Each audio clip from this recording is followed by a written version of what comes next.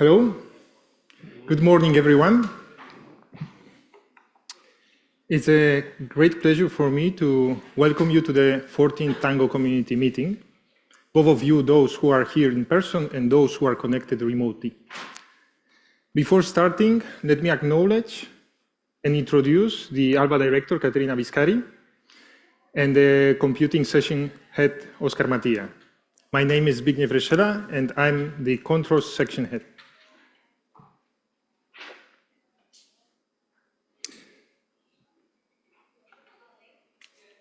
So let me now go through the key and most important events for the ALBA control system. The ALBA control system is based on Tango, and this decision was made in 2004. Just 1 year later, we have contributed with the first paper to the ICALEPS conference about use of Tango at ALBA. And it was about building the magnetic measurement bench for characterization of ALBA magnets. And here in the room, we should have one of the authors of this contribution, Fulvio Beccheri. In 2010, ALBA has signed the Memorandum of Understanding of Tango, and in 2016, ALBA has signed the Tango Controls Collaboration Agreement. And this trajectory confirms the fact that Tango is the cornerstone of the ALBA control system. This is not the first Tango meeting that we organize. It's actually the third one. The first one was organized in 2008 and the second in 2013.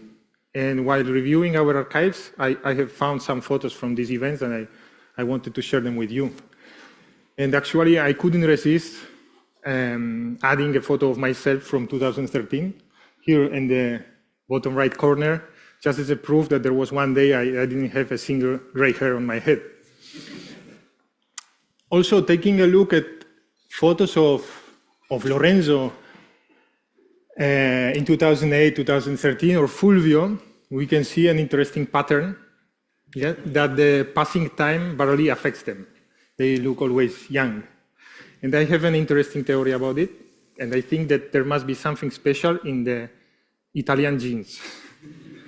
I'm not meaning the trousers, the things that we inherit from our ancestors. So, jokes apart, the core values of Tango are collaboration and sharing. And this allows us to learn from others' successes and challenges, identify common needs and opportunities, and avoid duplicating of efforts, ultimately to develop more efficient and sustainable solutions. I hope this meeting will enable these interactions and strengthen the relationships between our institutes.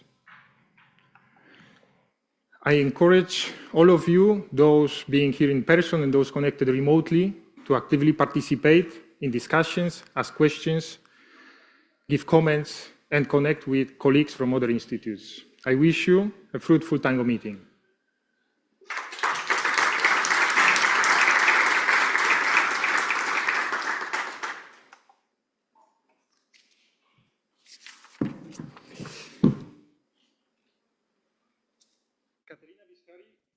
Hello.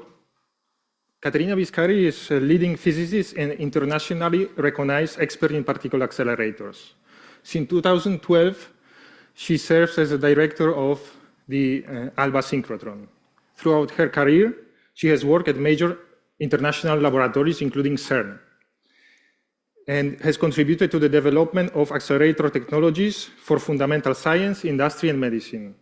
A European Physical Society Fellow and Officer of the Order of the Star of Italy. She serves on advisory boards for some of Europe's most important research facilities. Please join me in welcoming our invited speaker, Dr. Caterina Biscari.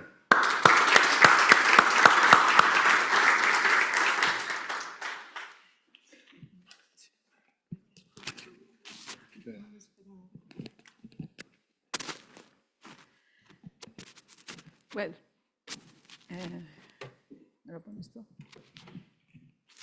thank you very much for this nice introduction, and thanks for all of you for being here. Can you hear me? No. Ah.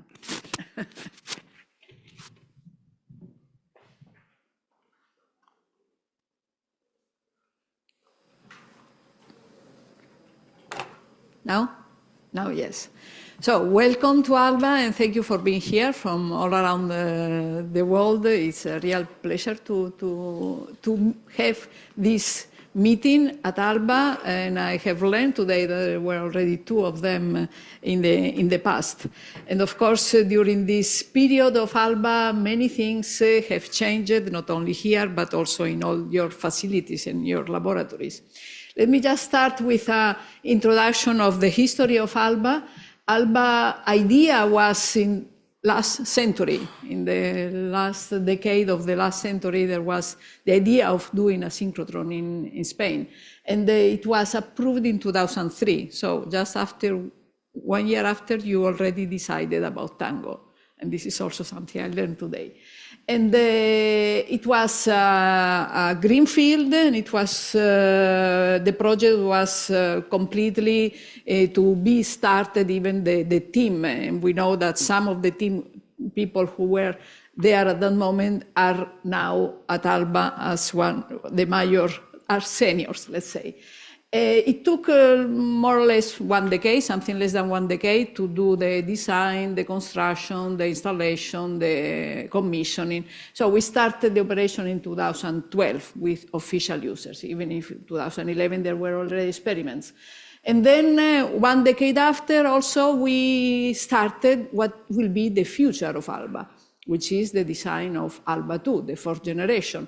So it's interesting that in this kind of infrastructure, the decade is like a change of a phase. And now we are moving from ALBA 3 to ALBA 4, but now in parallel doing the operation of the 3rd generation facility, and in parallel the design and construction of the 4th generation one, which will become operational according to our schedule in 2032, so exactly 20 years after the starting of the operation.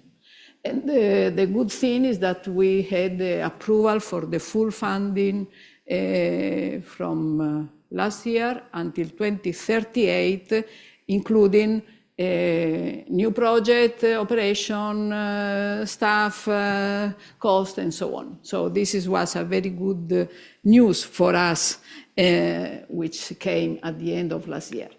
So we are a public consortium, which is owned 50% by the central government, 50% by the regional government of Catalonia. And we are, so even if the funding is fully national, apart from, of course, participation in European projects, we are fully international, not only for the staff, which are about 28% of the staff international, but especially users and collaborators, including also industrial users. What is ALBA? ALBA, this most of you know, because most of you come from similar facilities, but I know there are someone who are not in the field of the synchrotron, so let me just say something for them. We have an electron accelerator up to 3 GeV, is around 300 meters of circumference. We produce the synchrotron light with the electrons, and then there are around the accelerator, I guess there will be a visit to the experimental hall. There are the beam lines with different techniques of interaction of the light with the matter, and where the experiments are done. Of course, a very important part is the data infrastructure, and we have also a center of electron microscope done together with partners. So our main players are the staff, first of all, then the users and partners, industry, and we all work for the society. And we have had, as I said before, permanent support from our funding agencies from Spain and Catalonia. What it means going from the 3rd to the 4th generation, and this is also especially for those who are not in the synchrotron world, because the others know very well, but we are now in the 3rd generation. This is the layout of ALBA today. We have the emittance of the electron beam is a few nanometers, and the photon beam size can go down to 5 microns. And this means that we have resolution in imaging, for example, from half a micron for a volume of centimeter square for let's call large samples, to resolution down to 30 nanometer for very small samples like cells, for example, which are of the order of 1 microns cubic. And we are working in multimodal instrumentation, providing different instruments for complex and this is something that we are developing now and that will be fully exploited in the fourth generation. We have, of course, a large volume of data and AI application, and we solve complex, from simple to complex problems. What will be the fourth generation? The fourth generation is based on new technologies for accelerator and beamline. The drive of everything is to decrease the electron emittance from this nanometer range to picometer range, 150 picometers. The photon beam size will decrease. Here is 10 nanometers, missing the nanometers. This means that the brightness, which is the number of photons which get to the sample for unit size, unit time, which gives you how much, which is the power of the beam on the sample. This will increase by a factor of 100 up to 100. It depends on the photon energy. There will be a higher factor of coherent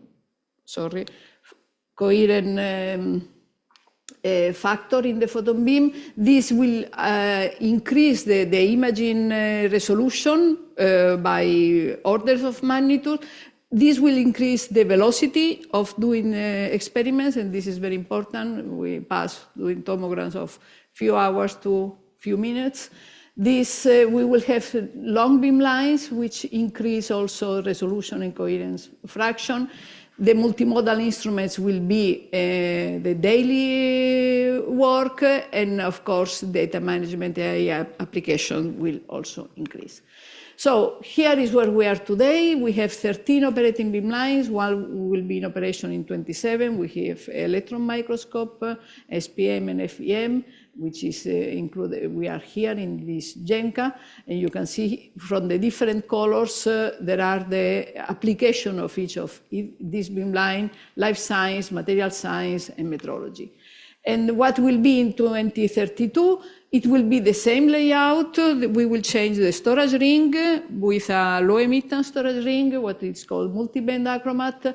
Beam lines will be all kept. They will be upgraded. There will be 3 new beam lines on day one, which are the 2 long ones, plus another one here, plus another one which is moved from one of these ports to a new port.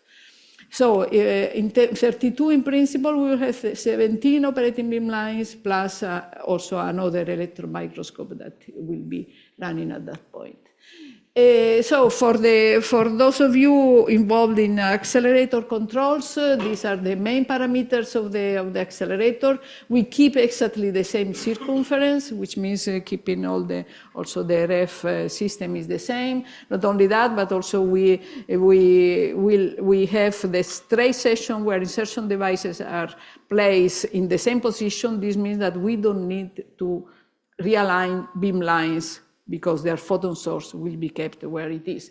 We will need to realign some of the beam lines which have the photon source in a bending magnet, because the bending magnet will be changed.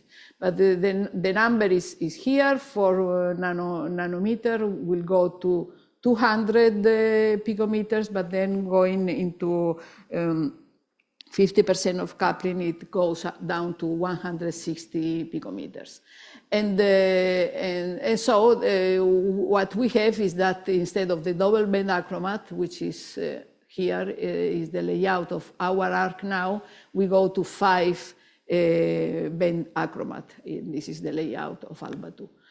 And here are the accelerator system. We are in the moment of receiving prototypes. When you go around, you will see the prototypes of the girder on the experimental hall. So the plan is to have the series production start up from next year on. And of course, we need magnets, RF diagnostic, injection system, girders, power supplies, and also upgrade of the control. And for the beam lines, we have, there will be new beam lines, new methodologies, advanced data infrastructure, and of course also we want to extend the partnership with other institutions because there is space also for other beam lines. You can see here the range of the photon energy from, we have from one beam line of infrared and then from few electron volt up to 70 kilo electron volt. And here we have all the beam lines, the present one and also the future one. And you can see these two here, Cody and Chorus, which are the long ones, are on the high, on the hardest ray regime. And we will do the upgrade of all the system beam lines, with, which means that we will review diagnostic mirrors, detectors and stations and so on. The first two long beam lines, one is dedicated to coherent diffraction imaging for material science, and another one is dedicated to nanoimaging and nanospectroscopy for life science. And it will have two different stations. The fact of increasing the length from the photon, from the source up to the sample is because the resolution is inversely proportional to the distance, and the coherent fraction is proportional to the square of the distance. And it was very good that we had the space free here, and that we could extend our infrastructure up to that point. These are the order of 200, between 200 and 250 meters. And you can see here the design. In this moment here, there is nothing, but we are working on the design of these two long beam lines. There is a space for a third one that will be done in the future. And here, this E1, E2, E3 are the first building that will be built during the next years. And you can see the nice structure for taking the photon beam from this plot where we are now to the new one. So this is also an interesting engineering project. And this new space is also used for other institutions, and there is, for example, InnoFab, which is a lab to fab institution dedicated to microelectronics. And which is this foundation, and is a new project that is not under ALBA, but it came from the idea of InnoFab started when we started talking about the long beam line Cody, and this will have a space nearby where we are now. And the plan is to have the shutdown in the period 30-31. And you see here the general plan, and the operation will be in ALBA 2. Just to say something also on ALBA, where we are, we have our user. This is the plot of user visits from 2012 or 2011. There were a few of them. And last year we had almost 4,000 visits. It has been increasing a lot. This reflects for the academic users, which come here for free through a competitive project, on publications with also very high impact publications. And we have users, public users. Some of them work also with industry, and then we have also the possibility for industry to come as a user and keep everything, all the results confidential, and they come not through the competitive calls, but with direct access, and they pay for the access. And the origin of our academic users is 64% from Spain. Of course, the most are Catalonia, Madrid, Valencia, País Vasco, and then from the rest of the world, 32% from Europe, mainly Germany, France, Italy, UK, and 4% from the rest of the world. There are something like 50 countries which have submitted proposals for ALBA. And you can see here from the numbers that we have an overbooking factor in average of 2. What we do, we are able to observe details of cells. I was mentioning before when talking about resolution at ALBA, with where you can do tomogram of the full cells without slicing it. This is one of the few instruments that are around the world which can do that. This what you see here is a cell of infected by the coronavirus, where you can see the nucleus of the cell, the mitochondria, and the virus is these blue dots here are the real. Is the virus. And we solve protein structure up to atomic resolution, and so it's important to for understanding diseases, origin of life, and design new drugs and vaccine. Of course, these beamlines are used also by pharma companies. We develop materials for what is called energy materials for generation, storage, conversion, and transport of energy. There are many institutions in Spain, but also in collaboration with partners institutions in Europe, and participating also in European projects, because we are very much focused in the sustainability of our world in the future. We develop catalysis for green fuels, green energy. Here are some examples.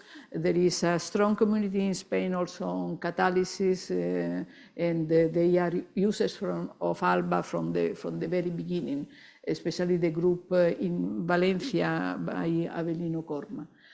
We work on advanced materials, complex materials, quantum, spintronics, chips. You can see here a nice picture of skyrmions. We can make imaging also of magnetic momentum. The same beamline that makes the tomogram of cells can look into the magnetic momentum of thin layers, or like here, this helical surface magnetization in nanowires.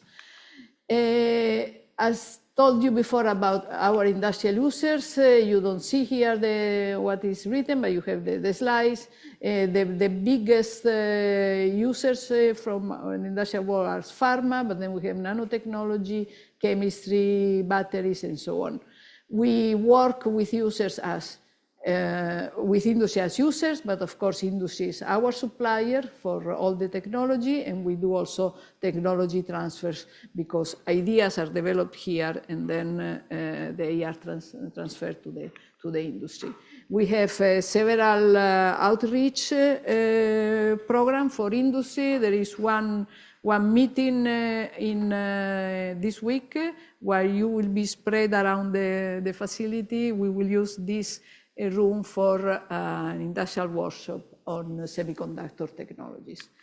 And of course, we do outreach also for the society, open days, visits. We have special programs for students, for children, for students here, but also this ALBA, Mission ALBA is an online program which is open to the schools of the whole Spain, because of course the visits we get are more from nearby schools, but so we can reach the whole country. We are part of LIPS. Those of you who are in Europe know very well LIPS. We have been working in LIPS from the very beginning, and LIPS are 17 facilities in 15 institutions, 10 countries, sorry again. And altogether, we offer up to 300 operating stations, which means more than 1 million hours per year. And we are connected to the rest of the world. We have we have a collaboration with Asia, with Japan, with China, with the United States, and this arrow here with Africa is because we are also involved in those of you who come from Africa, I know there is someone from Africa here. There is the project of what is called AFLS, African Light Source, which is the idea of doing another synchrotron for the African continent, and we are also involved in this collaboration. And just to finish, I want to point this series, which was a series on Prime Video. It's a technological thriller, and it happens in Barcelona, and then they use us as one of the places where one of the chapters was done. You can see here the actors in our facility, and it's very good to have this kind of events because it reaches people who will never come to ALBA otherwise. But having a series like that is a way of showing to the world that this kind of research infrastructure are useful. In this case, ALBA was the only tool for solving the real mystery. And I want to finish with this. Zibi was mentioning before about the agreement for the Tango collaboration, and we just signed the third amendment for this Tango control collaboration with 10 institutions, and I signed this just a few days ago. So this is something that is has been helping Tango ALBA from the very beginning, and it will help ALBA and contribute to ALBA too, also for the future. Thank you.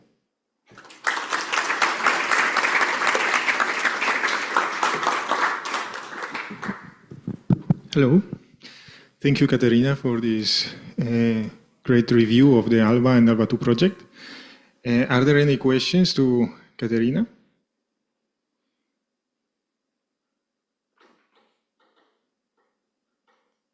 Okay, so I have one. Yes. So, what was the most difficult moment when getting the ALBA 2 project accepted? What was the biggest challenge for getting it? I must say that when we started talking about this, I remember I had the first meeting with the ministry at that time, who was Pedro Duque in Spain, and I presented the project, and they say, yes, this is good, go ahead with the design. But then from them until we got the approval, there have been many changes both in the Spanish government and in the Catalan one. So I had to explain several times to different people. Of course, I got better during because it was like a continuous rehearsal, and so. But having all of them aligned with the interest and with the capacity also from the political point of view and the economical point of view of saying, okay, we will commit for this. This was not so easy. I mean, it was not too difficult. I would say there are more difficult things because all of them, the good thing is that all of them understood that was the way to go. But to have all of them aligned and say, okay, that was a tricky point. But, and then I think also during all this time, while evolving and explaining all of them, you were working for ALBA too. So I had more and more capacity also to show where there were the results, the design, the first funding that arrived to us through these next generation funds for starting the prototypes. So it was also easy to show them that we were already working on that and that could not be stopped. So it was okay. Okay, thank you. Yes, well. Thank you for the talk. I just have a question related to the students, the training. Can you just say a bit more about exactly what kind of training are you giving them, and do you track the path of the students? So if you are training them to use the synchrotron in their future careers, are they still doing that, or they're in different fields? Just a bit more on that. Yeah, thank you. Yes. We have different kind of training. The photo you saw there are students who are not yet at university, that they do both school, professional school, and work in companies, or they can work here for periods of for 9 months. These are the first one who come here, and some of them then the question you have done about if we track them, no, we don't have the track. We know something, but we don't have a systematic track of what the students are doing. And so these are normally, of course, people who live nearby ALBA or in the region of Barcelona. Then we have university students, and they get grants for 6 months to do a master work, for example, when they are near the finishing their university grades. And we do that is the order of this year. We increased to 21, I think. And most of them, many of them come to work on the part of IT, controls. Some of them work with ZB. So these people are then, some of them we know that continue in they do their doctorate, and then some of them even come and work here with us. And then, of course, we have the program of PhD students. For the PhD students, we have different models. Some of them are with local universities, but we also accept partnership with other universities from Europe, where we share PhD students. And they usually work more on the part of the experiments, beamline, on the experiments. We had also some PhD students also in the accelerator. I don't think in controls there have been any of them so far, but it's not.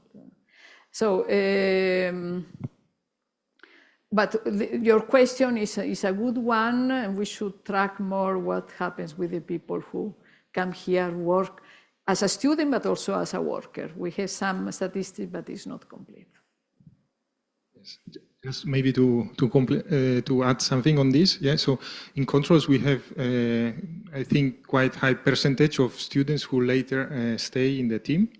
So we have, for example, Julian here, who was on internship, very recent, and then he joined the controls team.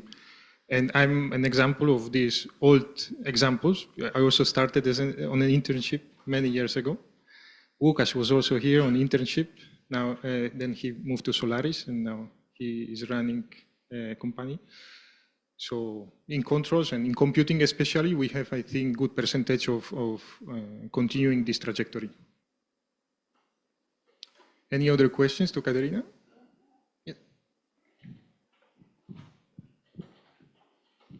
Hello, thank you for your talk, very enlightening. So I have I'm actually curious to understand how much of the technology used for the ALBA upgrade is done in-house, or how much is done with partnerships with other companies.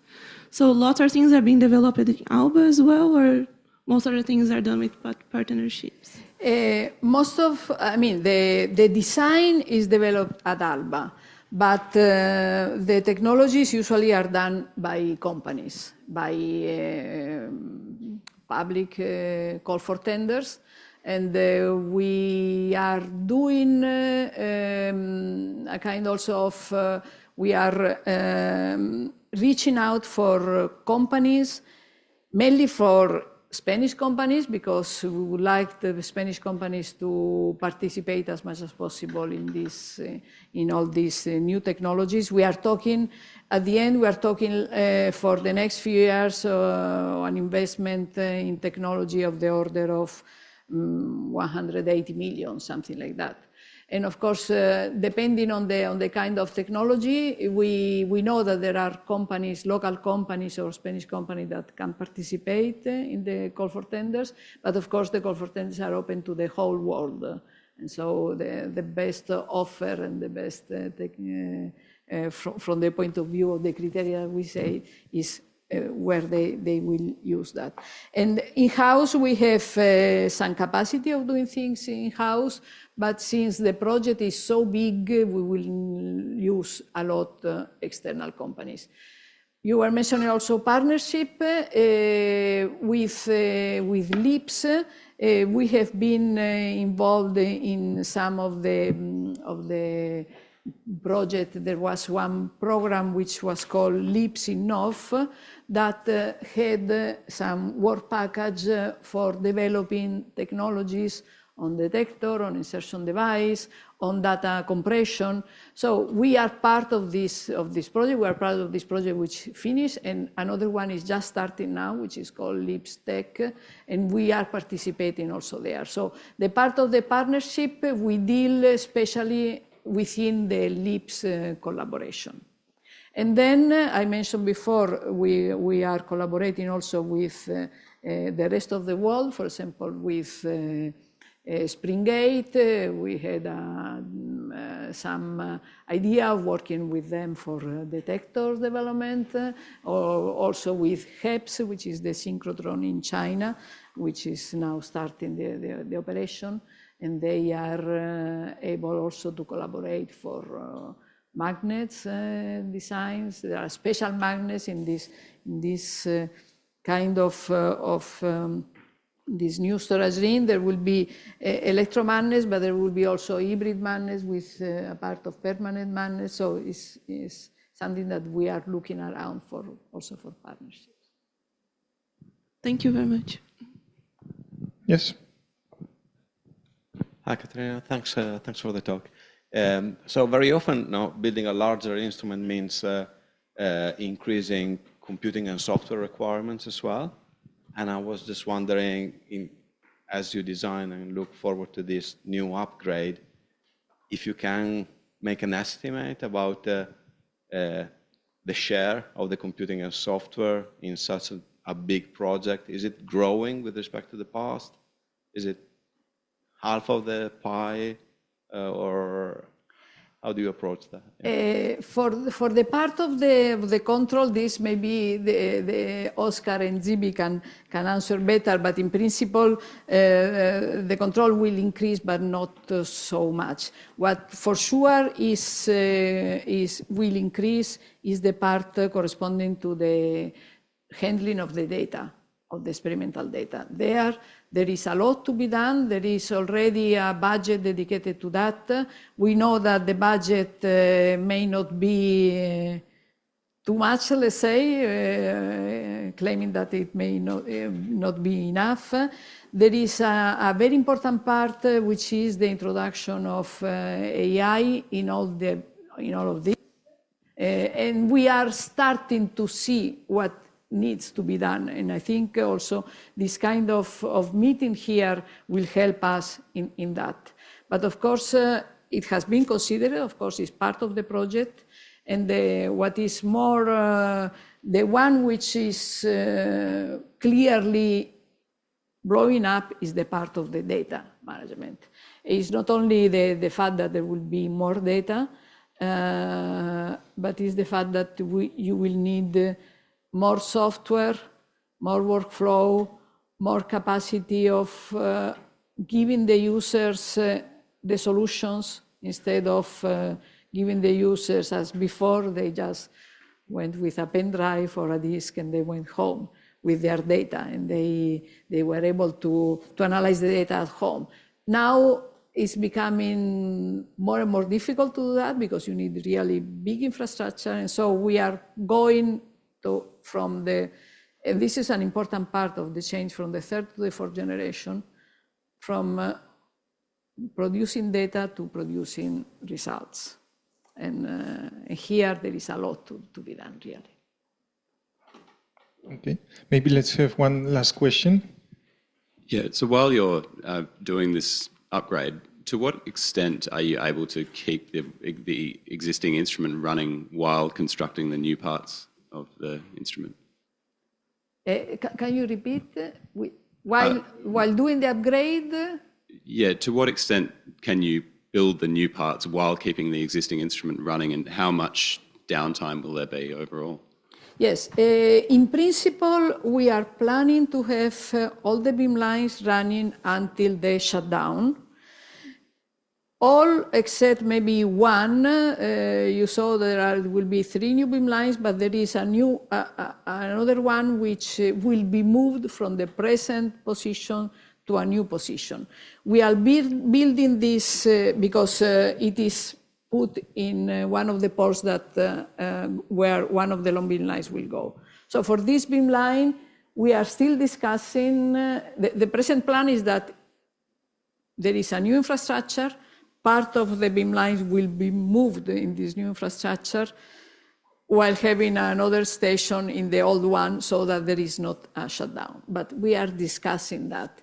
And of course, then all the other beam lines, there are some of them where urgent upgrades are needed, and therefore there may be a shutdown of a specific beam line for one semester.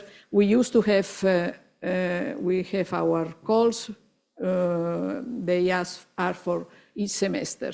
So the idea is that maybe for this beam line where we want to do the upgrade beforehand, this will be shut down for one semester. But the others, in principle, are running. What is challenging, of course, is for the people to do both things at the same time. But this is, we are increasing in the staff. We, at a rate that is lower than we would like, but there is an increase. We are now like 280 people, and by 2030 we will be like 350. Okay, so this with an extra staff distributed in all the facility. Okay, thank you. Let's thank Caterina for the presentation and for answering the questions.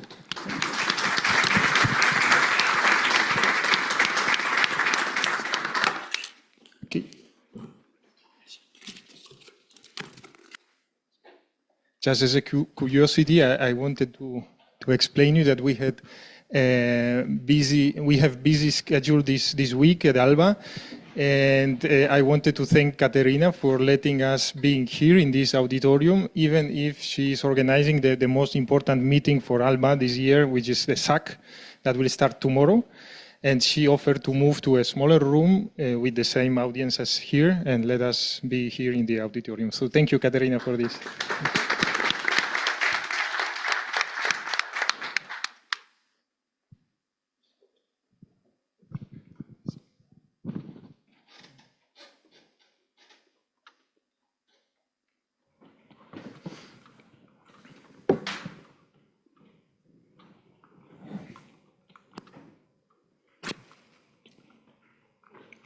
Okay, before starting the first session, I would like to go through the practical information. So we all know how the meeting is being organized, what are the rules, etc. Okay, so first the Wi-Fi. If you have not found it yet, the Wi-Fi network and password is on the reverse side of the badge. So you can connect to our guest Wi-Fi at ALBA. Second, some working agreements. So this is a hybrid meeting. So there are remote participants. All the presentations are being recorded. In case you would like to ask a question, please raise your hand. Also, this affects also the remote participant. Please respect the time boxes for speakers for talks duration, for the session start and end time. Message to speakers, please upload your presentations well in advance to Indico. And for remote participants, please stay muted when you join the meeting. Here are links to the Zoom meeting, to the Indico page of the meeting and also to the Mattermost channel. So we have a special channel for the Tango, this Tango meeting where you can connect with other participants and exchange messages. About breaks, please check the time schedule for breaks. Both coffee break and lunch are served in the tents area outside. We will leave through this door. About the social dinner. So social dinner is tomorrow at 8 in the nearby restaurant. Please check your registration in Indico and let me know of any changes. There is no transportation provided. We propose to organize a social walk. It is quite close to ALBA. There are approximately 26 minutes.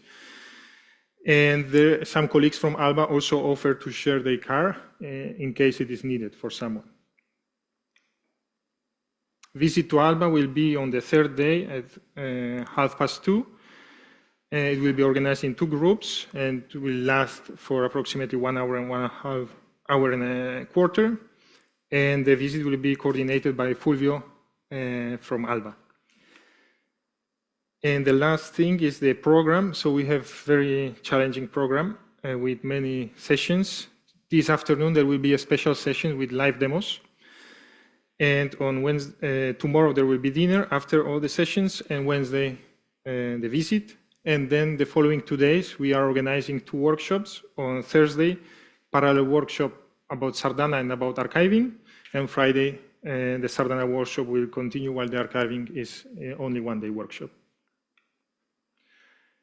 Thank you for your attention. Yes? For the Wi-Fi, is it okay to use EduRoam? Yes, I will need to get some information about it. Yeah, but I imagine yes. I will let you know in the after the coffee break because I didn't have time to check that. Yes. It works? Okay. So, any other question? Okay, so let me start the first session. The session will be chaired by Miriam Lindberg from the Max IV laboratory.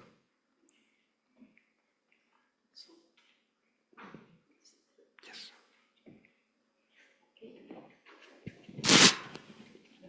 We have the sound with us? Yeah, we do. That's excellent. So, kicking off the first session of facility status updates. And before the coffee break, we have 3 updates to get through. And the first out is going to be, let's see if we get everything set up properly first.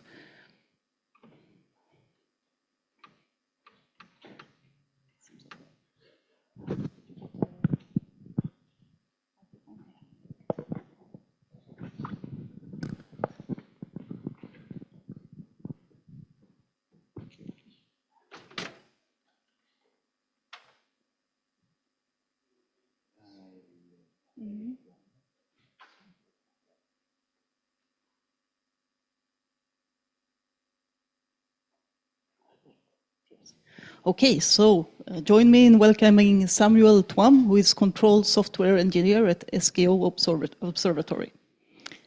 Hello, thank you very much for the introduction, and thank you for the opportunity to be here. I think as first external speaker, it's befitting that I thank ALBA for hosting us. So thank you, Zibi and Caterina and everyone from ALBA for having us. We're happy to be here. And for my talk, I'll just be sharing the progress on construction and commissioning, and I have quite a lot of contents to cover. So for some of the slides, I'll just whiz through the content, and please ask me specific questions if you want to know more about that thing. All right, so let's get started. How do I go to, okay, there we go, next. Yes, all right, so I'm going to start with the headlines. All right, so apologies to anyone who wasn't here last year. In this talk, I would want to start with something I shared last year in terms of our progress, and then give you like a quick recap, and then just talk through where we are today.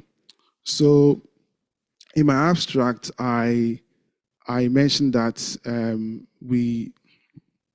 Yeah, in my abstract, I talked about what we did last year, and these two slides at the top, these ones that show this old theme are what I showed last year, and I talked about the image we had from one of our telescopes, SOLEIL at the bottom left here, and then I said we are busy still trying to catch up on the mid side of things, and since then, this is where we are now.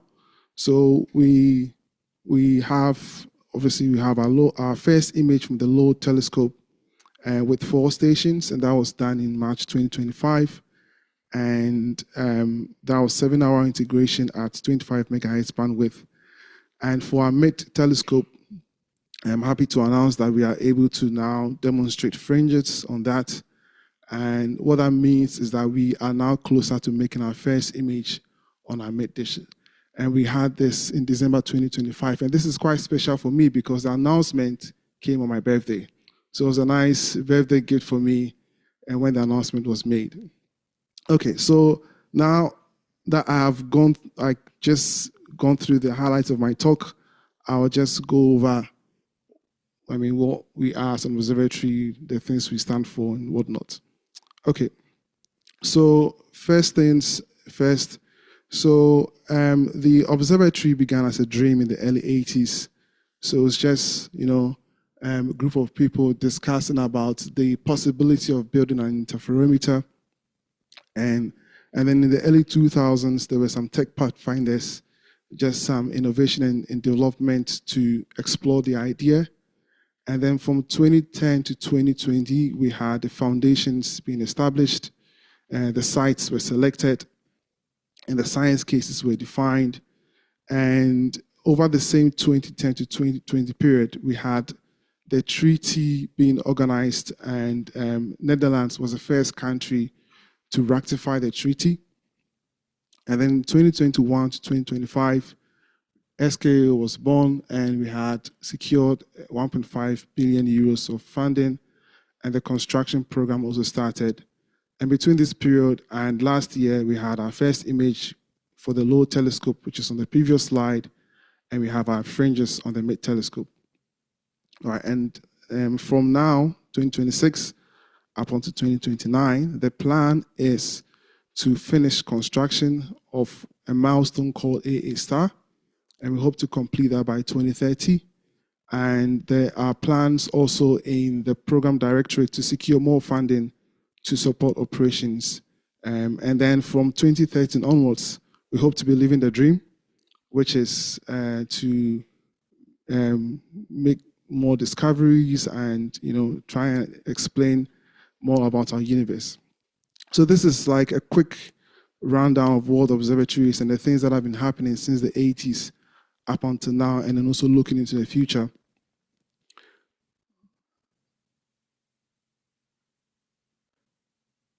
I'm not sure if the videos will play themselves. They're supposed to autoplay. There we go.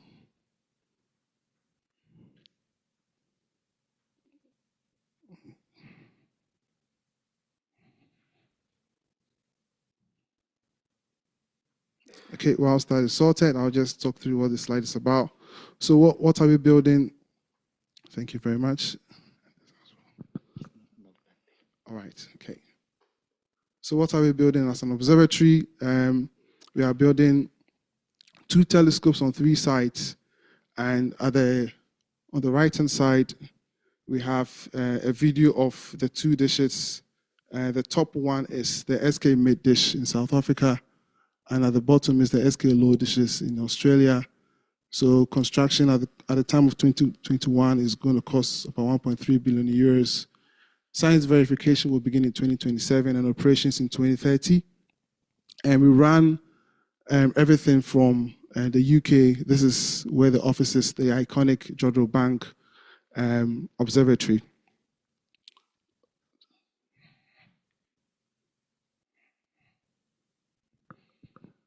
Next is not working. Next slide. There we go. All right, so these are the science goals for the telescopes. So the SK telescopes will transform our understanding of the universe, tackling some of the most fundamental science questions of our time. The science goals range from looking back into history, as far as the cosmic dawn and when the very first stars and galaxies were formed, to answer some of the mysteries of astrophysics. Now, all of these thumbnails here will send you to a link. So if you click on each thumbnail, to take you to our website and to explain more about what each of the science goals is trying to achieve. So I encourage you to just click and have a look if you want to learn more about what you're trying to achieve here. All right, moving on. Okay, so in terms of our membership, I'll start with France. So as of just last week, Thursday, Wednesday, Friday, last week, France is officially our newest member as of 4th of June. President Macron signed the paperwork that ratified their membership on 30th of January. So we officially welcome all our French colleagues who are here in this room to the observatory. And right now we have 14 members, and we are looking forward to other negotiations with other members. So there are ongoing talks with South Korea, and then there are also some partnership discussions with Japan, Poland, Ireland, and others. I think the real meat of this slide is that the observatory is looking forward to expand its membership. So if you'd like to see your country here to be part of this project, please do talk to us, and we'll be happy to put you in touch with the relevant people.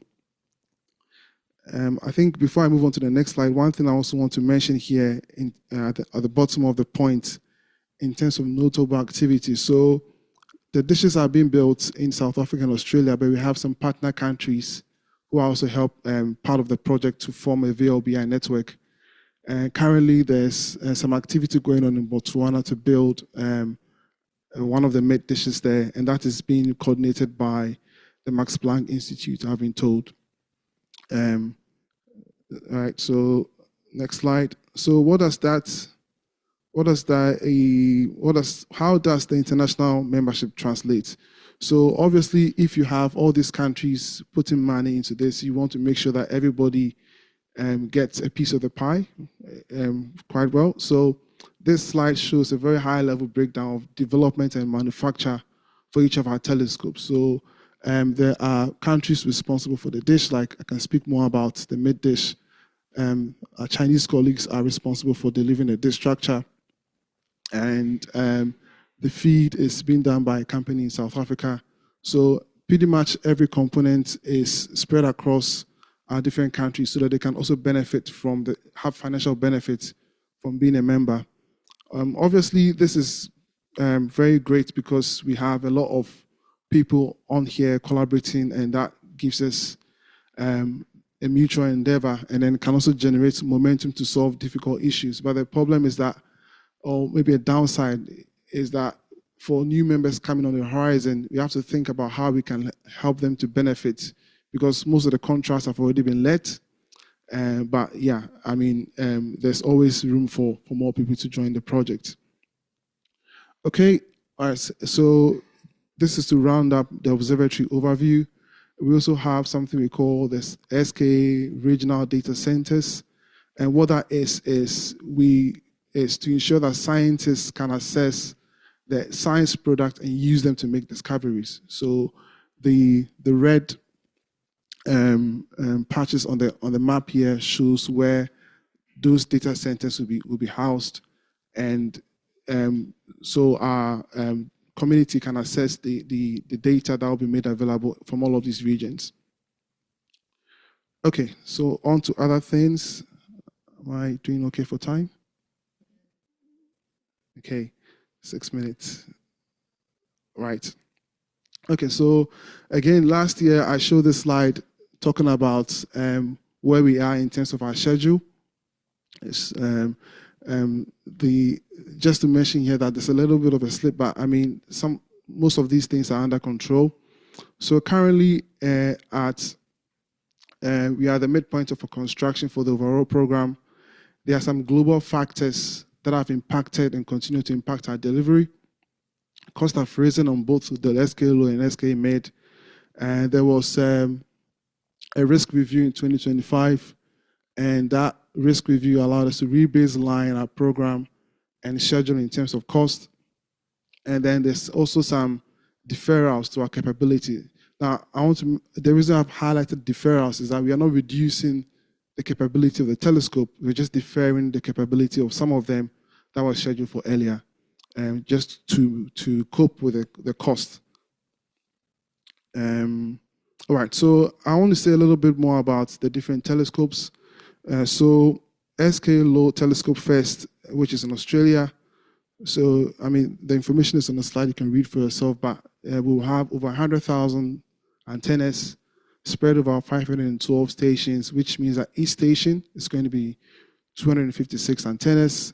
And what we call a station is each patch that you see there is a station. Just get the video to play again. So each patch over there is a station, and the frequency range is going to be 50 megahertz to 350 megahertz, and the maximum distance, which we call a baseline, between the furthest stations is going to be 74 kilometers. All right, and then in terms of what we've been able to achieve with the science commissioning, so we've had a very good single station calibration, and that's the image on the top left here. Still on calibration, we've also had a very good calibration on the array with the first images being produced. And we've also had an initial tide array being result in pulsar timing.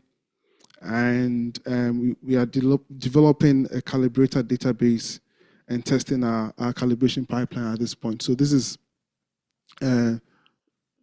some really good results from our science commissioning outcomes so far. And move on to the MID telescope. So the MID telescope is also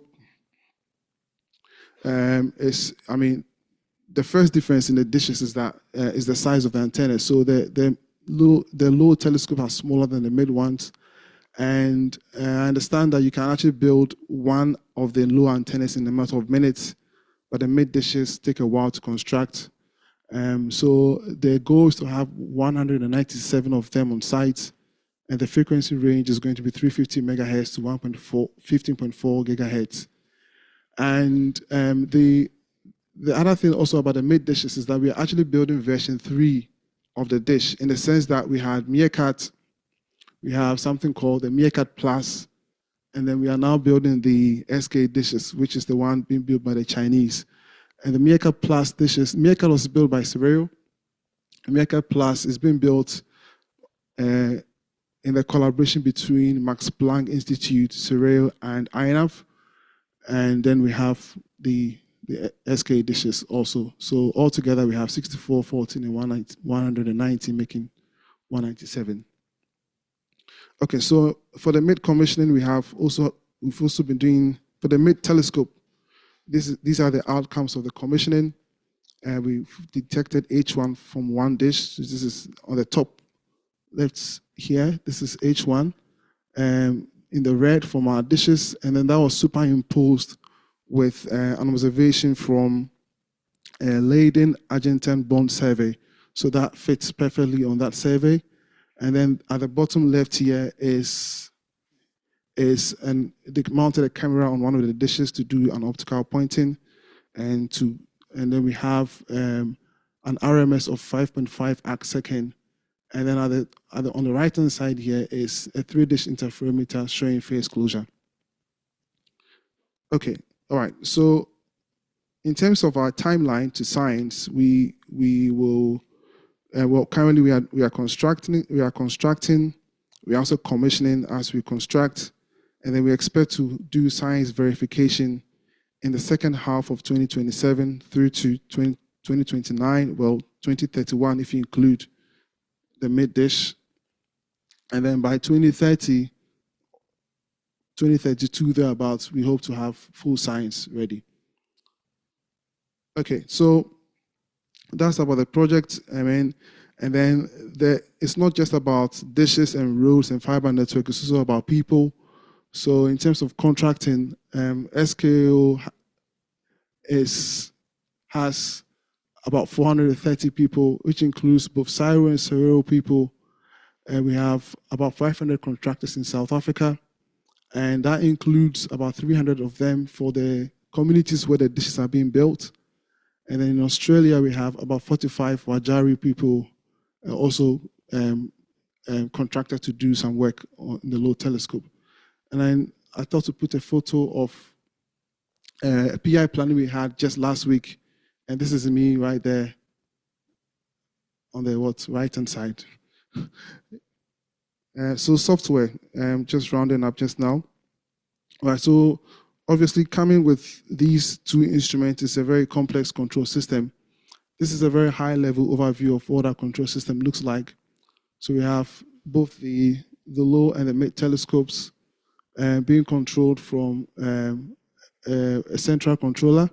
Then it goes to our signal processor and science data store, science data processor, and then we have some engineering data over here being stored here.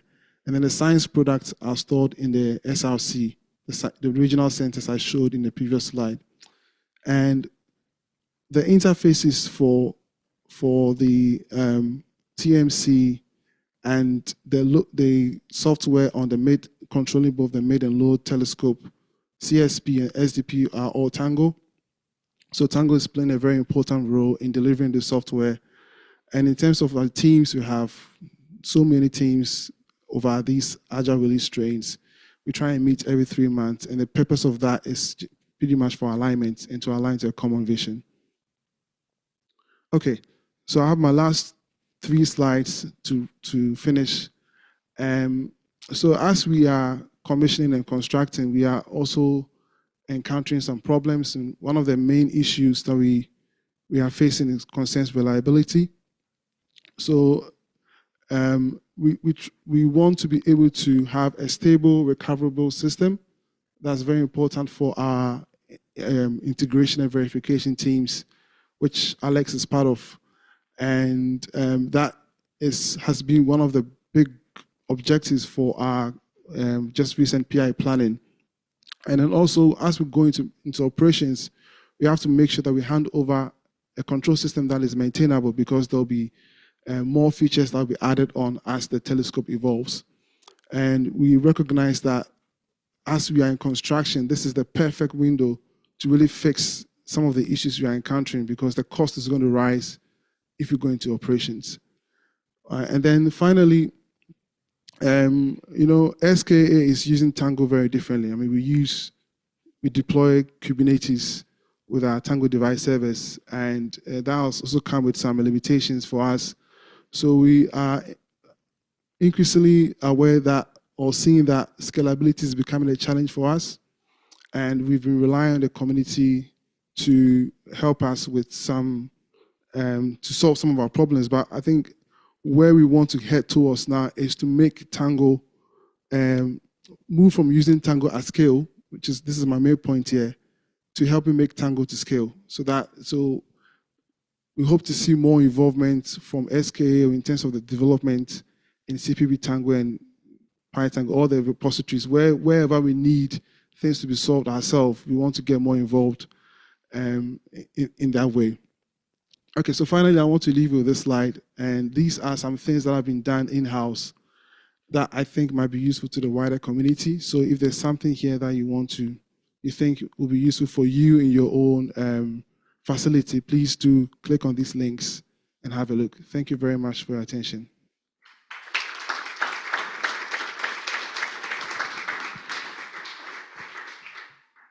Thank you, Samuel.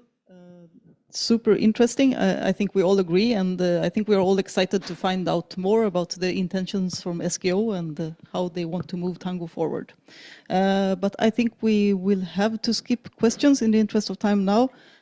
Grab Samuel in the coffee break and ask your questions there. And thank you, Samuel.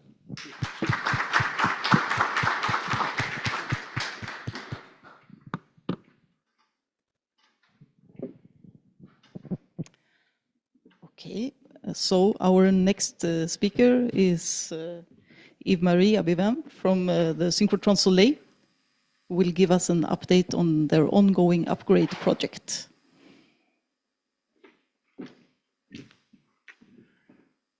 And Yves-Marie is the manager of the data acquisition and controls group at SOLEIL.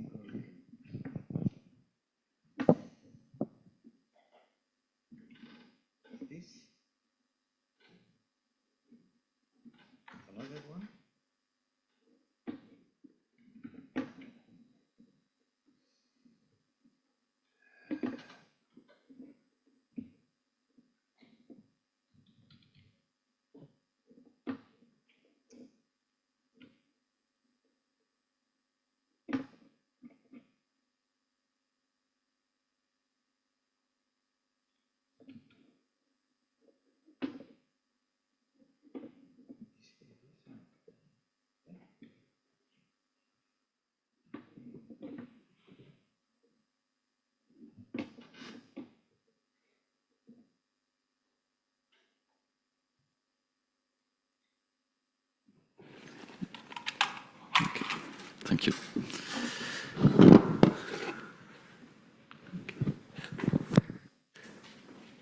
Okay. Good morning. I'm Yves-Marie Abiven, and I will present you where we are in SOLEIL II project. I will talk on behalf of the project teams, as I'm part of it. So I will just depict the scope and organization of SOLEIL II project. Then I will present you the progress done the last 1.5 years for the construction stage, with a specific focus on the overall of the information system. Some word about the next step. So, but first, where is SOLEIL and what is SOLEIL? SOLEIL, it's a synchrotron facility. It's a Tango facility located 25 kilometers in the south of Paris. We have at the moment running 29 beamlines on one cryo EM microscope. We have different techniques, providing different techniques, X-ray diffraction, diffusion, infrared, photoemission, circular range, etc., to address the challenge of the society in the different area, medical, quantum material, energy, etc.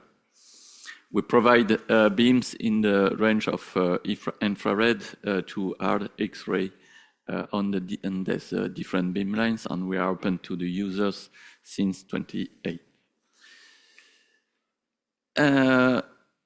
From SOLEIL to SOLEIL II, the driver are the different challenge science challenge we want to address in different areas: advanced materials, health and well-being, environment, geoscience, and sustainable energy, which are the challenge of today's society. And to this, we are building a brand new accelerators, a new photon source with new performance, smaller spot size for beam size, and highest brightness up to 100 times brighter depending on the energy. And this new accelerators will enable us to provide new mode of operation for a beamline, at the beamline, and for the end users to collect data faster at the nanoscale resolution, etc. So, and I will detail where we are in this building after. And of course, building this new facility, we try to build as green as possible. And this has started with the building of a new cooling station in the last years, reducing the consumption in electricity and water. So the planning for this construction is the following. So that we built a conceptual design report in 2020. In the following years, we go through the technical design report with more details, where the output was the architecture, the structure, or the organization of the project. I will detail a planning, a timescale, and the budget. So we are now in the construction phase here for 6 years, 5 to 6 years, which include the shutdown and dismantling of the existing accelerators, the commissioning of the future accelerators, the adaptation of and restart of the beamline, and information, the renovation of the information system, and modernization of some labs. The budget is for this stage is 186 million euros, and we received part of this budget up to now.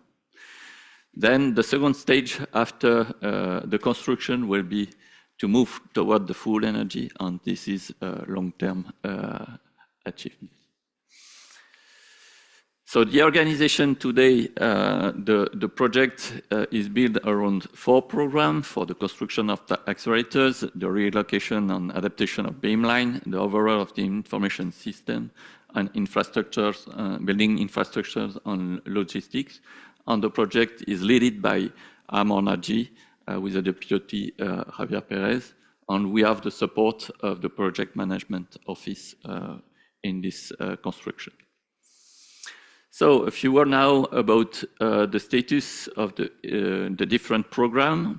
So for the accelerators, now the lattice is frozen since the beginning of the years, which means that it's easiest to go ahead with the definition and the construction of the different subsystems. But we are, of course, continuing the simulation to refine some specification in terms of loss simulation to build the collimators, in terms of definition of the stability and the feedback and feed forward, in terms of radiation protection, which define the collimators, but also the architecture for a machine protection system. And a huge effort at the moment is to validate all these integration, mechanical integration. As you can see, there is a number of systems to put all together, and we have to be sure and secure that everything will be okay, as the time scale to integrate all together, 18 months, it's a really challenging, it's a big challenge to do it. Some of the interface are ongoing to be defined as like cooling or electrical cabling. Here you can see an example of an arc, set BA, which show how the miniaturization of the system will be for SOLEIL II. You can see here an example of a vacuum chamber for BPM on the same one for SOLEIL II. You can see here that the size of the vacuum chamber here will be really small, smaller than a cent coin of euro. Other example for permanent, for magnet, such as quadrupole. This is the actual magnet for SOLEIL, and this is the prototype for the permanent magnet for SOLEIL II, with which is challenging to define and to integrate. But it's where we are. So in terms of construction, we are also upgrading already the LINAC to a 150 MeV LINAC. This must start this summer to validate the new LINAC, but maybe we will have some delay. The last in the years, several equipment are already started to be constructed, as like the fundamental radio frequency, position monitor, electronics are being received and validated, and will be deployed on the existing accelerators. The vacuum system are bought, and also other procurement are ongoing, such as all RF system, on new procurement and Call for Thunder will be launched this year. This is the challenges period as a number of upgrades are coming in Europe. So having the capability to receive all these parts and the capacity for the manufacturer to deliver for our planning, it's a challenge. So the status regarding beamline and relocation adaptation. So at the same time of constructing the accelerators, we will have to rebuild or adapt some beamline. This could be complex or easy. It depends on the beamline. Some beamline, it's just a couple of optics that we have to change or adapt some diagnostic. This will be, let's say, easy, or realigning some beamline. But we have 6 to 7 beamlines that will be moved from one place to another place because of the lattice. And this is a challenge in the same period of time to dismantling an existing beamline and remount in another place. At the same time, the colleagues for this program are looking the capability to share the crane with the accelerators to move all these components from one place to the other. So this is illustrated here as how to anticipate all these changes on sharing, on building the coactivity with all the staff.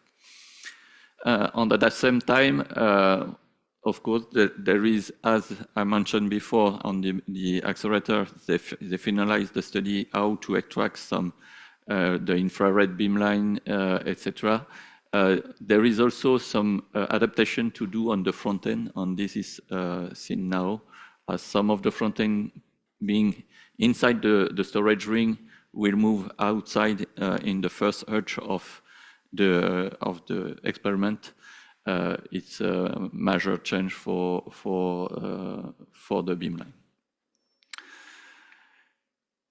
In terms of building and infrastructures, so as everything, it's 1,000 of parts that we have to manage, coming from the different supplier, moving from the accelerators, but also from the beamline, as you have seen.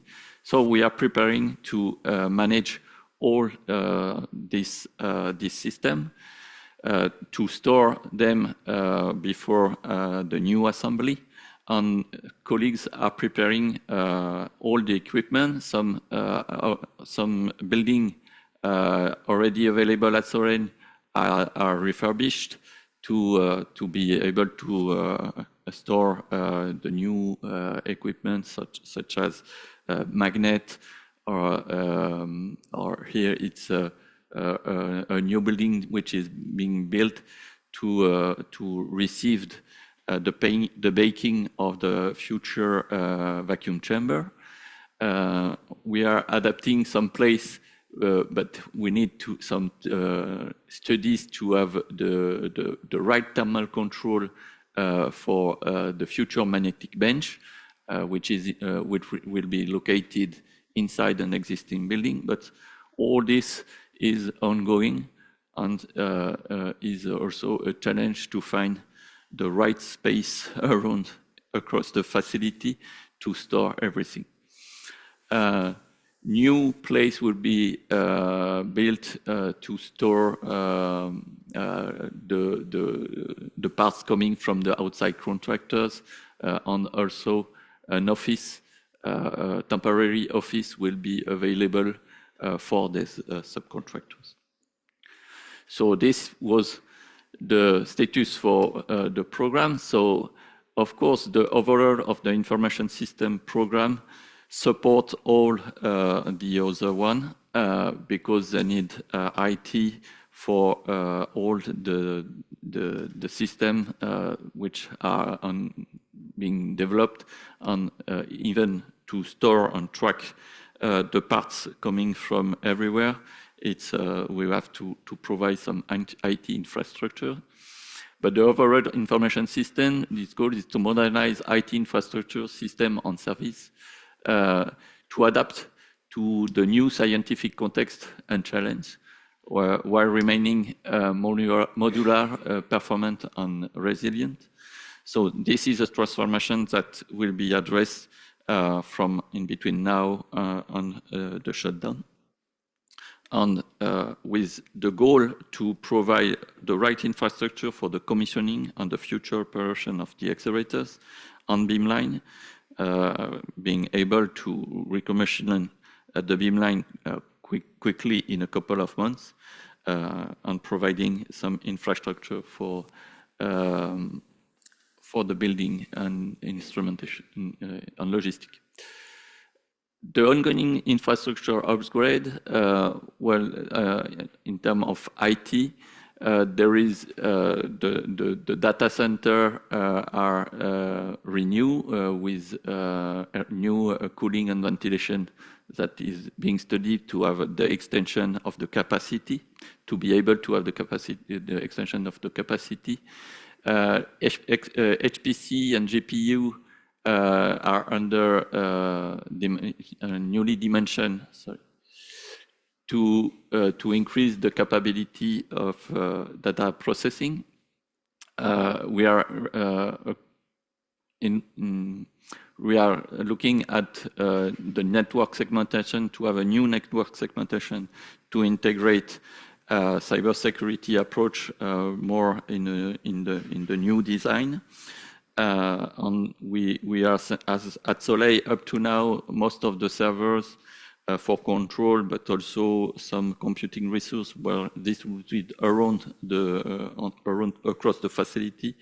We are looking to how to centralize all this control on computing resources in the data center. In the infrastructure, we are looking at new solution for the deployment of our application with the implementation of the Swarm cluster to provide more resilience, scalability, and easiest management of the application. We already have an OpenStack deploy for Visa, and we are looking to see how to extend the use of it. In terms of control and acquisition hardware, we have to manage obsolescence. So we will move from PLC S7 300 to S7 1015. On our whole park of industrial PC-based compact PCI, we'll move to different platforms such as PandaBox, Micro TCA system, Raspberry, industrial Raspberry Pi, or function generator from CERN to the control for the control of the power supply. We worked on the enhancement of the data platform on the software lifecycle management. The data platform, of course, Tango will remain the framework for controlling the system on collecting the data. We are deploying SciCat as the data catalog for Soleil, and developing a data catalog for engineering data to collect all this data from the beginning of the construction of Soleil II, to exploit it during the operation, the future operation, in a centralized way. We are at the moment deploying Tango archiving and Grafana on the beamline. It was already done on the accelerators with Postgres on timescale DB, and this will be detailed this week by Gwenaël. A challenge for Soleil is to first, we want a collaborative approach for developing on the control system on different in the information system for application, and we are building the tools, sharing the tools to permit that, based on, also on the experience we shared with Max4. So we have the same approach, pushing the same approach.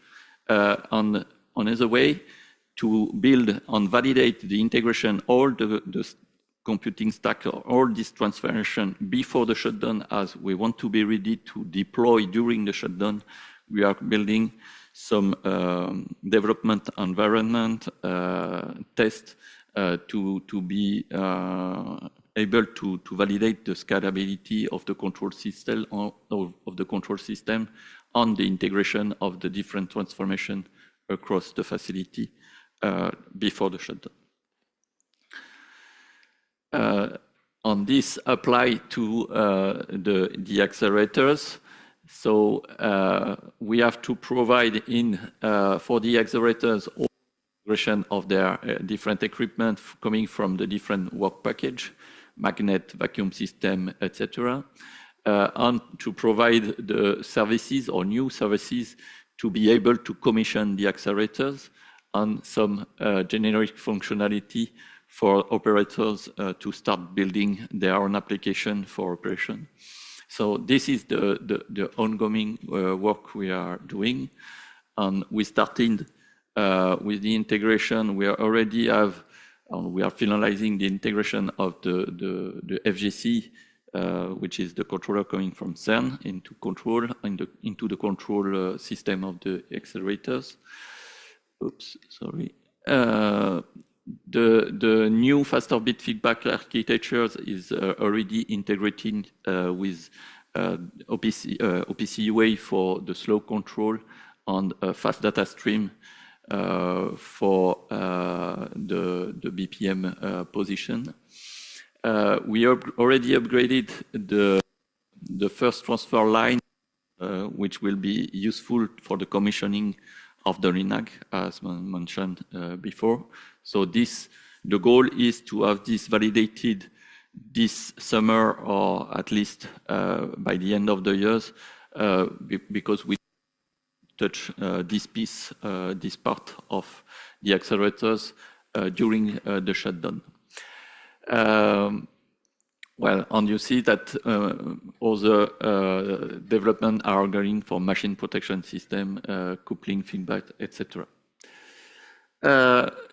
We are preparing the commission tools, working in collaboration for PyIML, Python middle layer, and for digital twin for the accelerators. And as I mentioned, in the development environment, we want to have these tools, to provide these tools right now in the coming months, because scientists from accelerators as well as operators needed to develop their application. So this is a big effort at the moment we are doing. For the beamline, we are in the process of collecting all the changes expected at the beamline, which is not clear at the moment, and we expect this by mid-2027 to be able to have the right person available for the shutdown and be ready to prepare everything. And at the same time, we try to prototype high throughput data acquisition pipeline, which is a measure on new changes for SOLEIL on automation application process to validate before the shutdown and be able to go toward the full performance after. And we accompany the digitalization of the logistics and of the process for the different group at SOLEIL, providing to be able to track the parts coming from the different supplier during from now up to the installation on the future accelerators on the beamline, as well as for the dismantling and be able to track for radio protection purpose all the parts coming out from the existing storage ring to the different recycling supplier. For this, we are looking at logistic tracking tools, and UBLIM is one of the tools we are seriously considering. We're providing a new naming convention as we are going from 16 cells for the accelerators to 20 cells. So we have to make the change also in all the database at SOLEIL for the deployment on the Tango database. Alexandre will present the work done this week. And a new cabling database has been provided. Next step, you have seen that there is plenty of call for tender for the different programs which are ongoing, and this is the challenge in the coming years to launch all these call for tender.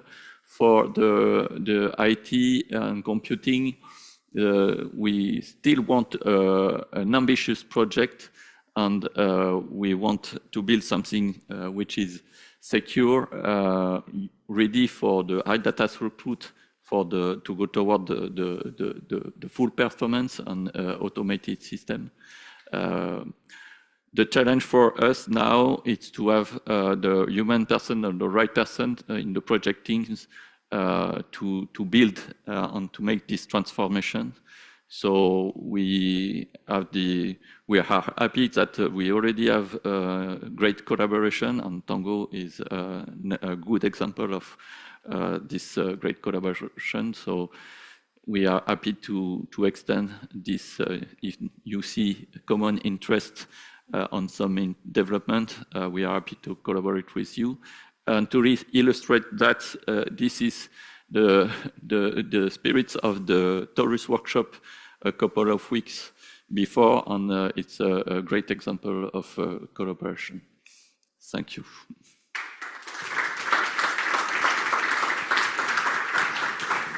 Thank you for this, Yves-Marie. It's a big challenge that you are in the middle of.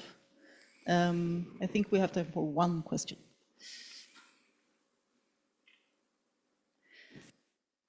Then I will ask quickly, so you were focusing a lot on the accelerator part of the upgrade, naturally, because that is the main upgrading point. But for the beamlines, are you thinking that there will be changes on the majority of your beamlines, or is it? Yes, on this is not the.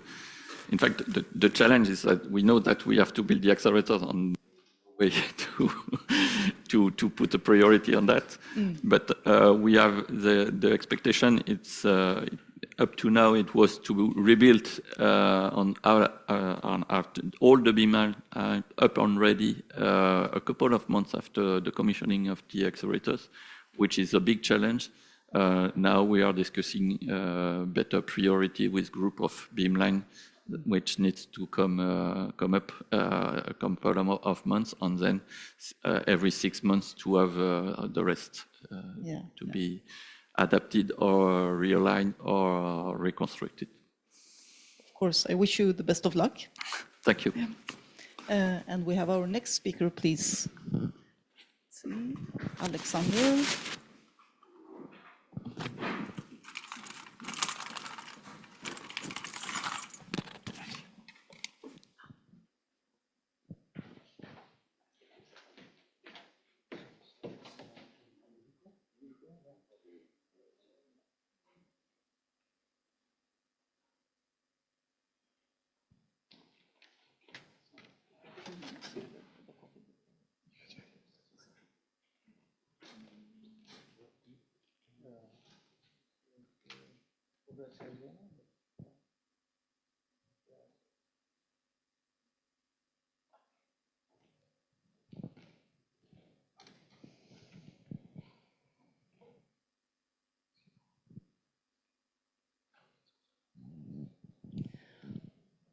Okay, so Alexander Kessler, who is a controls and research software engineer at Helmholtz Institute Jena, will give us a status update from the institute.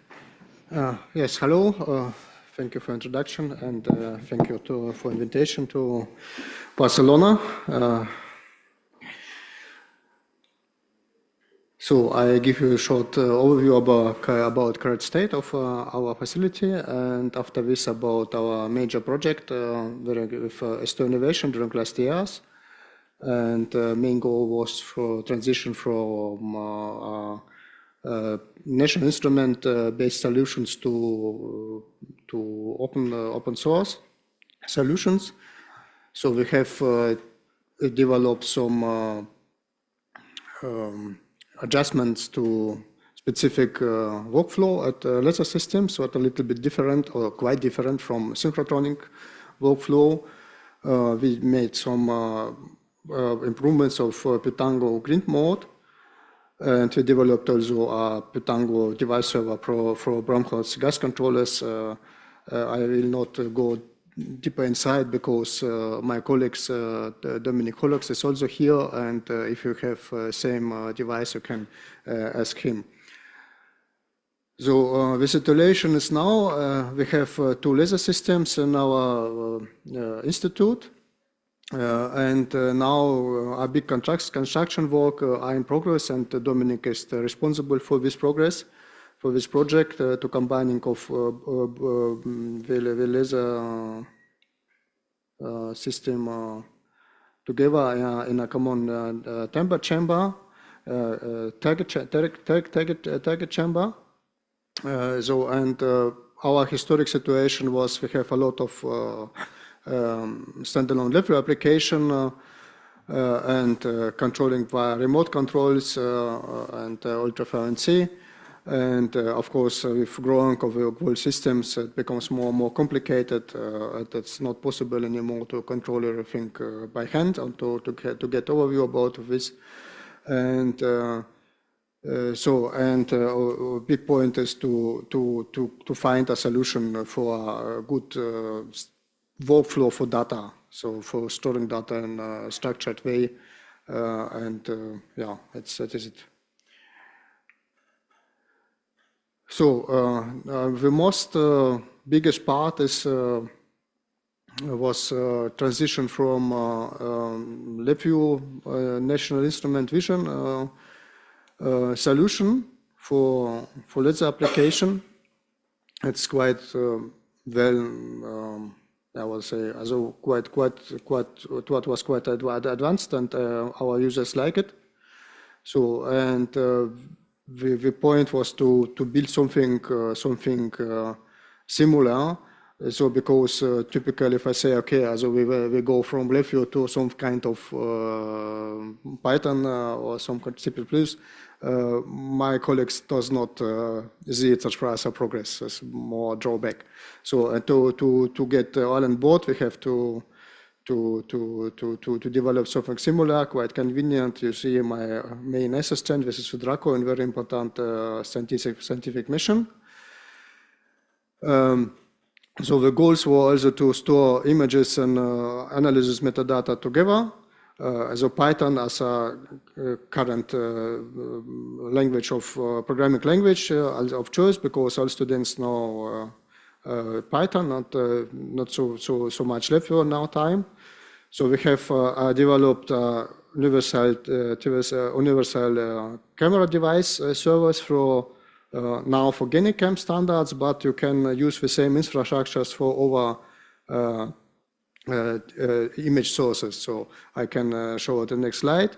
We have a convenient Taurus widget with possibilities to define complex rows, combined rows from rectangle lines and so on.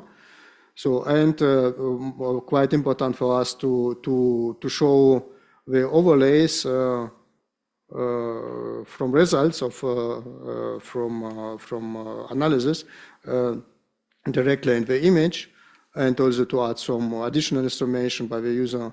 So, and also to give most complete control to the cam attributes. Now it's not. This is a filtered list of quite long.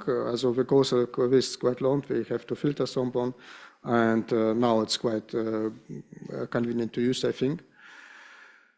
So okay, as a first point is camera camera device or image source device, and it can be a cam, as a hardware cam, but this can also be a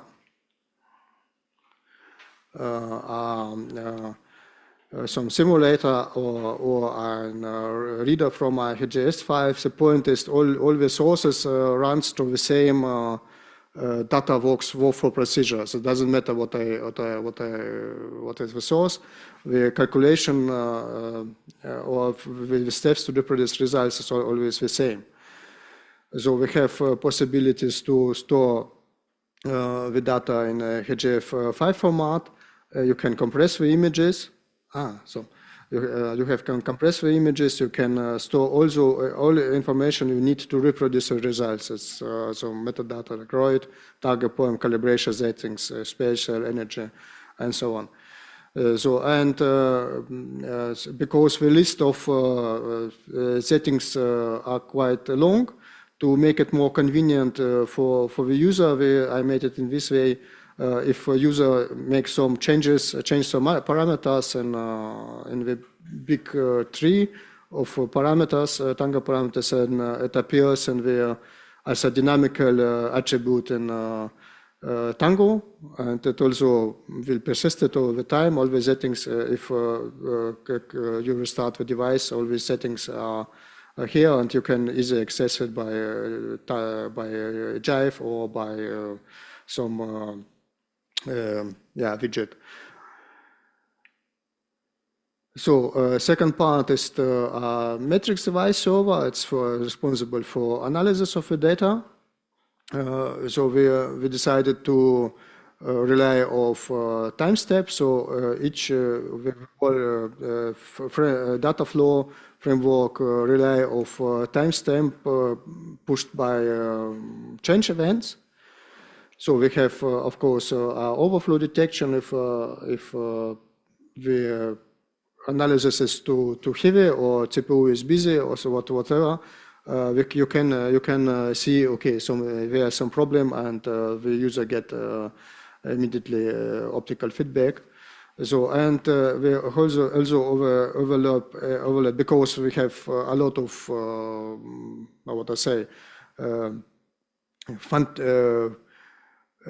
creative students and creative ideas. So we make a plugin pattern for analysis classes. So if you define a new class, it's quite easy. You just need to inherit from a base class and define which kind of result fields produce this class. Of course, the analysis. And this immediately arrives here. The user can select for actual application with which analysis want to have, and also the results appears dynamically and can be used. So, but of course, it's persistent from time to time for restarts. So now I show it's already. It's our widget, Taurus widget. Now it's standalone, but I am honest. I did not try to combine it in a bigger Taurus application with new GUI wizard, but I think it's no problem to do this. And we have if a user sets some region of interest, it is synchronized with device servers, and also with different. If you have a lot of this, some more of these widgets on different computers, it's also synchronized between. And we have here as a dynamic overlays you can select. And about here I'm still a little bit at work to make it really convenient to select this and to show this. And user can also add some additional static information, for example, which camera is it actually. So for integration of this results in Sardana scans, we have developed a Sardana controller. It checks the state of this, is fed path set is valid, sets the name of a dev file, start, stop, frame acquisition and storage. We have also a data collector because typically in synchrotrons are just data scan, and each short point, this trigger is the measurement value for laser application for laser experiments a little bit different. We have, of course, a trigger. It's training continuously, but sometimes we user have to adjust something and say, now I am prepared. I have moved my my position. I want to take the next shot. So, and this is a little bit different, as sometimes this users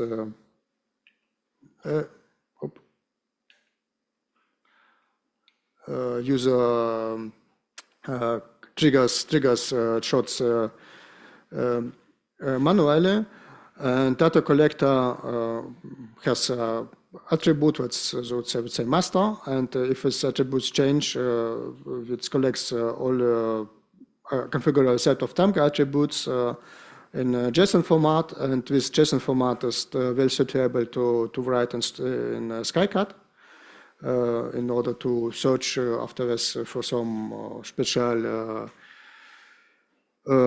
shots, and also in Taranta shot dashboard, what's set currently now in testing and development. So in summary, we developed a free and open source software stack for high intensity laser facility. You can find this all project under this URL. So the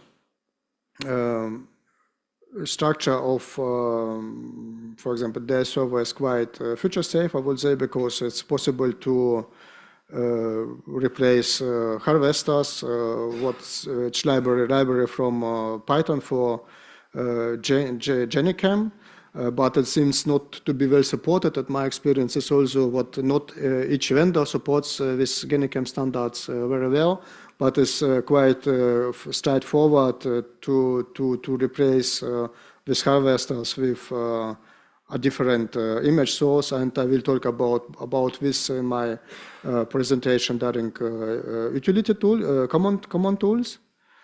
And we also find or developed a concept of a solution for data storage, quite structured and fair way. Yeah, my main problem is even the Polaris now is construction, and I can test it just in my test setup. I cannot test it in experimental setup, and also I'm waiting for feedback from the users. But I think the concept is quite advanced and quite ready. Software stack is also quite ready. So at this point, I want to thank you for your attention and also for nice collaboration, support during last years. To S2 Innovation to supporting us during this project, and one personal note, I will leave GSI and HI-Jena end of September. I am open for future cooperation. For now, I not really want what my professional future will be, but I also ask you to kindly support my customer MatchWap. It's currently in learning process. Okay, thank you very much, and I open for questions.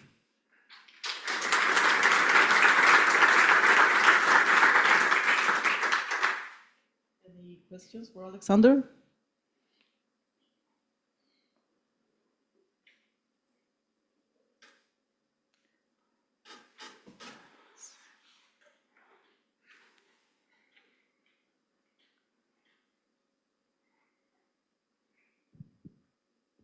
I maybe missed when you explained this originally, but the end when you were talking about exact timestamps in HDBPP, does that mean timestamps coming from the instrument rather than generated in Tango? It works like this way. We have a hardware trigger system from Bergman. It's a big PC with about 60 hardware triggers, and what we do, we have a watchdog. So we have just set up a small Raspberry Pi. You can see it from my presentation last year, though I can show you. It's a really simple solution. As of course you can buy some kind of commercial cards. but it works quite nice. In our repetition rate is about 10 hertz maximum is fast enough. And we have not only a problem to generate, and it means with DS generates a timestamp, and this timestamp propagates with push events through all the data acquisition chain. So, and not only this is our problem, we have also, not problem, it's just ability of this system. With front end of a laser amplifier, first amplifiers runs on 1 hertz in Polaris, and we shot just one shot per 10 seconds, and the backend one shot till in 50 seconds, so about 1 minute. That means each trigger generates a mask, so which part of system are active now, and for this we also have to think about how we manage the data. So do we manage this by one Sardana scan, for example, or do we organize our data to this frequency rate? So one measurement group only for 1 hertz, one measurement group for slow amplifiers. But now it's still on discussion with my colleagues and development with. I hope this things as your question. Yeah. Sibi? What to do? Yes. I wanted to ask about since you were moving from LabVIEW, if I remember correctly, to Tango and Python. Yeah. Is there any like big missing thing in the Tango and Python-based ecosystem like Sardana and Taurus that you miss a lot? What would be the So we decided because of we get some money for project with SOLEIL Innovation. We got also a possibility to put a lot of power to develop Free Vision. It was our major part. But my experience, I told it reported last year during my presentation, the LabVIEW binding to Sardana to Tango is not really good for, in my opinion. It's a lot of strange behaviors. So if somebody is interested, I can show it. So we can use it. We can use it, but I think because we have now alternative doing Pytango and PQT. So we will, each place it's possible we will replace. Sometimes we have really old computers running because some vendor software running, it's not possible to change. But in future, I think we will move completely to Pytango, and so if possible. Yeah, thank you, Alexander, and thank you for talking us through about this experience. I think it's a very, many people can be familiar with the experience of having LabVIEW and trying to move into something more future-proof. May I ask who is coming from laser facilities? Okay. Yeah, some people from laser facilities. Yeah. Also an important community. Thank you, and we thank our speaker.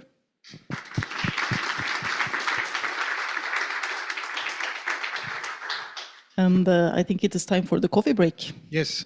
So we are a little bit late in the schedule, so I propose that we extend the coffee break 5 minutes to 11:20, yeah?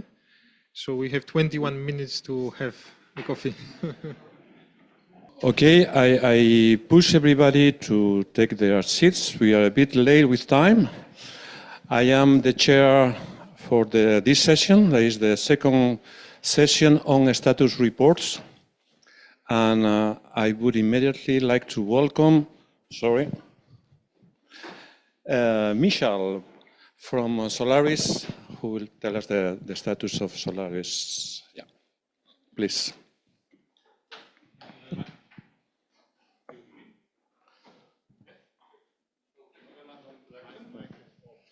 Doesn't work? Okay. Do you hear me now? Oh, yeah, it's better.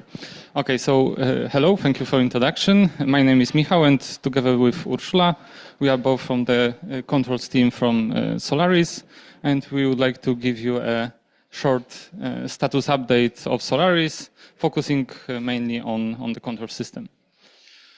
So just a reminder, Solaris is a synchrotron facility located in Kraków, in Poland. We are part of Jagiellonian University, so we are very close to the city center, like 15-20 minutes by tram. So we are at the end of the university campus. We are a third generation light source. First light was in May 2016, so we had 10 years of light, celebrating in quite recently. And since October 2018, we serve the users in operation mode. About the beamlines, so those beamlines marked in blue are the running beamlines, or at the very end of starting up. In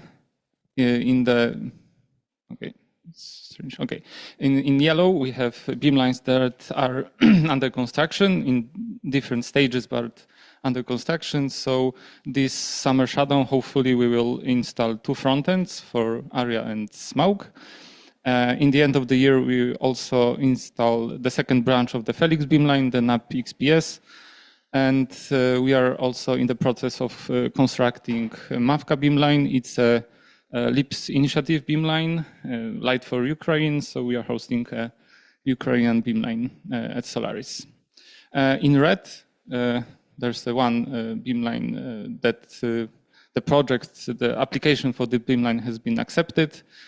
So we will begin the process of construction. And still we have space available in Solaris for another 4 to 5 beamlines. Apart from the synchrotron, we also have 2 cryo-M microscopes, and we also have a neutron lab. So we have a neutron source, and the lab is independent from the facility. We are only hosting the lab. Couple words about the operation. So we operate in decay mode. We have 2 injections a day, so in the morning and 8 a.m., 8 p.m. Mondays, we have machine days. We operate users 6 days per week, so except Monday. And we have 1 operation mode, and a single bunch operation is under development. Here's our status portal. So status update, what happened since last meeting. So we are the status of the department. So in control systems and IT at the moment we have 24 people. So 8 people in control systems directly, 7 in IT, which are 3 people pure IT and help desk, 1 infrastructure admin, 1 cybersecurity network specialist, and we have 2 DevOps. And another section is the web section. So we have 7 people there. They are developing Solaris user network as well as some web-based projects for the control system. One of the big projects in Solaris in the control system was upgrade. It's already a while, but I think we are like 70% done. So we upgraded a lot of things. AVX Ansible updated to the latest version. We have refactored completely our CI/CD, building packages for Apple 9 and 10. So we got rid of CentOS 7, and we have prepared this CI/CD for building internal projects, also external packages, some dependencies that we also built RPMs from. And we have also prepared and built the latest Tango libraries, including Tango 10 and PyTango 10. And for the upgrades, we finished upgrading software on the beamlines. So all our beamlines are now running ALMA 9, both workstations and the virtual machines for the control systems. And for the machine, we have already upgraded control room to ALMA 9. And it was a lot of effort to update all those very old GUIs and make the operators accept them. And so we migrated to Python at least 3.9 to Taurus 5. So there were some very legacy GUIs in Python 2, Taurus 3 something. So it was a lot of changes. And this last step that I mentioned, this 30% left, is to migrate the virtual machines of the machine. So there are 27 left. We at the very end of preparing to this summer shutdown, to this migration. So it was around 100 projects to migrate. And the goal for the migration is ALMA 10 and Tango 10 in the accelerator.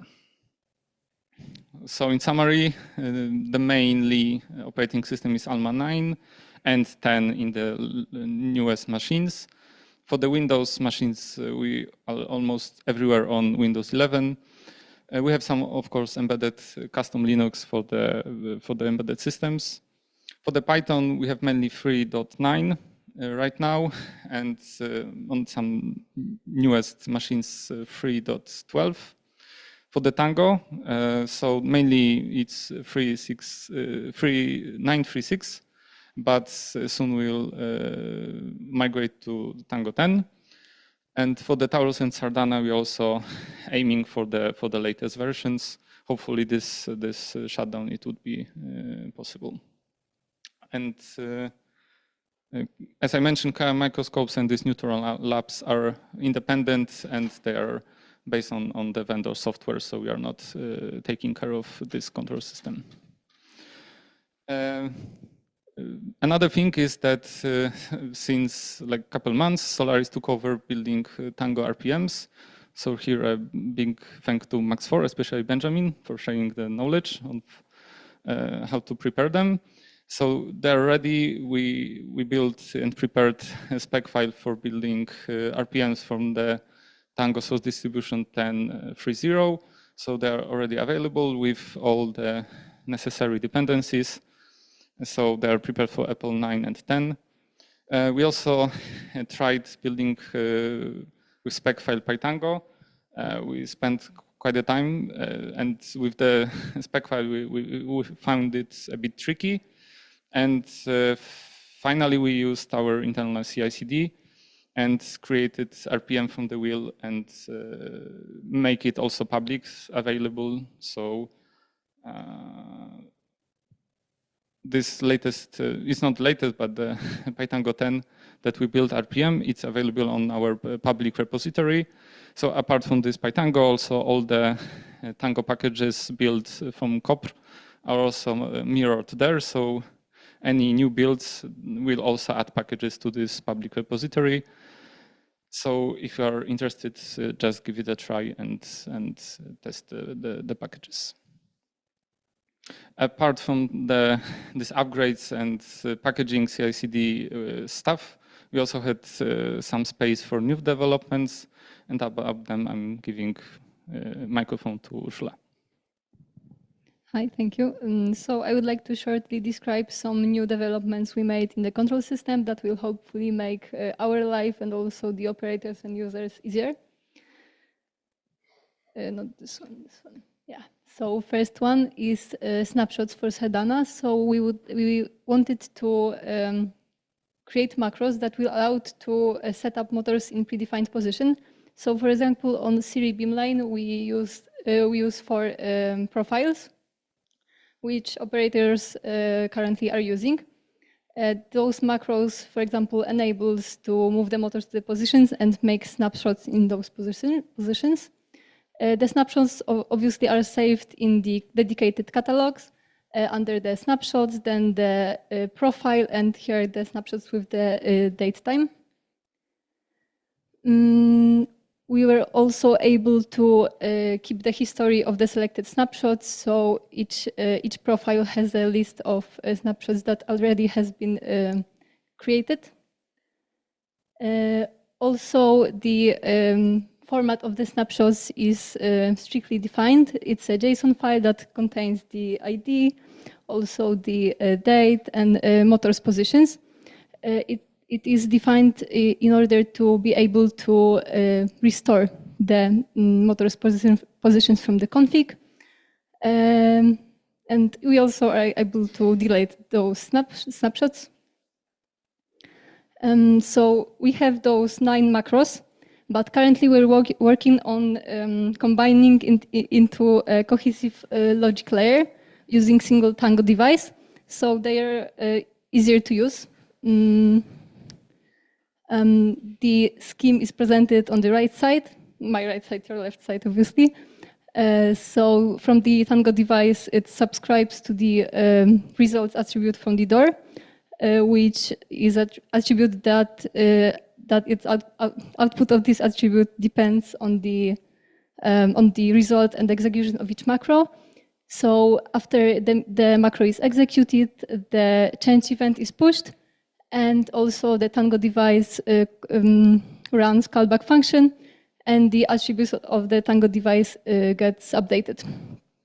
So we're currently working on executing some more complex macros that take more than 1 parameters, and also want to add a user interface for graphical visualization.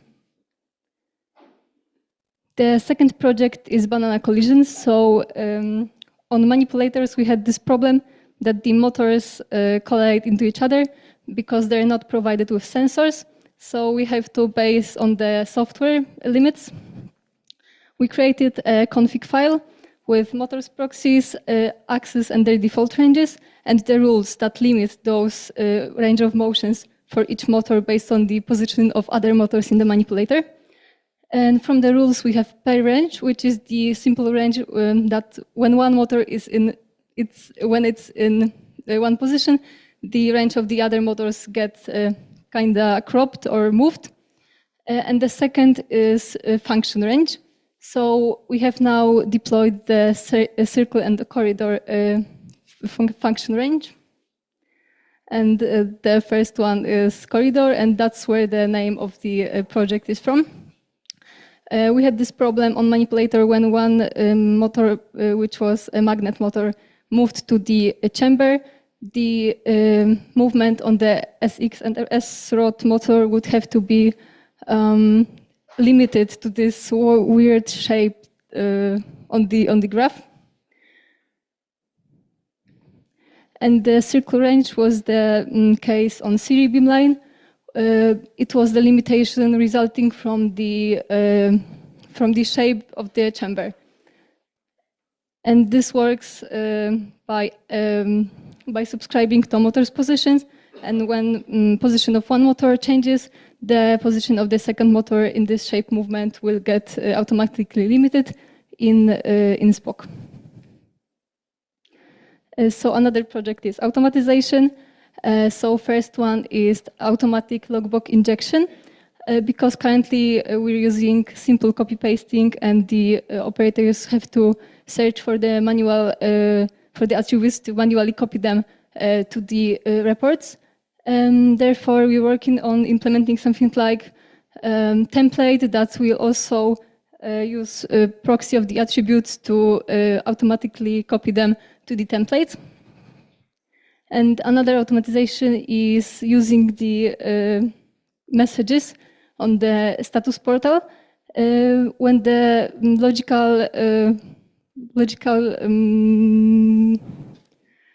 when the beam is lost. So this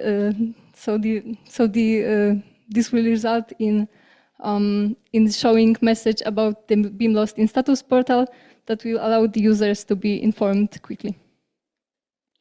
And the last one is radiation status portal, new functions. So first is upgrading to view 3, and also introducing new Taranta with socket and query communication, as well as Tango archiving.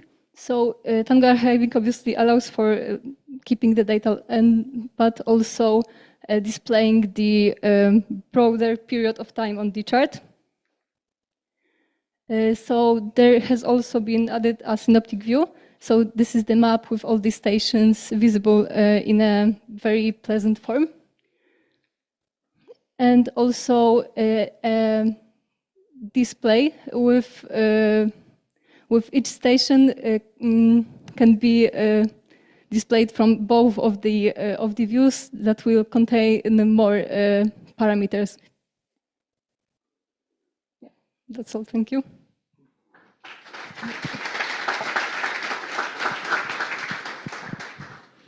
Thank you for the presentation, very interesting. We have time for a couple of questions, maybe. Questions for the audience, from the audience.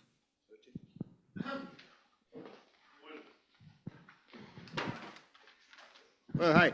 I wanted to ask regarding the snapshot application that you just shown. It is completely related to Sardana or could be exported to another Tango systems? What do you think? It could be generic? At the moment, because it uses the macros, so we wanted to keep it with Sardana. Moving it to generic would require moving this macro logic to probably Tango layer. That's possible, but not straightforward at the moment. I have exactly the same question for Banana and the collisions. Is that pure Sardana or can be accessed as a Tango server somehow? So for now, it uses Tango facade, and also it uses controller because there is also a possible movement on the path, so it has to connect directly to the controller to enable the movement of the motors that is clearly defined.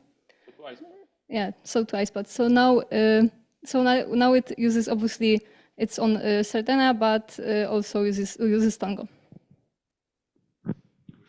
Okay, I would like to go back to the first part of the presentation when you were talking about the packaging. Obviously, you decided to stick with system packaging. I would like to can you describe a bit the reasoning why you decided to stay with the RPM packages and not rather go into the Conda part that is also around? Maybe just to understand, not to judge. We also discussed Conda because a lot of institutes went for Conda. Actually, I think at the moment it was the easiest thing that we could do. I mean, we have quite recently DevOps, but before this work was done in controls, so we had no. Because moving everything to Conda would require a lot of work for sure, and changing everything basically.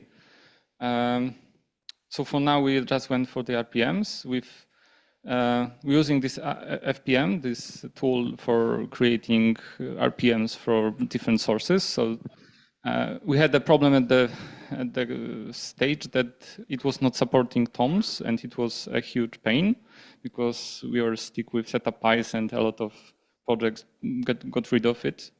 But this in the latest version of this tool that they added the TOM support, and this was at this point we decided for now to stick with RPMs because this upgrade made it quite easy to migrate and keep with the RPMs. But yeah, we're not saying we'll stick with RPMs for the, But for now, yeah, it was mainly the amount of effort probably. That's. Yeah. I don't know if you have time for another question. It's very short, yes.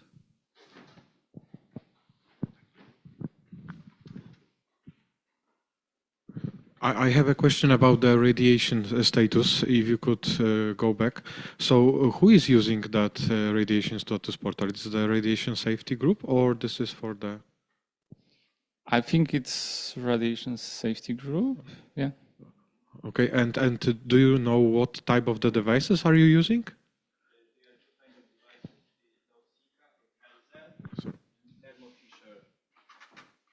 I don't remember the exact names, but it's now Sika from ELSA and Thermo Fisher. So there are two kind of devices right now. So it's gamma and neutron detectors.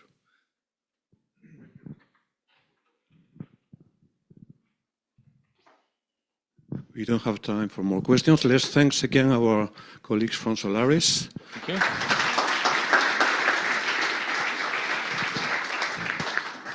The next presentation will be in remote mode from the Giant Meter Wave Radio Telescope in India. It will be Jitendra Kodilkar presenting it.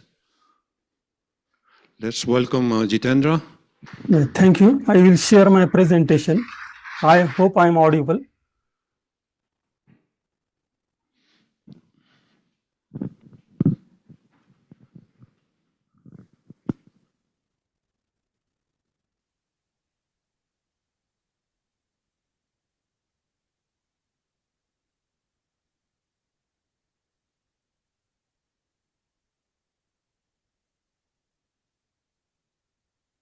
Is it visible?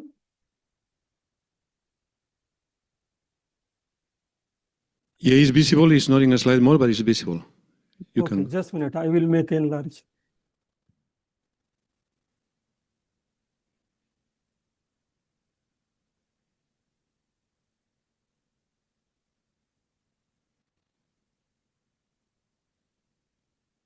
Now it is how it is? Yeah, we can see the presentation. Yes. Okay, thank you.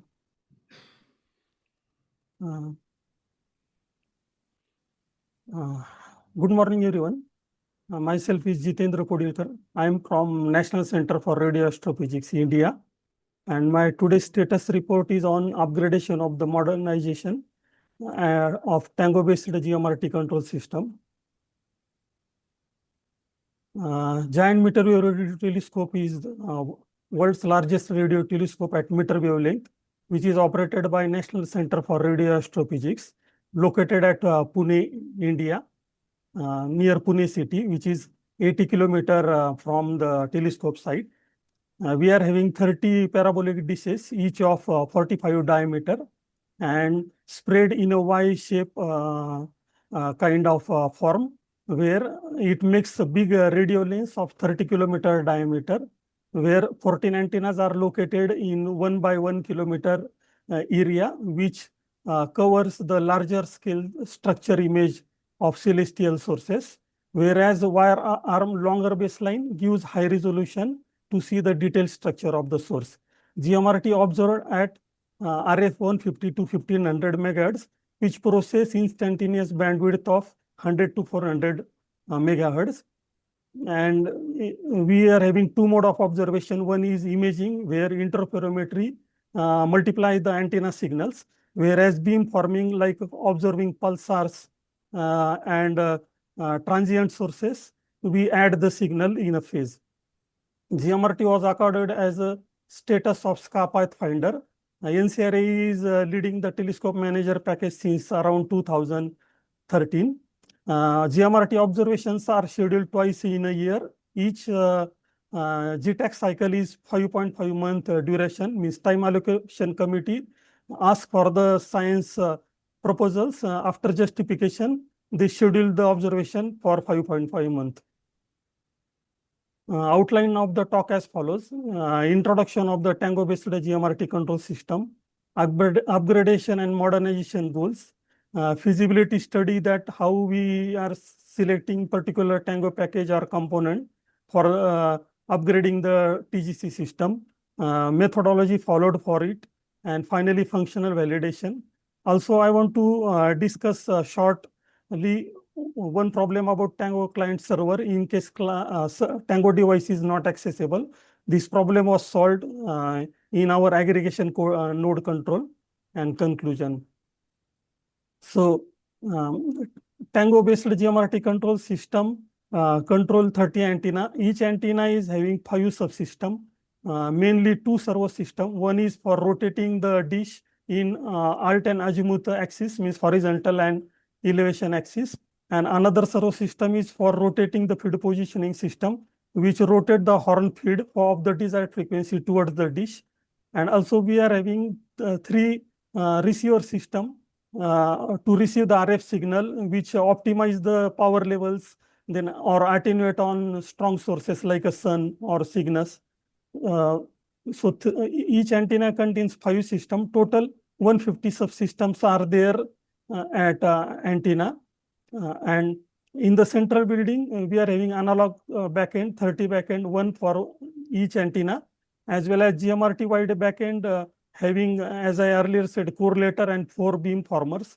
Each is having data acquisition and control systems. Thus, we TGC system controlled 190 subsystems for the observation in real time, where to control these, we are having 1 GB Ethernet link to the antenna, and Ethernet speed is 1 Gbps while communicating to the antenna, and for subsystem it is 100 Mbps. Control cards are rabbit based 4300 as well as PC104 embedded computer control. We are having a Dell machine at antenna base, and as well as we are central building where each control and communicate to the antenna base machine, where Ubuntu 16.4 and 18.4 LTS along with Tango framework is there. This is a high level system representation of the GMRT Tango control system, where role-based GUI and command line interface has given as per the user role, administrator, operator, and engineer, which is a user specific. They communicate to the top level control hierarchy called subarray or aggregation control node. Aggregation control node communicates to the antenna base control node called local monitoring control system, which control the subsystem at the antenna, where engineer can come and arrive at the antenna and do the maintenance independently using the local monitoring control application, as well as data archive facilities are there using HDB++, which record the data. In the central building also there are analog backend and digital backend system, and some software systems are there for controlling. And we provide absentee observation, means user can remotely observe the science observation by submitting his observing plan. While realizing the GMRT control system in hierarchy manner, we are having generic control architecture, where each node identify its role, whether it is antenna or subsystem or higher level, by reading the Tango database as well as our custom database via configuration engine. Similarly, we are having data processing unit which receives the command or send the command and convert into the local format, as well as response are sent to the higher node in interpretable and understandable format. Similarly, validation engine depend on the state whether command to be issued or not, whether state is allowed from init to run or run to shutdown or maintenance. There are alarm management tool using Panic, and data logging using HDB++. We are having separate domain-based library for celestial coordinates to antenna coordinate conversion, as well as equalize all the antenna power to some level, synchronize the phasing of incoming RF signal. So these libraries are interfaced to C++, Java, as well as Python Tango device servers. So overall, at each antenna, there are 23 Tango device servers are running, and total 450 to 500 attributes. In the central building, there are 40 Tango device servers with 1200 attributes. Thus, TGC system comprises 33 LMCs, 800, nearly 800 Tango device servers, and 17,000 Tango attributes. This is a high-level GUI interface, which shows that from the control room, user can monitor the aggregation node level status, which depends on the antenna base status, whether it is okay or not, and one can drill down for debugging to individual subsystems. Similarly, this is a functional suitability and usability example where observation in automatic mode using the script is going on, where all antennas are currently tracking the J1639-450 source, and there is a GMRT is having 1 minute, 1 arc minute tracking accuracy. So all antennas are tracking perfectly using the TGC system in real time. Upgradation and modernization goal. this is a depiction of a local monitoring control system where bottom level shows all red one are C++ Tango, which is a 9.2.5 version, as well as a scripting device server, which communicates to the IO, C++ IO for any command breakup or lower level conversion or algorithms. Thus, this is a system level which is controlled by the local monitoring control system called LMC, which is Java-based application, and it is also having Python script. We are using HDB++ database archiver, which are based on OpenJDK software, and Python panic alarm, PyAlarm device server, which uses the Python 2.7. So at higher level, all client-based GUIs, archive viewer, and JIUs kind of thing. So thus, local monitoring control system is assembly of Tango device servers of Java, C++, and Python. But since system was developed around Ubuntu 16.4, which is almost decades ago, so this it became difficult to maintain Python 2.7 and other dependent PyTango, PyQt software packages, because now all have been shifted to Python 3 and new things are not supporting Python 2. So observing goal was to support the GMRT's long-term operation for conducting science observation through reduced downtime with easier maintenance and future-ready architecture.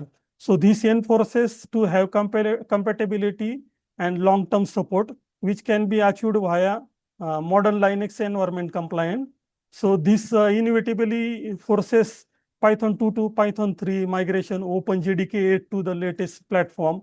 And we are using multiple things. So Hibernate database connector, networking, and Java logging, Python scripting interface libraries need to be upgraded with the latest platform. Also, Tango 0.95 is no more supported, which was released in 2017. So this also need to be migrated.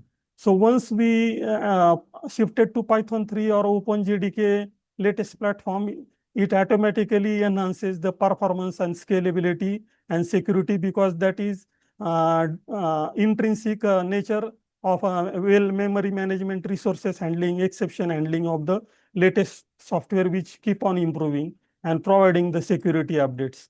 So feasibility study was done. Feasibility study ensures that project is technically possible to build, and we developed it on Ubuntu 24 LTS using Dell machine.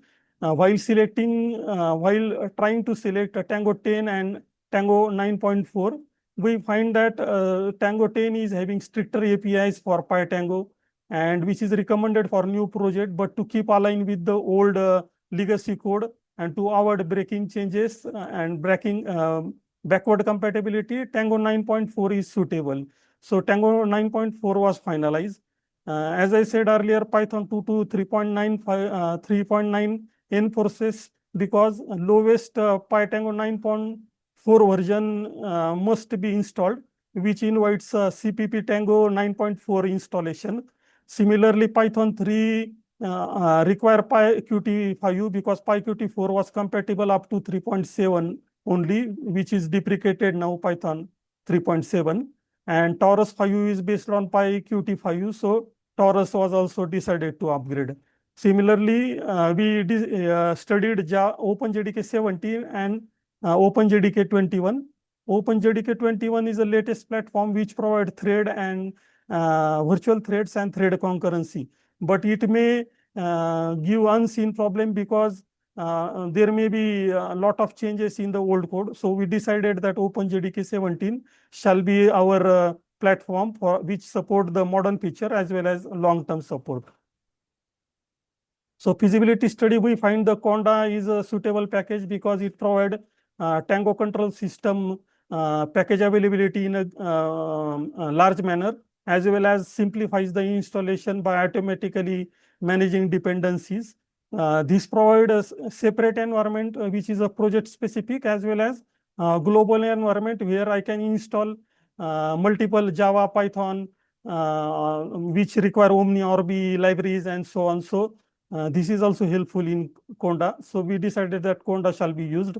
But while installing multiple packages of different nature and different tools, we find that downgrading and upgrading some packages or sub packages, it is become difficult because dependency verification trees sometimes make it impossible. But somehow after multiple tries, we managed to converge on the packages.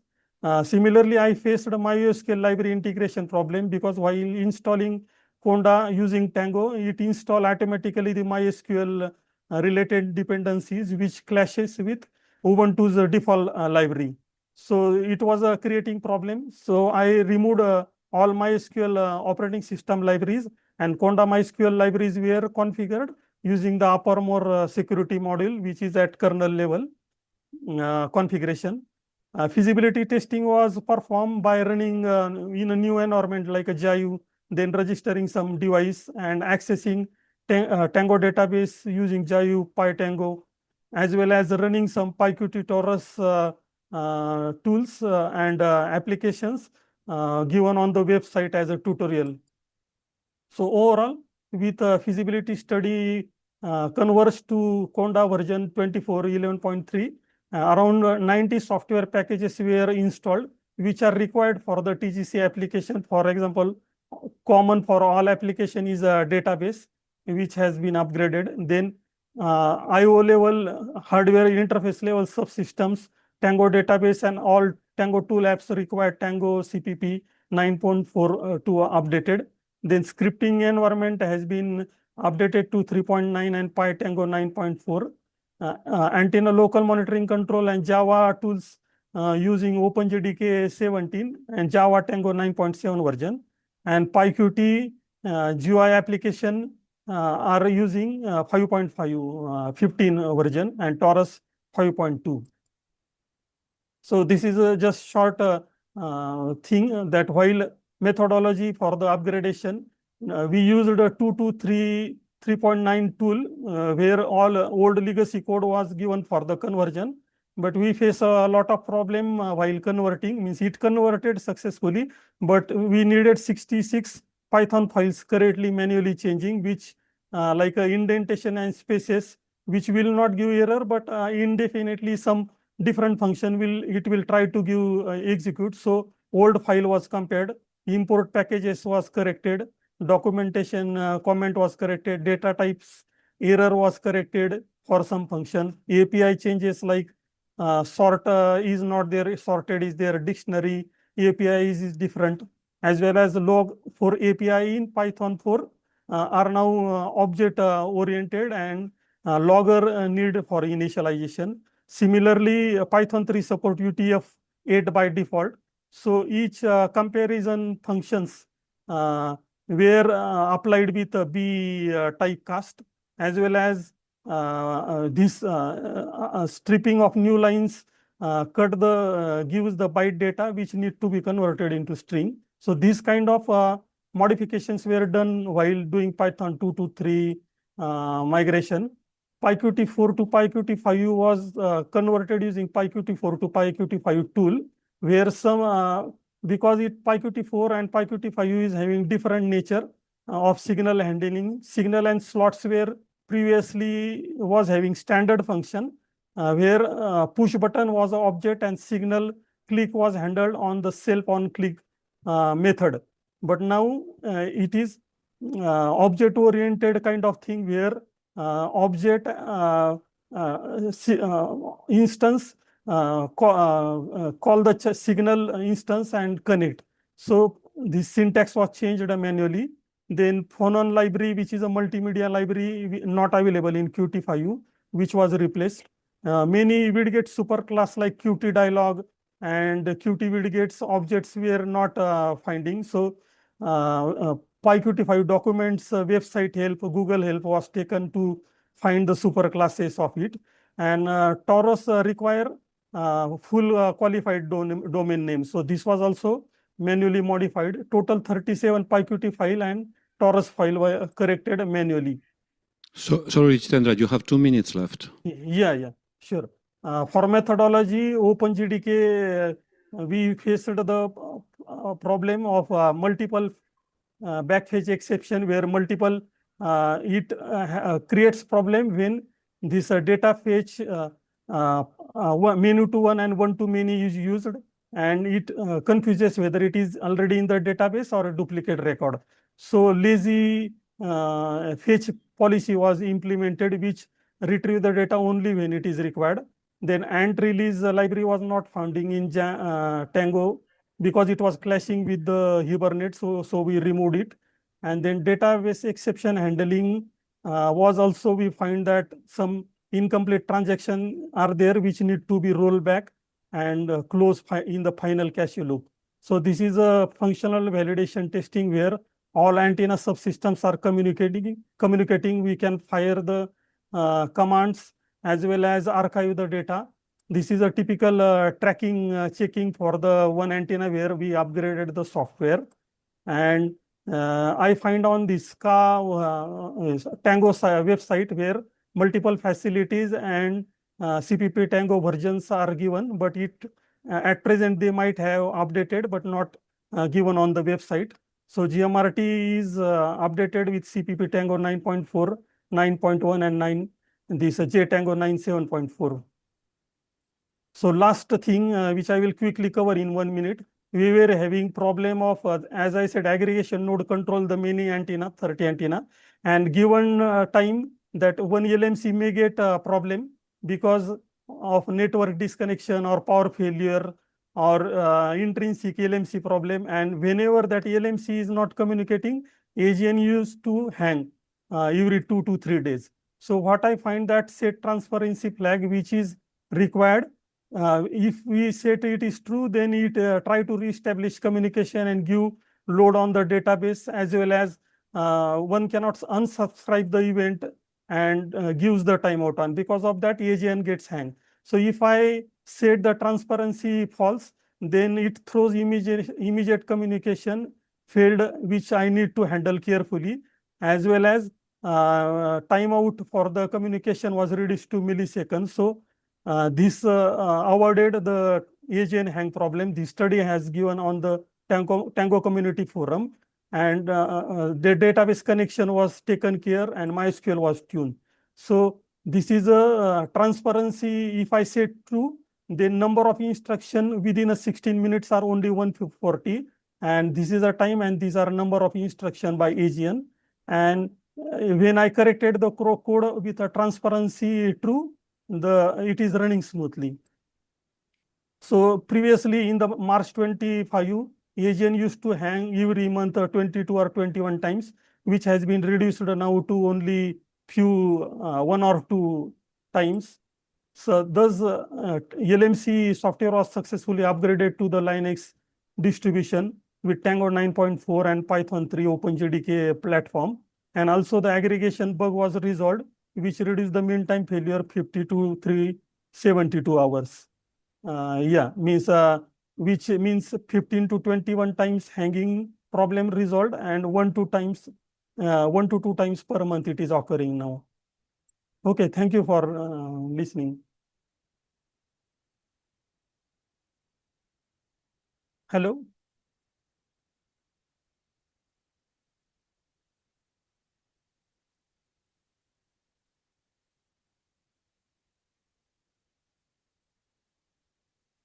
Jitendra, I was saying thank you for the presentation and for the good results I saw at the end of your presentation.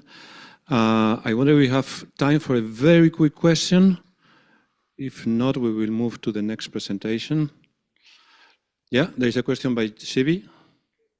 Thank you for your presentation, Jitendra. I have a question about the scripting device server. So is it your own development, or you have reused something from the community? No, we have developed our scripting server where we can fire the Python script, which can be stopped, paused, and view the logs. Means it is an independent scripting server. Actually, I was planning to release in near future for the Tango community forum, but since I was busy, but it will come soon if one want to use it. Okay, maybe as a small idea to if you could take a look on the Sardana macro server, maybe there are some features that are overlapped, or we could exchange on what Sure. what I will be features happy to share our scripting server facility, which are having GUI, but it is integrated now with the TGC. But I am planning to segregate it and as an independent application, which can be run on any generic control node by reading the Tango database and using the available commands. So one can build the script, run it automatically, whether on command line or on GUI. Okay, thank you. Yes, thank you again, Jitendra. Yes. Let's thank again for this connection from India. And thanks a lot. I would like to welcome now Hannes Feldt, from the Low Frequency Array Telescope in the Netherlands.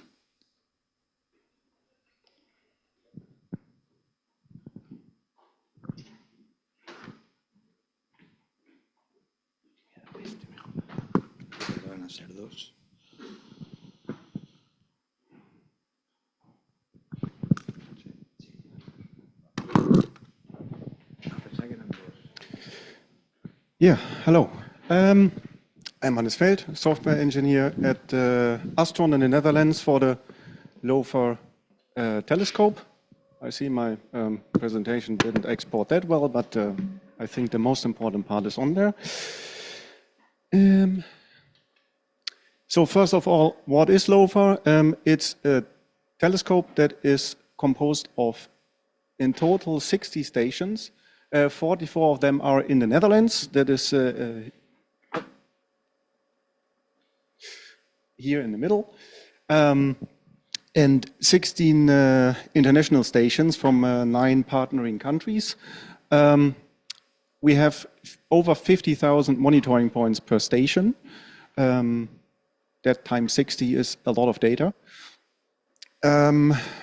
The composition that we have, the part in the Netherlands and the international partners, causes some interesting challenges I will go into a bit.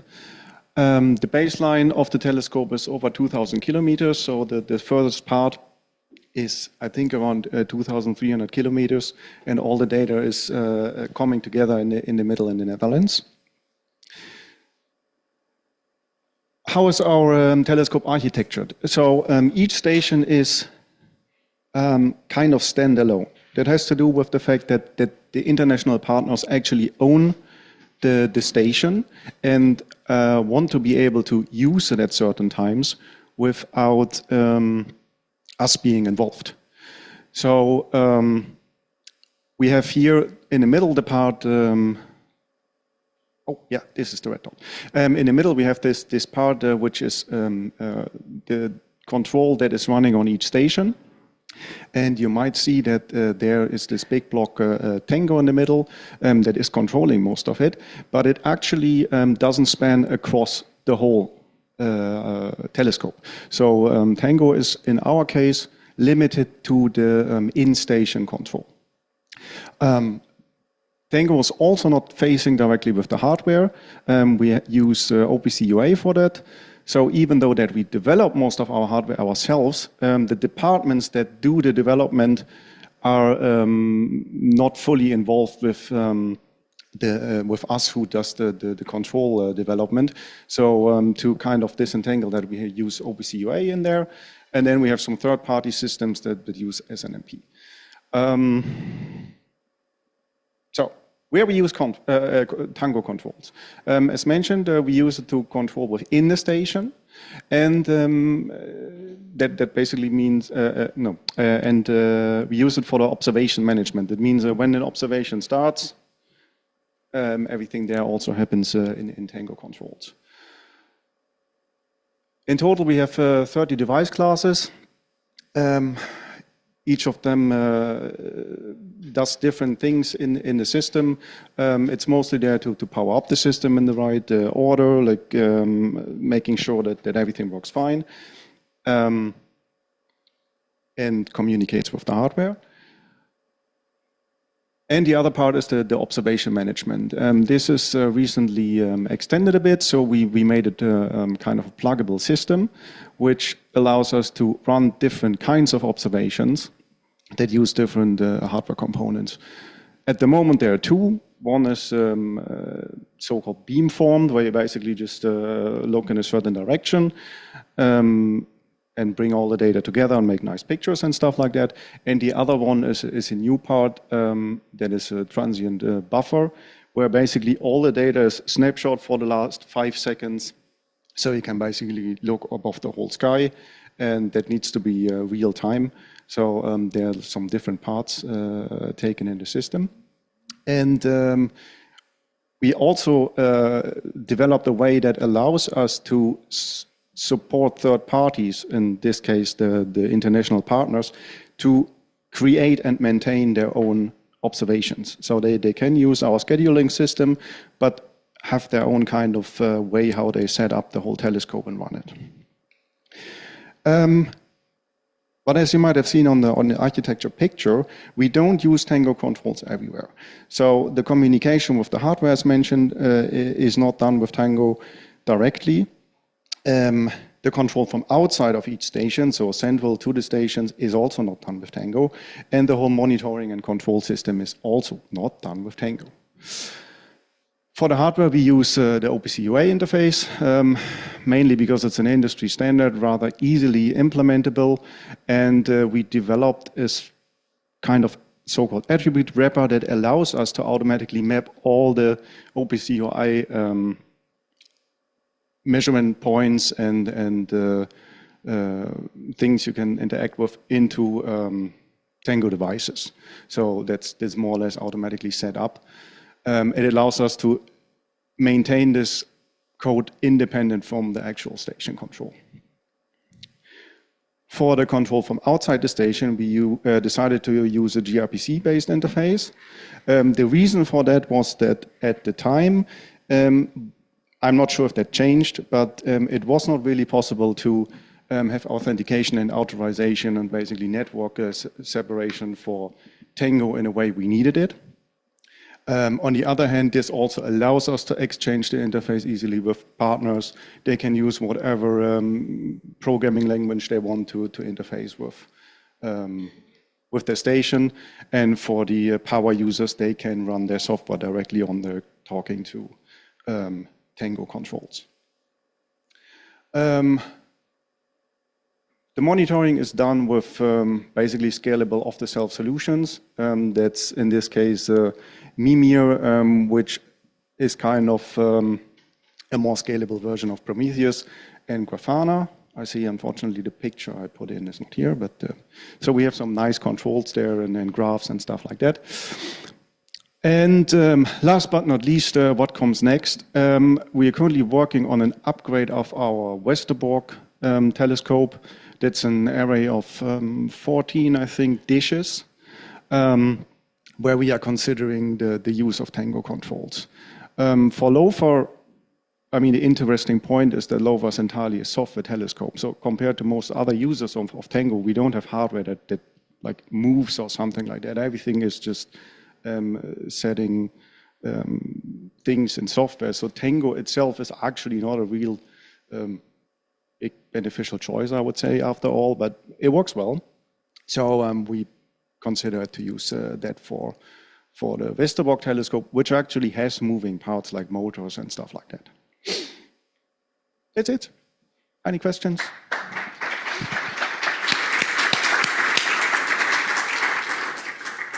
Thank you, Hannes. That was brief and very clear. We have time for questions. Okay. Anybody in the audience? Marco? I don't have. It must be in the room.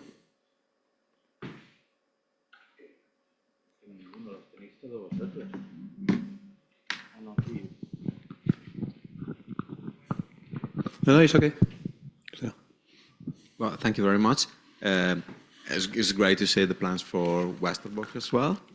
And I guess maybe there's things you can leverage from what you've done at SKA in terms of controlling dishes that point at the sky.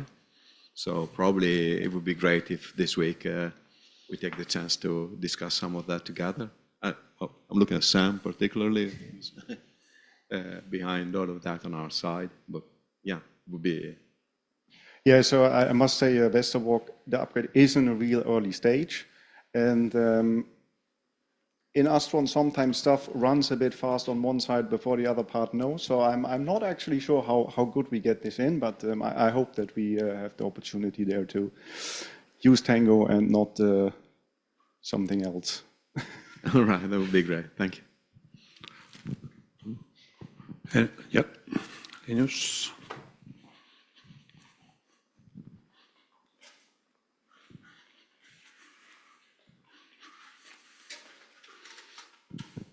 Thanks a lot. For the diagram where you gave basically the overview of your architecture, can you explain the relation/interaction between Nomad and Tango? Is there anything? Do you start the servers with Nomad? Just how does it work? We use Nomad as our orchestrator to run the software instead of Kubernetes. The reason is mostly that we don't have that many people in our ICT department to take care of a whole Kubernetes cluster. So basically we deploy our software with that. Everything runs in Docker containers and starts up, and that's more or less it. The new bit we now added about the transient buffer, that actually interacts with Nomad. So the Tango service spins up a dump process that then copies the data from the hardware to a disk that then is copied to the central processing. So we started to add some stuff to interface with Nomad directly to start up services. Yeah. But are you running the device servers orchestrated by Nomad? So are you running the Tango device servers? Yes. Okay. Yep. This question, I will come back. Some had a question as well. Okay. Yes, thank you for your presentation. I have a question about the OPC UA. So is it that in each of the device server you have an OPC UA client, or you have one device for the communication and then you use proxy from specific servers? We have a handful of hardware devices that speak OPC UA. I think it's around 5 different things. And we basically map each of these with one device server that then does directly the communication. Yeah, thank you for your presentation. My question, obvious question is, you said you are considering using Tango for the Westerbork array. And the question is, what else are you considering? And how, I mean, in this meeting, I believe Astron is an important member of the Tango collaboration. So I'm sure in the room, we'll very much like Astron to use Tango. So I guess, how can this group here convince you and Astron to actually make Tango the choice and not something else? Or how can we help to actually make that decision for you? Yeah, so I said, if I would make the decision, I probably would choose Tango. As far as I know, the hardware from Westerbork is reasonably old. It was built in the 70s. I'm not sure how up to date the software there is, but my guess is at least from the 90s. So it highly depends on how much we will replace and who are the decision makers there.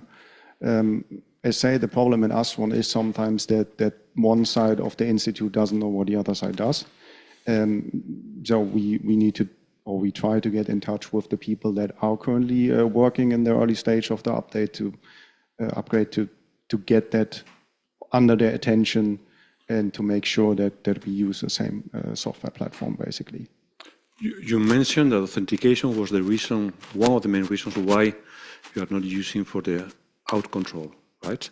Yes. Yes. You know that this is in the roadmap, advances in these kind of things are in the roadmap for Tango. Would that help in any way? I guess that it would be a bit late now because this is more or less like decided and designed as is.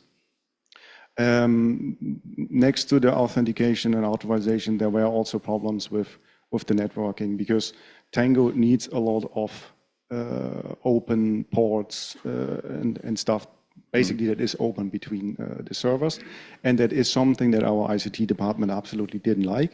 They basically want us to use as little ports open as possible. So in that sense, it was a major problem there to have that communication. It's time for one last question. There was... Thanks for the talk. I see you are using heavily Grafana tools and plugins and everything. I was wondering, for the archiving, why did you also choose Grafana? Is it because you are using Grafana Cloud and maybe maintaining database separately is more demanding? Any specific reason?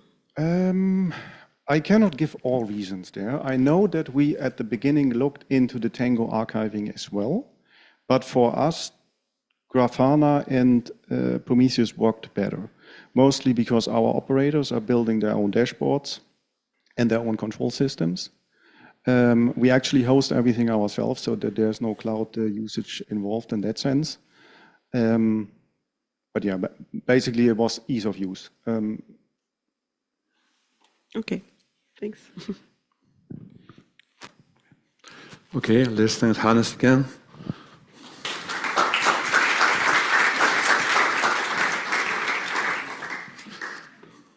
For the next presentation, I want to welcome Theo from the ESRF, who will tell you about the status of the ESRF and Tango developments.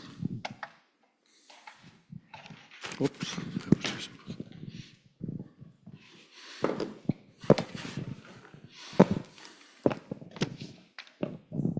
Hi everyone. So I'm here to present you the status update of ESRF. So the recent I try to make a summary of what's going on currently. So just to begin with, it's the synchrotron radiation facility, which is in operation since 1994, and so it ran, and then there was the EBS upgrade in 2020, which was finished in 2020, and since then it was back then it was the first fourth generation high energy synchrotron, and since then we are running without problem. We have many collaborators, many collaboration around the world. So that's it. So we have 19 partner countries. So you have various numbers from 2024. I don't have the recent ones, but it's in general the correct numbers. So on the data side, you have so our main goal is to provide users. We have 48 beamlines, if I'm correct, 46, sorry. And so you see a summary of the data productions for all beamlines. So you see that back in 2024, because this is the statistics from 2024, there was like 23 petabytes, and we have we provide online access for this data, and so 1.5 petabyte was downloaded back then. So it's represented by 4.4 million datasets.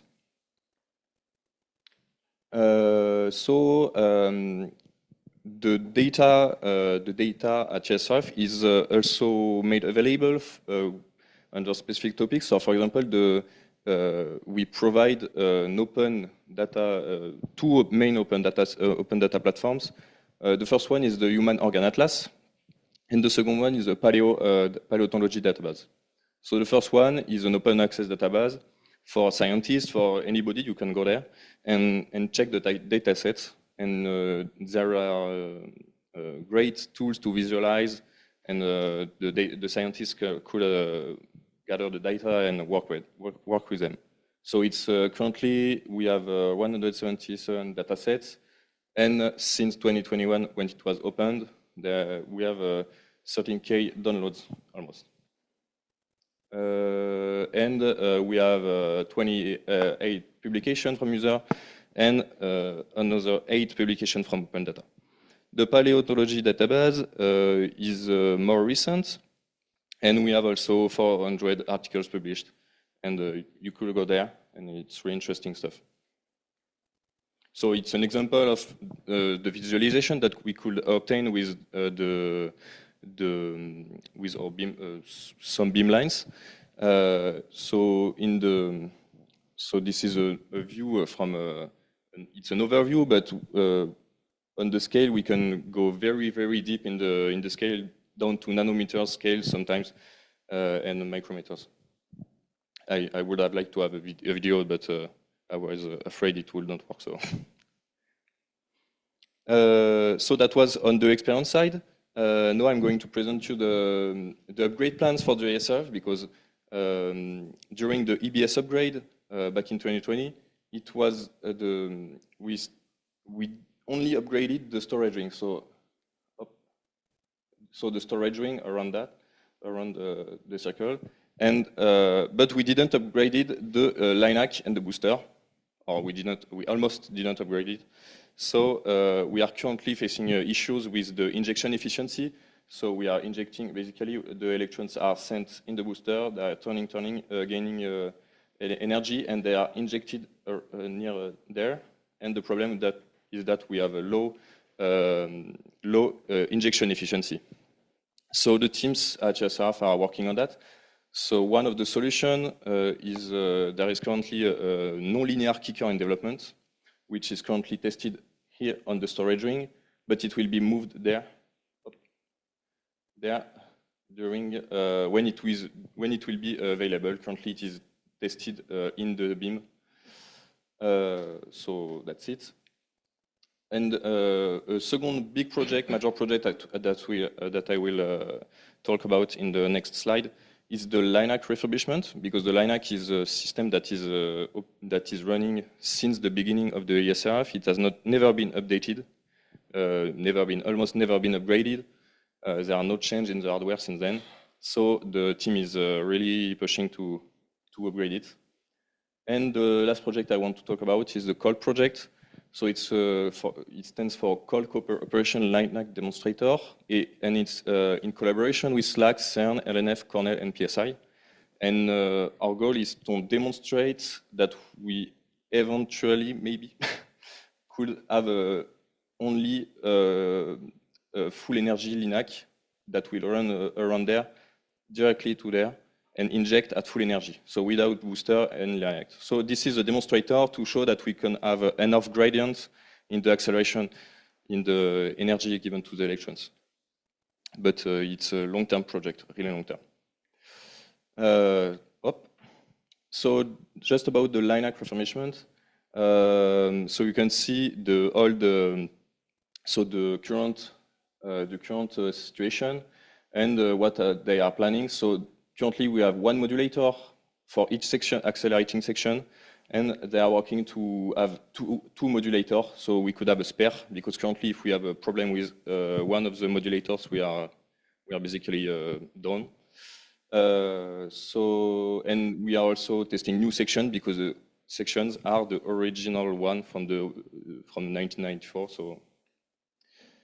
So this is the new modulator 3, and we received a new Scandinavian modulator, also which is in test, which will be a spare for the section 2. And we have new power supplies, which are now running. So we are making quite a lot of progress on this side. And the accelerator control is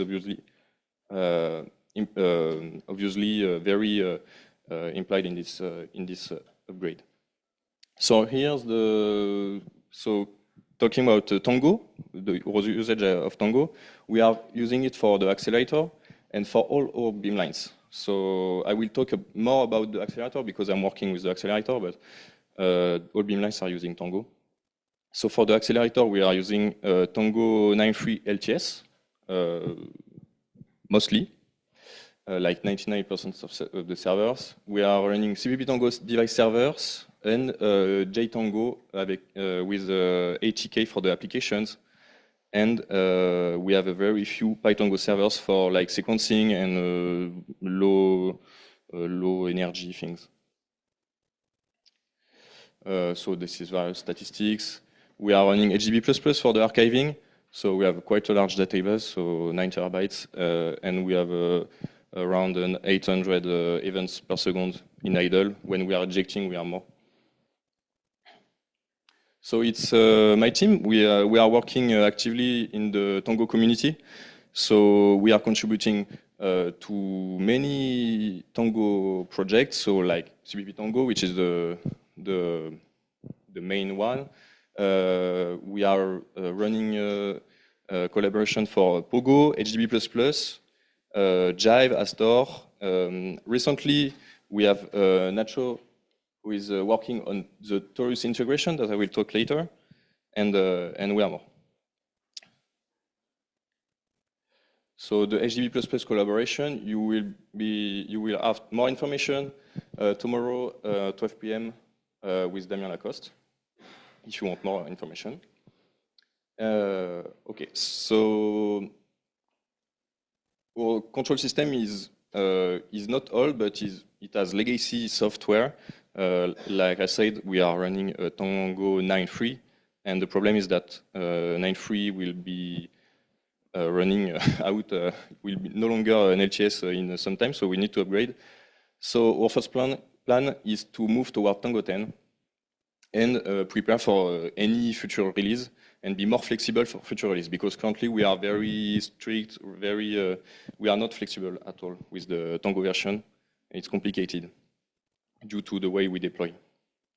So we do this mainly for telemetry and secondly for version information. It's not really a feature we are interested in, but it's nice to have.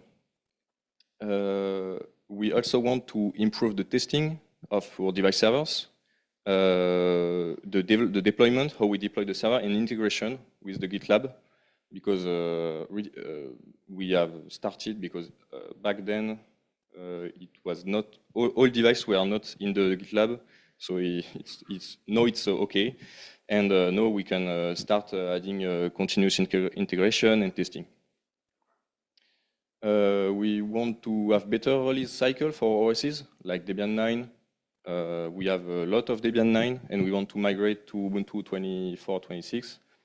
And lastly, I think, we want to have Torus as an alternative framework to ATK. At least we want to try to develop and contribute to Torus. And we must do all of that while working for our user, which is the accelerator and the operators. So today we have started introducing a GitLab CI/CD for migration to Tango 10. So it's working. We have automatic pipelines, and we have tools for migrating the device servers because we have like 400, 500 device servers. So it's complicated and a long task. We also have many Ubuntu 22 and 24, and we are right now testing 26 in operation.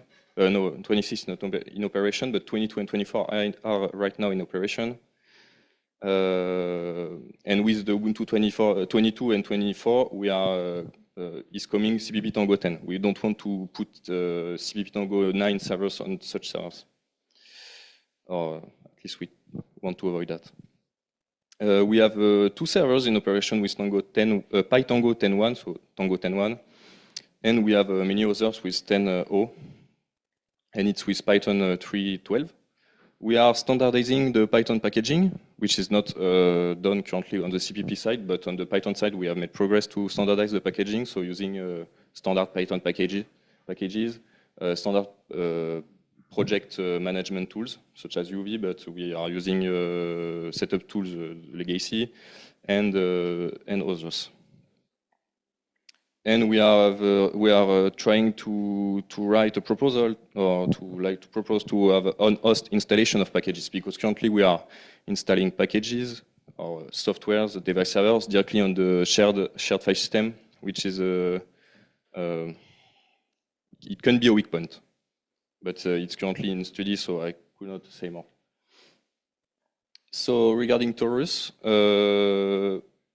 Taurus is right now available for all beamlines, and so I'm not working with Taurus, it's the beamline control unit which is working on that, and they are working on a Taurus scheme to integrate with Bliss, so which is a tool for automation with sensors, etc. on the beamline side. And the beamline control unit will be externally publishing that scheme when it is ready, when it is up to their standard. Taurus is also available for the operators in the control room. Since 3 weeks ago, we started introducing them to the software, to the tooling, to Taurus form, etc. To just they can compare it with the ATK, etc. And lastly, and the important point, we are working on contributing to Taurus to improve the compatibility with our existing ATK stuff. For example, we want to ease the transition for the operators, so the color scheme is the same. We have already fixed, so Nacho already pushed some changes to the upstream, and we have some missing features which we are working on. So this is an example of Taurus application. This is the first proof of concept. It will stay a proof of concept. This will never be in operation, at least for now. But we have another application for cryogenic ondulators, insertion devices, which will be in operation and is currently in development and being tested by the end users. So the end users is the cryo ondulators team, and they are very satisfied of this application. So it's a good start with the Taurus at ESRF. Thank you for listening, and if you have a question, answer.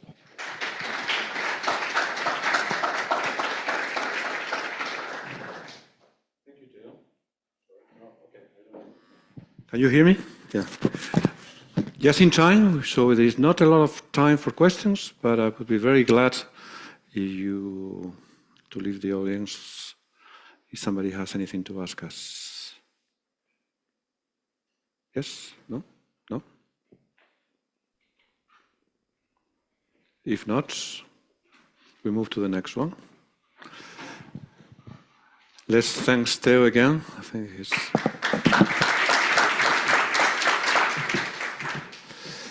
Now we welcome Stephane Marchand for the laser laboratory in Palaiseau, near Paris.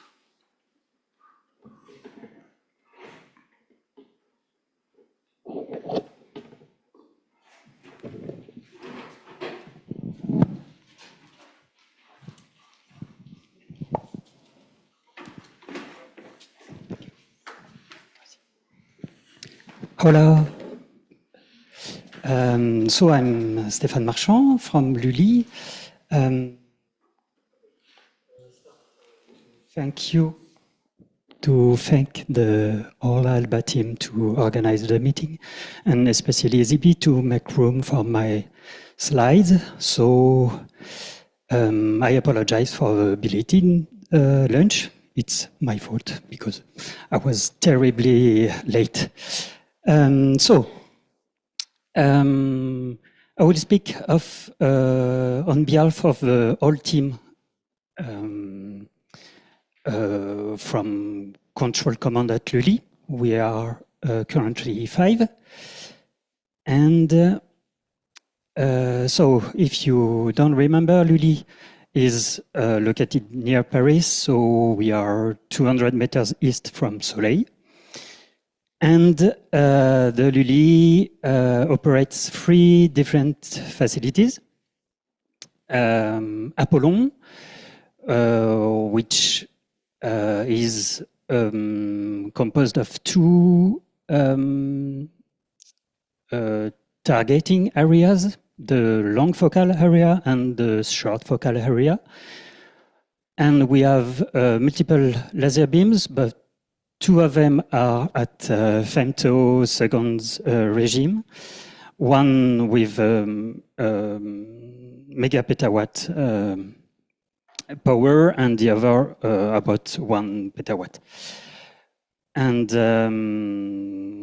well, we have the main beam in SFA, which provides 3+ petawatt a few years ago. And we have the lower beam in LFA.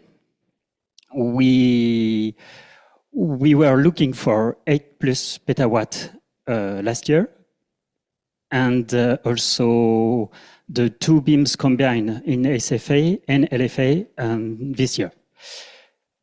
So we have another facility, LULI 2000. And so, sorry, for Apollon, it's there's no Apollon 2 on the book right now, but there's an upgrade which is discussed for LULI 2000, and it will be LULI 2030. But I don't know already, I don't know yet what LULI 2030 will be, so it will be a surprise. And we have a third facility with mostly users operating. So I will, focus on Apollon. So in the previous season of the command control and supervision team at LULI, I told you many things, but all were not true. There was not lies, but mainly over-enthusiastic sentences. So I told you that we were put all our devices in GitLab, and it's not the case at all. I told Damien that I will help very soon and quickly on Pogo, and it's not the case. I told you that we are nearly fully operational on HDB++ at Apollon, and we have a new web page based on Django and HDB++ database extraction on Apollon. And for the 2 other facilities, we are gently incorporating Tango. And for this year, so the devices are not yet on GitLab, but we are working on it. Damien, so I'm still confident I will help you. And for the facilities themselves, we will be able to provide 8+ petawatt in Apollon by the end of the year.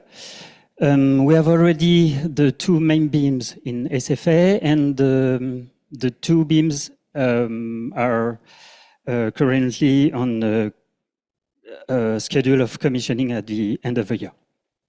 And now we are fully operational on HDBPP. We still have file system for a few users, but it's working at 100%. So thank you for Sonia, obviously, in the team, for all the community, and for Lorenzo, who helped a lot a few years ago. And well, and also the Django website is the only one currently, because nobody asked for the older version anymore. And well, we are currently thinking about using Taurus, despite the fact that the GUIs are very beautiful. I think so, in fact. But yes, we provide so. Apollon is still evolving, so we provide a lot of new devices, new GUIs. But also we are maybe there's a change since a few months, because the scientists which are coming to campaign in our facilities need more help or more science from our side. Yes, so we are gently switching maybe from 100% dedicated to the facilities itself to helping researchers to do some science. And yes, I just put some example of yes, the previous one was a GUI for a sequencer for our laser team. This one is a device which interface all sorts of device to have the same GUIs as the older devices, and so for the future, so LULI 2000 is still, there's a lot of work to do to integrate Tango, but for Apollon and ERA, then we have mostly full with Tango, and I think that's all.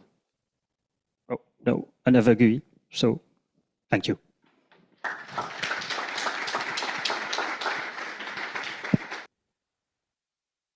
Thank you, Stephane. That was brief and interesting.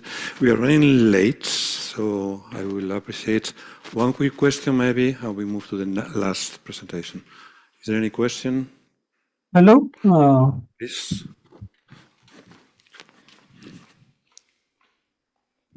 Yeah, very impressive results. Thank you very much. 8 petawatt is a lot booms. A question about the Django interface is available on GitHub or somewhere GitLab? Not yet. But we will be happy to see it. Okay. Yeah. Okay. Okay, sorry, we don't have time for more questions. We move to the last presentation that will be given by Sibi, our host, who will tell us about the status at ALBA.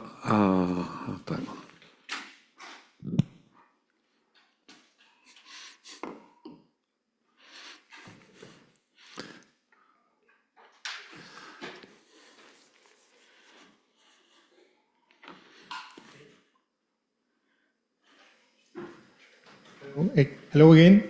I promise I won't be very long because we are all expecting the lunch. So on behalf of the control section, I will give you a quick update on our recent activities.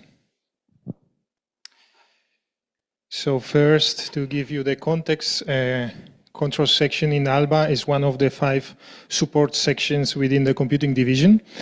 And the scope of our responsibilities are designing, building, operating the control system for accelerators and for beamlines.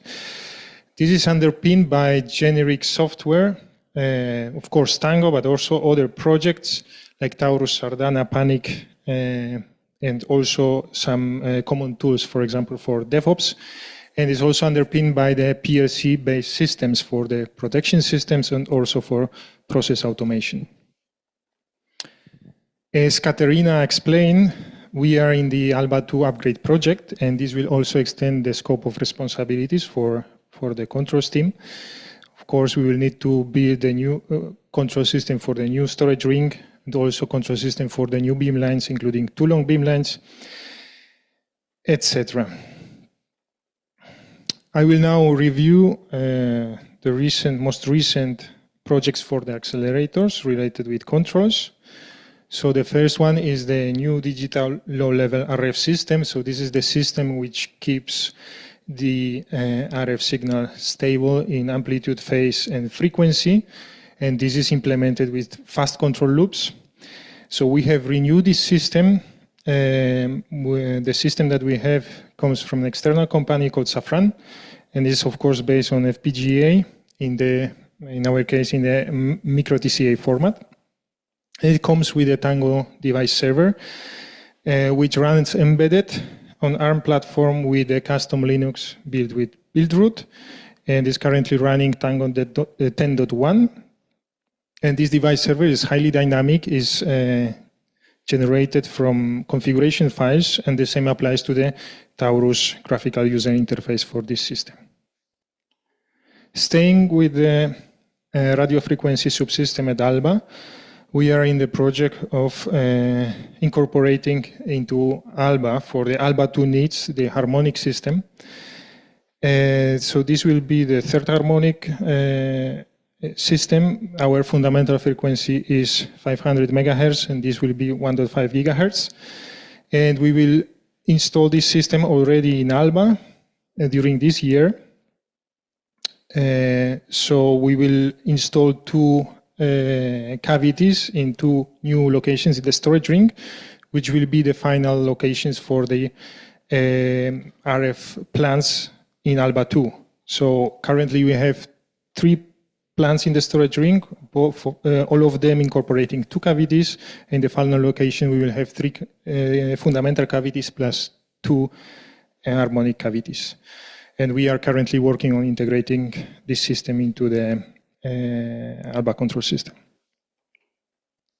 Also, another project related with the radio frequency is for the fast interlock module.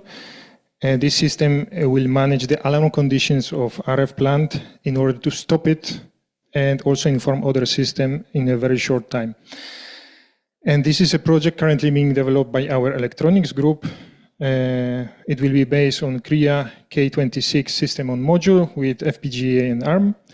And we have tried the custom Linux distribution from Xilinx currently, and our plan is to evaluate embedding Tango device server using Meta Tango layer from the Voltumna Linux distribution from Electra.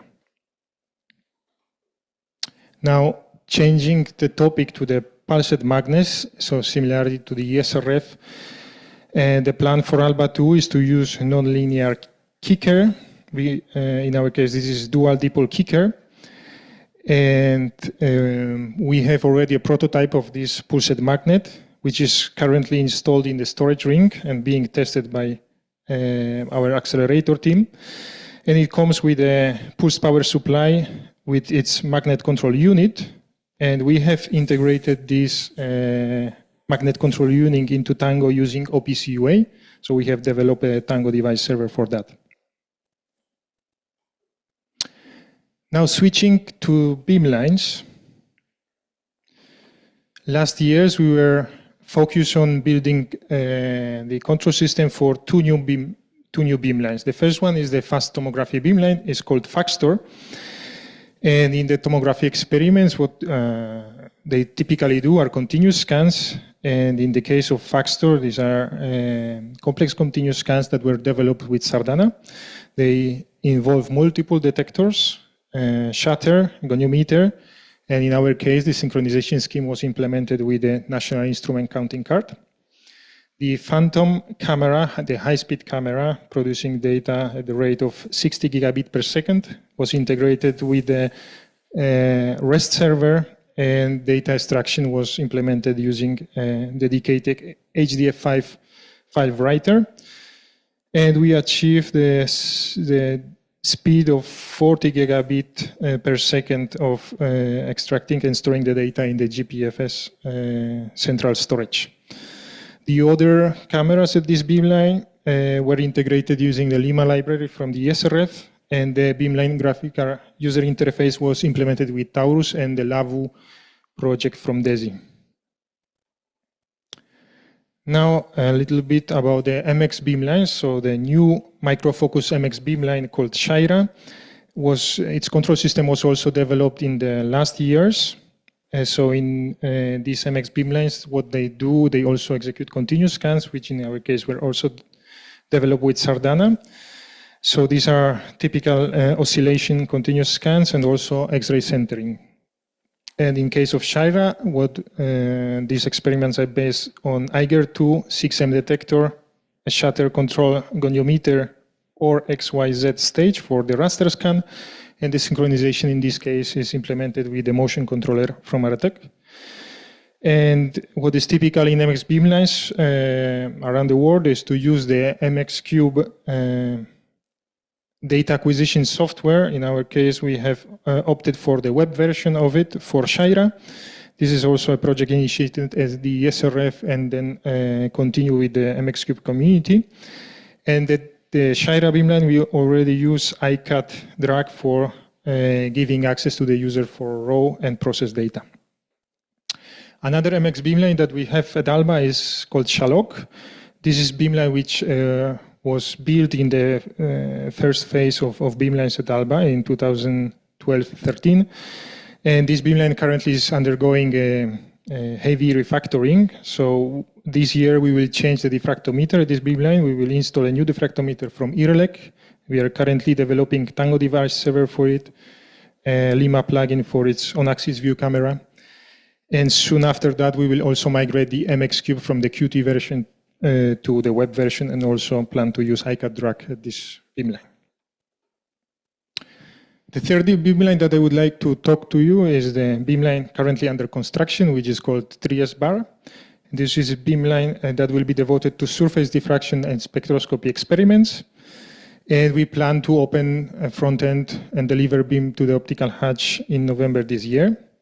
This beamline will come with electron energy analyzer from SPECS, and these are typically controlled with Prodigy software, also from SPECS. And we are currently trying to integrate it using the Tango device server from Max4 and extended with Sardana controller. At this beamline, we will also have two detectors, Pilatus 4 and Lambda, that our plan is to integrate them with Lima. And this will be the first beamline at ALBA that we will use Panda box for the synchronization scheme. And actually, we plan to use two Panda boxes because of the very demanding synchronization scheme that they will require. As an additional complexity, at this beamline, we will have 11 Basler cameras for diagnostic, and we also plan to control them with Lima and with the Lavu application that we have already tested. So now I would like to speak a little bit about generic projects. First, about our base stack dependency for the control system. So ALBA control system was delivered in 2012 with OpenSUSE 11, Python 2, and Tango 7. And for many years, we were struggling with the operating system upgrades due to various reasons. First was the difficulties with migrating our Linux, the Linux driver for our data acquisition cards, and also with the upgrades of the Tango version. In 2018, we have decided to switch from OpenSUSE to Debian, and we deployed Debian 9 wherever possible. In 2022, we have migrated our diskless image for the service area to Debian 10, and currently we are evaluating the migration to Debian 12. And here in this table, you can see the number of machines and operating system that we currently use, and we can see that the predominates Debian 10. Because of these difficulties with keeping the base dependency stack up to date, we have explored other ways of distributing control software. And in 2020, we started using Conda. At that time, it was smaller uses, but they started to grow very fast, especially in the beamlines and also in a kind of unmanaged way. Because of that, we have started in 2024 a project to standardize the way how we deploy software at Conda by establishing policies, automating package creation with CI pipelines, and enable reproducible deployments using our configuration management tool called SaltStack. here we were heavily inspired by the work from Max4, and we have used a lot of ideas from their setup. So currently our environment deployment is automated with SALT services, with centralized configuration and version management through pillars, and the stable control stack is maintained across services, ensuring consistent versions of Python, Tango, Taurus, Sardana, and Fandango. About other generic project, I would like to mention quickly Taurus. So on the previous Tango meetings, we have introduced you the problems of problems with the performance of Taurus, and for that we have run a project for performance optimization, and now we are in the last phase of this project trying the control room applications with the improved Taurus, and we have achieved to improve the startup time of application 3 times faster than previously. For this, we need a Tango 10.1, so we are trying in the control room their application for the accelerator control in Conda environments. And I would like to also mention that we have started developing rich synoptics using SVG synoptic library from Max4. And more about Taurus, not only at ALBA, but also in other institutes, will be can be seen in the Orioles talk tomorrow. Sardana is our experiment control framework, and our recent developments in Sardana were driven by the requirements from Faxtor and Shira. So, and these were focused on enhancing the configuration of synchronization elements in continuous scans. Also, we have decided to migrate our Sardana deployment from Debian packages to Conda, and we are just finishing it in all our beamlines. And soon we will also try to run Sardana with Tango 10.1. And this year objectives for us are to finish integration of Bliss data, which is a project from the ESRF, into Sardana, using production the Sardana configuration tool. And also we started a project on introducing synchronized motion into the Sardana core, following the advances from Max4 from the last years. And we also plan to deliver training for our scientists about Sardana. More details about this in the talk of Uriol tomorrow. Regarding Tango archiving, so we use HDB++ with MariaDB backend since 2018. All data are stored at change event rates from 0.1 to 20 Hertz. And in our complex architecture for the accelerator, one of the good decision was to develop the PyHDB++ library, which provides the transparent access to data for both graphical user interfaces and command line interfacing, including the multi-database extraction. So as you can see on this scheme, we separated the archiving of the machine data in different databases per subsystem. And we also decimate the data after 1 year from one database for live data to decimated databases. And this library makes it very transparent to access to this data. For the beamlines, we have much simpler architecture. We use just one database on a virtual machine. And for the ALBA 2 projects, we are currently evaluating Timescale DB and Grafana. And more about this, you will see in Sergi's talk on Thursday in the archiving workshop. Regarding the software for a PLC control, we used to communicate with our PLCs using Modbus TCP protocol.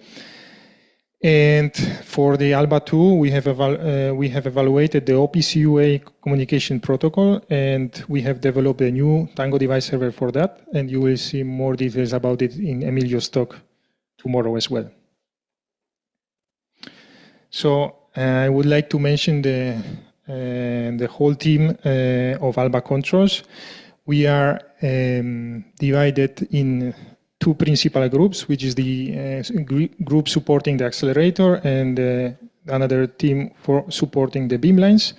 We also have a group dedicated to PLC-based system. And we have introduced the concept of transversal groups for generic software and tools, like, for example, Taurus, Sardana, DevOps, and there are more of them, where people from different principal teams, accelerator and beamlines, are involved, and they work together on developing these general tools and software. Also, the ALBA 2 project will bring new challenges, and this will be supported by new incorporations in the controls team. So we are expecting 2 new engineers for the PLC systems and 3 software engineers.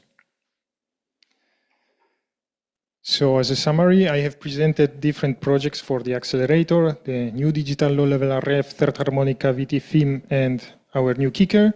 And for beamlines, our recent control system of recently built beamlines, Faxtor, Shira, 3S bar, also refactoring of Charlock. Engineering projects, DevOps, Sardana, Taurus, archiving, and PLC software. And I would like to take the opportunity of this moment to acknowledge the whole Tango community for developing and sharing the Tango and its ecosystem projects. As you could see on the slides, in almost all of the slides, I have mentioned the different institutes and tools that we use here at ALBA. So I would like to acknowledge this, sharing these tools and working together on them. I would like to acknowledge the hard work of the control section and computing division, and also our customer units for the excellent collaboration. Thank you.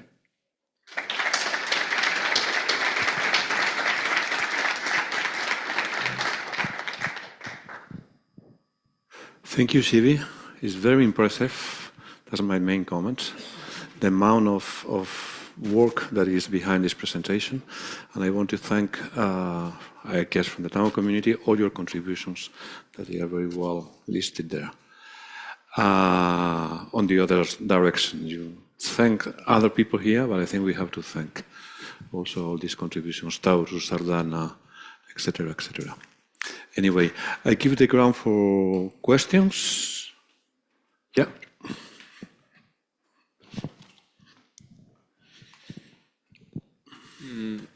Just one very short question. I'm wondering if you use, or if you have some specific rules how you design the Taurus interfaces to make them more uniform and maybe easier to learn for new students or people who work there? You mean from the user experience point of view? How to... No, this is something what we still do not do. Yes, so this mostly is up to the developer. A part of the software engineers that develop Taurus graphical user interfaces, there are also operators and beamline scientists who develop them, and we have not established, let's say, a common policies for this. Yeah, so we are doing some trainings for them, but let's say from the user experience point of view, there is no strict rules for that. It's up to the developer.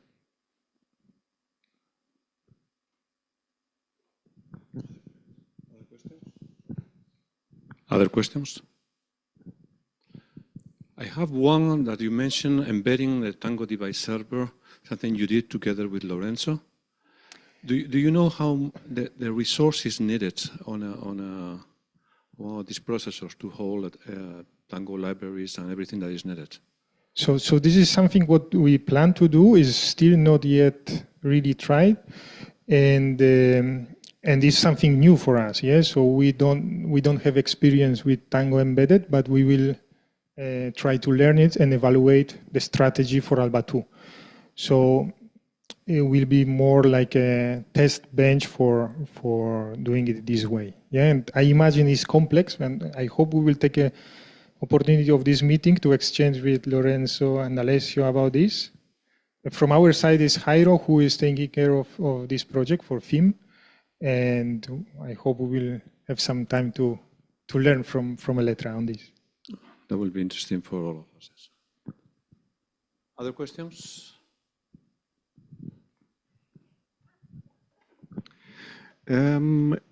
About the integration with OPC UA, I have seen you also use async UA or OPC async UA.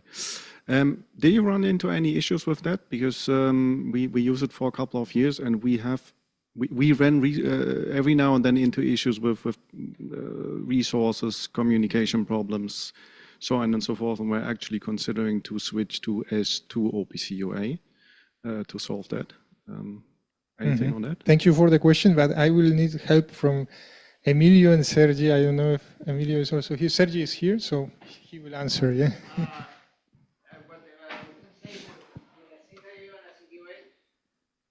We really had to go to the latest versions to solve many of the problems we had at the beginning. But actually, I think we are using it with Python 3.11 and async UA. And when developing the device server, we didn't run into special problems. But we really had to go into using conda environments and newer versions of Python, because with previous versions, all the async IO framework was really well done. Also, updating to the latest Pytango have changed many things in this project.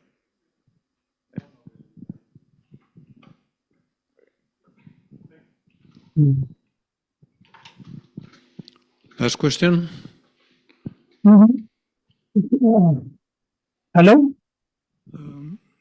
For example, if you have an external provider of the equipment that is also providing the device server, how sensitive are you regarding the version of the Tango framework that this device server is using? Yes, so in the design phase of such a tender, would we cooperate with the provider on specifying what is the version desired for us for this? And then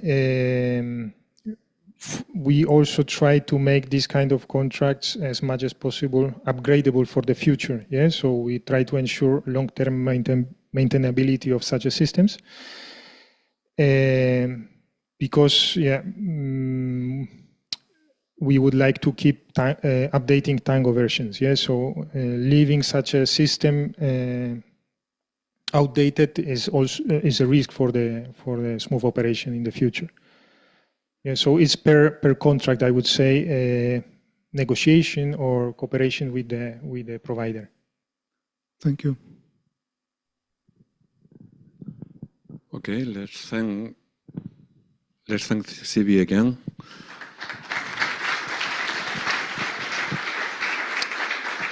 Thank you, Vicente, for chairing the session. Now I have one organization issue. So we will take a group photo now. Anna is here. Anna will take us a photo. So please cooperate. Let's do it quickly because we are all hungry. And later we will take our lunch. And I estimate that we'll postpone the live demo session until 2:15. Okay? Okay. Welcome to this session afternoon. I think somebody is connected by Zoom with a microphone open. Maybe. Nobody in this room? No? Maybe okay. it was me. Well, if you are subscribed to the Tango mailing list, you receive an email some 8 or 9 weeks ago with a survey regarding the topics that you wanted to be covered during the Tango community meeting. As a result of that survey, we saw that there was plenty of interest in showing new features and have some kind of live demos or hands-on or guided hands-on on some of the latest features in Tango, and also to refresh some of the concept in Tango, as there has been many features, many changes, many new ways of writing devices, and we decided that we are going to summarize all these topics in this afternoon session.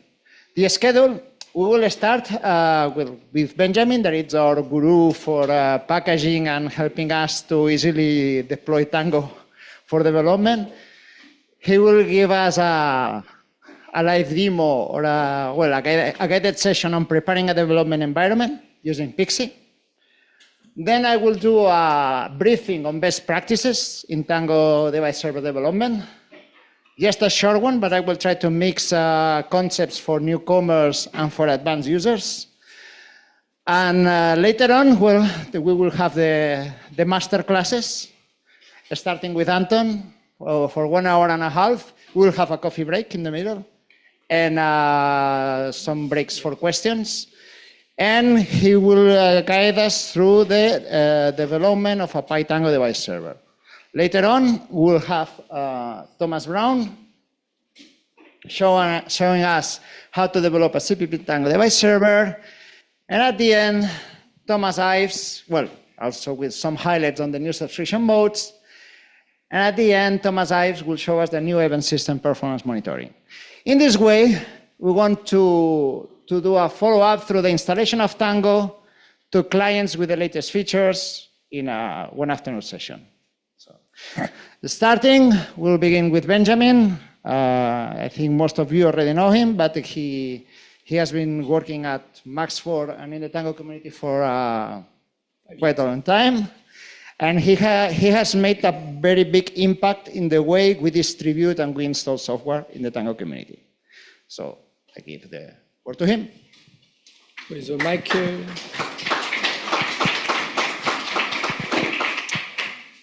Thank you. So the mic is working? Yes, okay. So I think ZB sent as well a mail that we created this repository on gitlab.com. So under Tango controls, there's a training group, subgroup with this Tango meeting live demo repository. And so in this repo, we have very few instructions and there's all the code that we're gonna use this afternoon. But so I wanted, and there's a Pixie intro that I wanted to start with because we will use Pixie for this demo. So 2 years ago, actually during the Tango community meeting, I made a short talk about Pixie. It was quite new at the time. But yeah, I think it has been going better and it's more and more popular because it's really fast and it's a package management tool for developers. So at Max4, so we don't use it for deployment yet. We use it for development. I think it's really nice and as you will see all this afternoon. So if you want to follow the demo, I think it will go quite fast. So maybe it's going to be difficult, but I think you have all the information here, and so you can come back afterwards and play with all the examples that are in this repository. But basically what you need is, if you haven't, is to install Pixie from the official website. It's just one command. That's really why I recommend to install it. You have other way to install it. You have even homebrew or things like that, but I think it's better to install with a script because then you can do Pixie self-update to update it automatically. Otherwise, you need to rely on the package manager you have used to update it. And so, as this talk is linked to Tango, I wanted to start as well to say that Pixie is a really nice way, I think, to develop locally with Tango because you have this Pixie global command, basically what can install tools on your machine and that are available after from the command line. So, for example, to install Jive, that's really the easiest way to do it, I think. You just do Pixie global and you have Jive that is available on your machine that you can use whenever you want. And there are many other tools that you can install like that. So PyTango database, Tango admin, Tango test. So all those things. So there's some Java, C++, and then you have Python. So it relies on package from CondaForge, and so all those packages are available there and make it very easy to use. With Pixie as well, I want to mention that you can run some one-off command. You have this Pixie exec command. So if you do Pixie exec Python, it will just install a temporary environment with Python, and you can run command, and you can add extra specs in this environment with Pixie exec -- with NumPy, for example, or you can specify different Python versions and things like that. And that way you just have directly an environment where you can play with. So I can see you do Pixie exec with Python. So you can see that here you can import NumPy. It's really fast. So of course, I've done that before on my machine, so it has cached already that, but see, the second time you run it, it's instantly. It's really, really fast. I wanted to very show quickly, if you want to create and manage a new repo, you can, okay, yeah, of course, I have my repo that already exists here. It's big enough, the font, or should I increase more, maybe?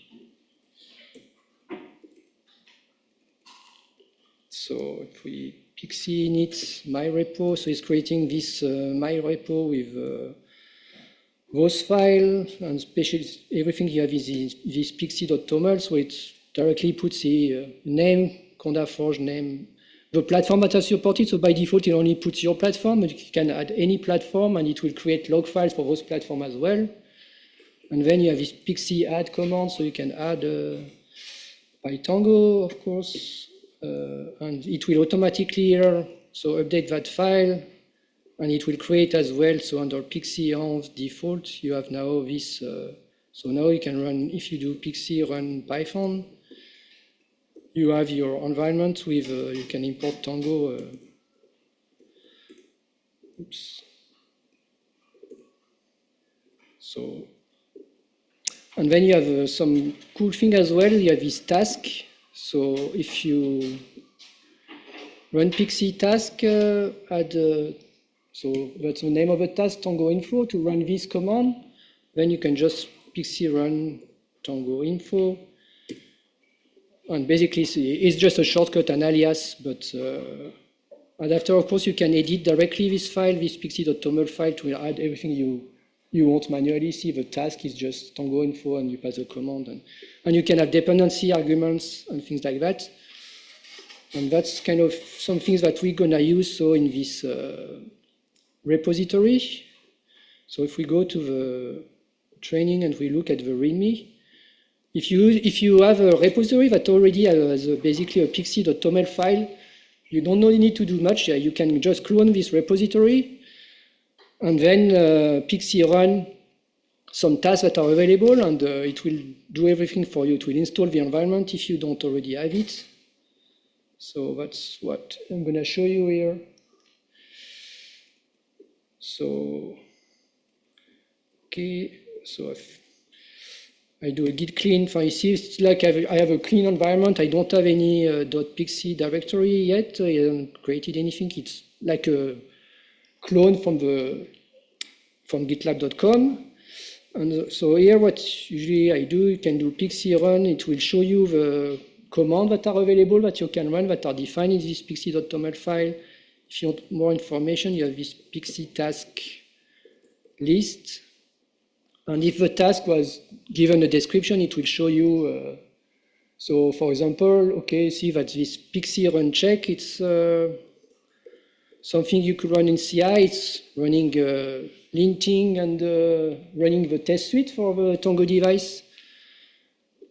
And see that the first time it runs it, so it will automatically create this. Here it created both a test and a tools environment, because that's what defined to run those commands. So if you saw there's a PyDB command, so we can start PyTango database. So before to do that, you need to export the Tango host, of course. Like in Tango, you have a database, and for client server, you need to have so what I usually do is that I define, so you can export it. I think we put it in the README here. You need to export the Tango host like that. Or if you're on Windows, you use set Tango host. But if you do that, you need to do that before every command, basically, that you run, to have always the same Tango host. So another way is to put that in your zshellrc or bashrc, or I think on Windows you can do the same thing with profile, so that the Tango host basically is already set. So if you look here, I have Tango host that is set in my environment to my local host, and on port 10,000, that's the default we use for. So if I run pixie run PyDB, it's running this PyTango database. So it's an empty database. If I start Jive, But install Pixie, you see that we have this empty database with just Tango test defined and nothing else. So what we can do then is to run Pixie run start. Start is quite common to as a task name for something that you want people to run when they download your repository. And see, this is running actually two tasks. It's running this add MoniDS server task, which is using Tango admin to add the Tango server to the database. And you see that this task is starting with underscore, so that's why in the Pixie task list you didn't see it's not listed here because it's a hidden task. So you can, of course, you can run it if you know the name, but that's not something you are supposed to run by yourself. You don't need to. See that when you run start here, it will automatically run this task to add the server to the database, and then it will run the. So if we go back now to Jive and refresh here, you see that we now have this demo device that is running. And I think I put it, I have a command read CPU to use Zingo, which is command line tool that you can read, interact with Tango control system. So here it's subscribing to this CPU percent attribute from this demo device. And yeah, I think it's updating, not Anton, I don't know how often it's updating, but I think it's only when things change. It's not always updating at the same rate.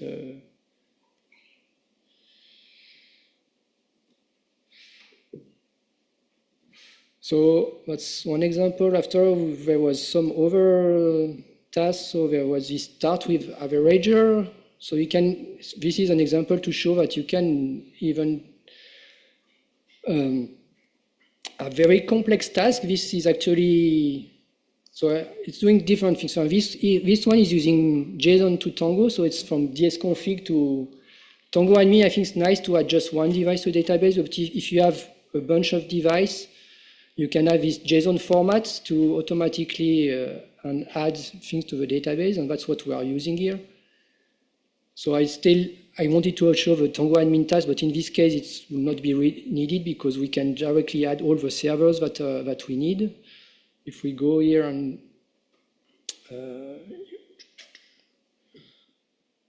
we can show this database, that's this server.json file where, so you can define in this JSON format the server, the instance, the class name, the device name, and even have properties. And with the JSON to Tango command, it's automatically adding that to the database. And here we see that we have a bash script that is starting two Tango devices in the background and then another one that is running. But bash, of course, is not available on Windows. So in the pixie.toml file, we created a specific task for Windows. You can separate based on the OS. So if you look here, so this task is for Unix, where we use bash to, I'm not sure I would recommend to do that. Usually the Pixie task use simple stuff, and it's actually using a Deno shell, so that is compatible on Windows and Unix. So you can use stuff like pipe and things like that. But yeah, this nice way to show that you can as well. So here, this task, so it is the same name. So if you are on Windows and run this task, it will use this PowerShell command. So the same command should work on any operating system. And the last thing I wanted to show is that you can, we have a C++ device, as Thomas Brown prepared, and we can use Pixie as well to compile it directly and install it. So if we do this Pixie run start events sub, that was the name of this task, you see that it's actually gonna install the environment with the compilers, then it's gonna run CMake to compile the Tango device, and then create a conda package, install it in our environment, and then start the Tango device server. So that's think that's quite good. So if we look at the task here, how it's defined, so we have a specific environment where we just say, okay, install this package. So that's the name of the package that is coming from this path, so which is a path in the same repository. You can see that this task, so it's doing this add server to just run dsconfig and add all the servers to the Tango database. And that's all you define here. After, in this subdirectory, actually, that's where you have the C++ Tango device that is defined. Here I have as well a pixie.toml file, which is using pixie build, which is actually still in preview. And here you don't have much to say. Okay, you say, okay, this event sub CPP, so that's the name of my package, and the path is the current directory. So you need to define this package, you need to define a version still, but see, we put 00 dev here. And then you use this backend, which is, in our case, here is pixie build CMake, so it knows about CMake basically. And then you define your host dependency. So we want CPP Tango, OmniOrb lives on CPP ZMQ. And you don't even have to ask CMake because this backend knows about it. So it will automatically add CMake, Ninja, and the compilers. If you have specific needs, specific version, you can override that, but basically that's it. So if you go in this directory, you can run pixie build and it will build the package like that. But you see that from another repository, even you can give the git URL or the same repository, just a path. You can reference this directory. And if you want to install this package, it will automatically run this pixie build to run the compilation and install the package in your environment. So basically, yeah, you really don't need to know much, just to type pixie run some command, and everything is done for you in the background. I think that's what I wanted to show. If there are questions or...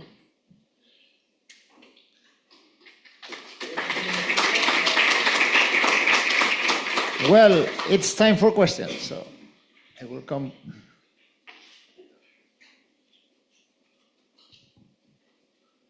Thank you very much. It's really impressive, and I started also to use Pixie, also for production, because it's a really clear version control, so you have no surprises.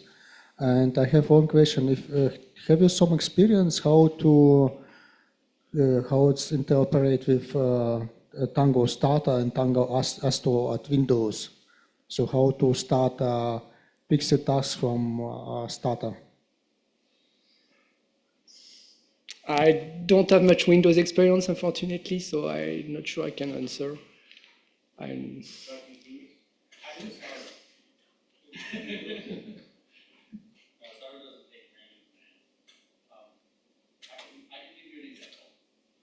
If you give a mic, maybe.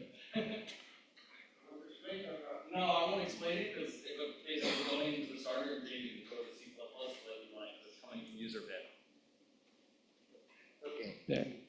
And in the coffee break, you can search for Steven. More questions? Okay. Some from Ziv.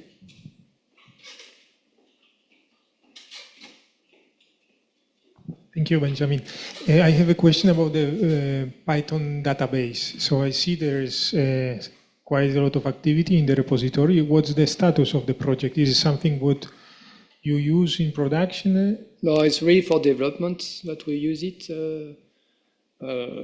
Yeah, I think I would really recommend to use the C++ database for production because, yeah, we still find bugs and small improvements. But yeah, recently we make it work with Starter actually. So I think tomorrow I have a talk I will show working with Starter. But yeah, I don't know. I use it really for development, and I think it works nice. Sardana, anything I work, yeah. TB has maybe some comments on that, I don't know.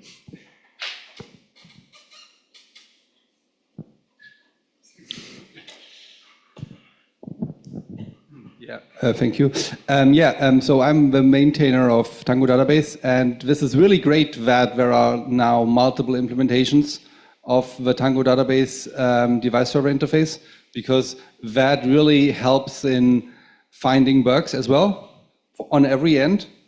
And so that's really great. And PyTangoDB also has a different testing approach, which we're actually looking into, like that we can like standardize on that for all Tango databases, because there's also a third one in development.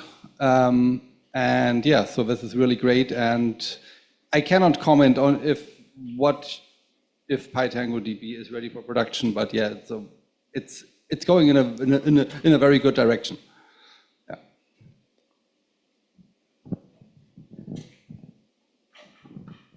Well, in my personal experience, so I'm familiar with a setup that was prepared by Julen Guerrero for PyRAM trainings.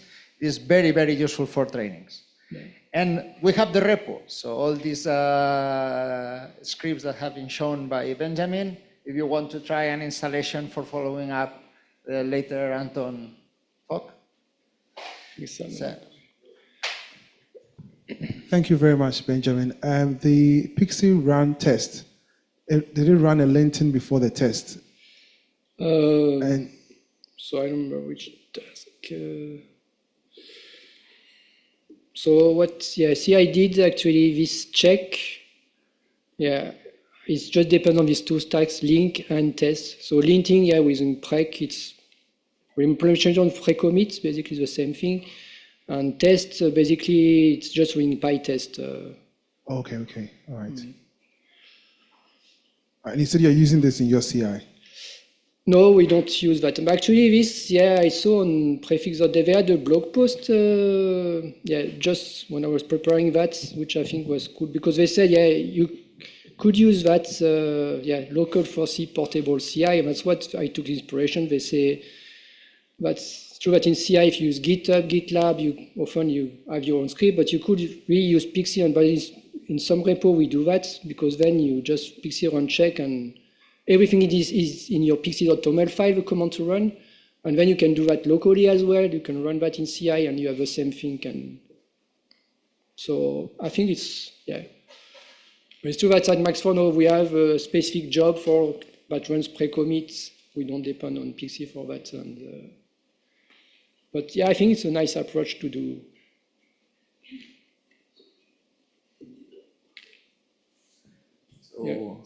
Maybe we need to move on. Well, let's thank the speaker.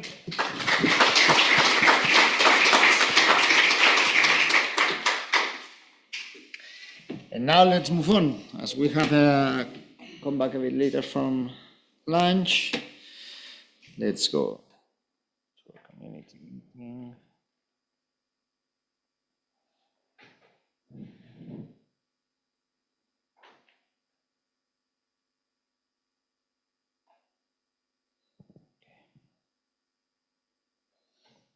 Okay, let's see.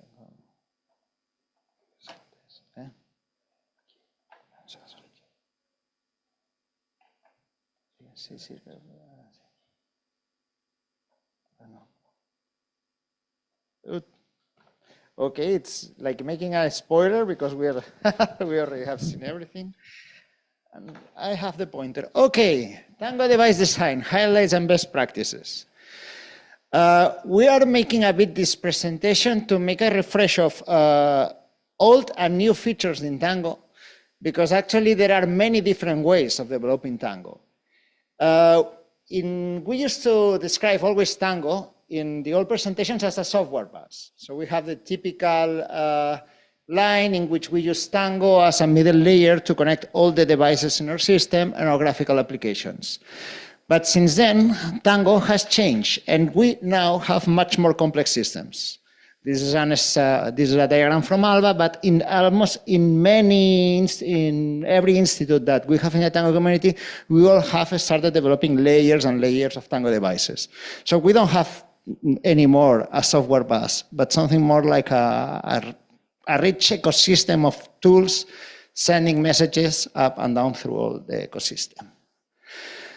And now I will start to refresh some of the basic concepts of Tango, because lately in certain discussions, Typically, when we talk about developing a Tango device server, it is not clear if we are developing a class, a device, a server. So I wanted to make a certain disambiguation on these terms. The Tango class is actually what we are developing. We develop a class, a C++, Python or Java class that models a given hardware software component. Then we have the Tango device that is an instantiation, a logical object that we declare in the Tango database and that will export a device of a given class. But what we develop really are Tango device classes. And then there is the server. There is a process that may import several classes and export several devices of different classes. The Tango database is the central point where we store all the relationships. But I wanted to make clear the difference between class, device, and server, because when working, for example, with Python high-level API, or when developing just from Pogo to creating a new device, so the obvious way is to create just one server with one class and one device.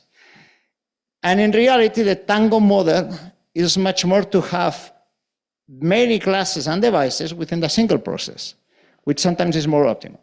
In this example, for example, I'm imagining a vacuum controller that in the real world, okay, it connects to several sensors, and from a single hardware controller through a serial line, we can read all the data from these sensors. I would model that as a server, a single process with several classes. One for managing the communications, something that I can reuse in any other development, a controller device parsing the hardware protocol, and the sensor devices. I will come back later to this picture, but what I wanted to remark here is that we can have several devices and classes involved in the control of a single piece of hardware, that we can have attributes, commands, and properties used for different things, and also an admin device, which is something that is sometimes overseen in our development. Well, a reminder of what are commands, attributes, and states, and properties, because it's easy, well, it's easy. We all think of that as something understood. It's important to remark that a command is an action. It's something like what we do when we push a button or execute a function. While attributes are more the live, read, or read-write values. An attribute is the display of what we have in for example, in the temperature control of a room.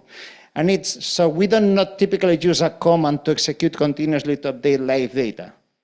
Or a command would be something to start a process. And it's something that start a process, it may trigger a change in the state. So we may have states linked to alarms when it is related to values of attributes, or to changes triggered by commands. So command and state can be related or not, we will say later.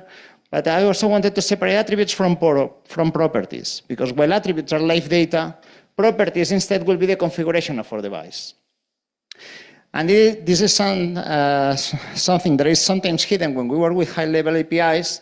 We can have the properties at the level of the attribute for all the configuration, but also at the level of class. We can have the full properties for the whole system, and also free properties, something that we can use to configure clients. Polling, serialization, events, and alarms.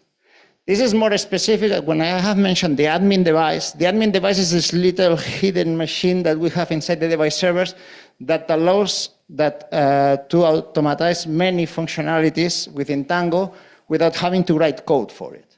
We have a serialization mode, so we can choose whether the actions in our devices will be done sequentially, or we can have different threads per device.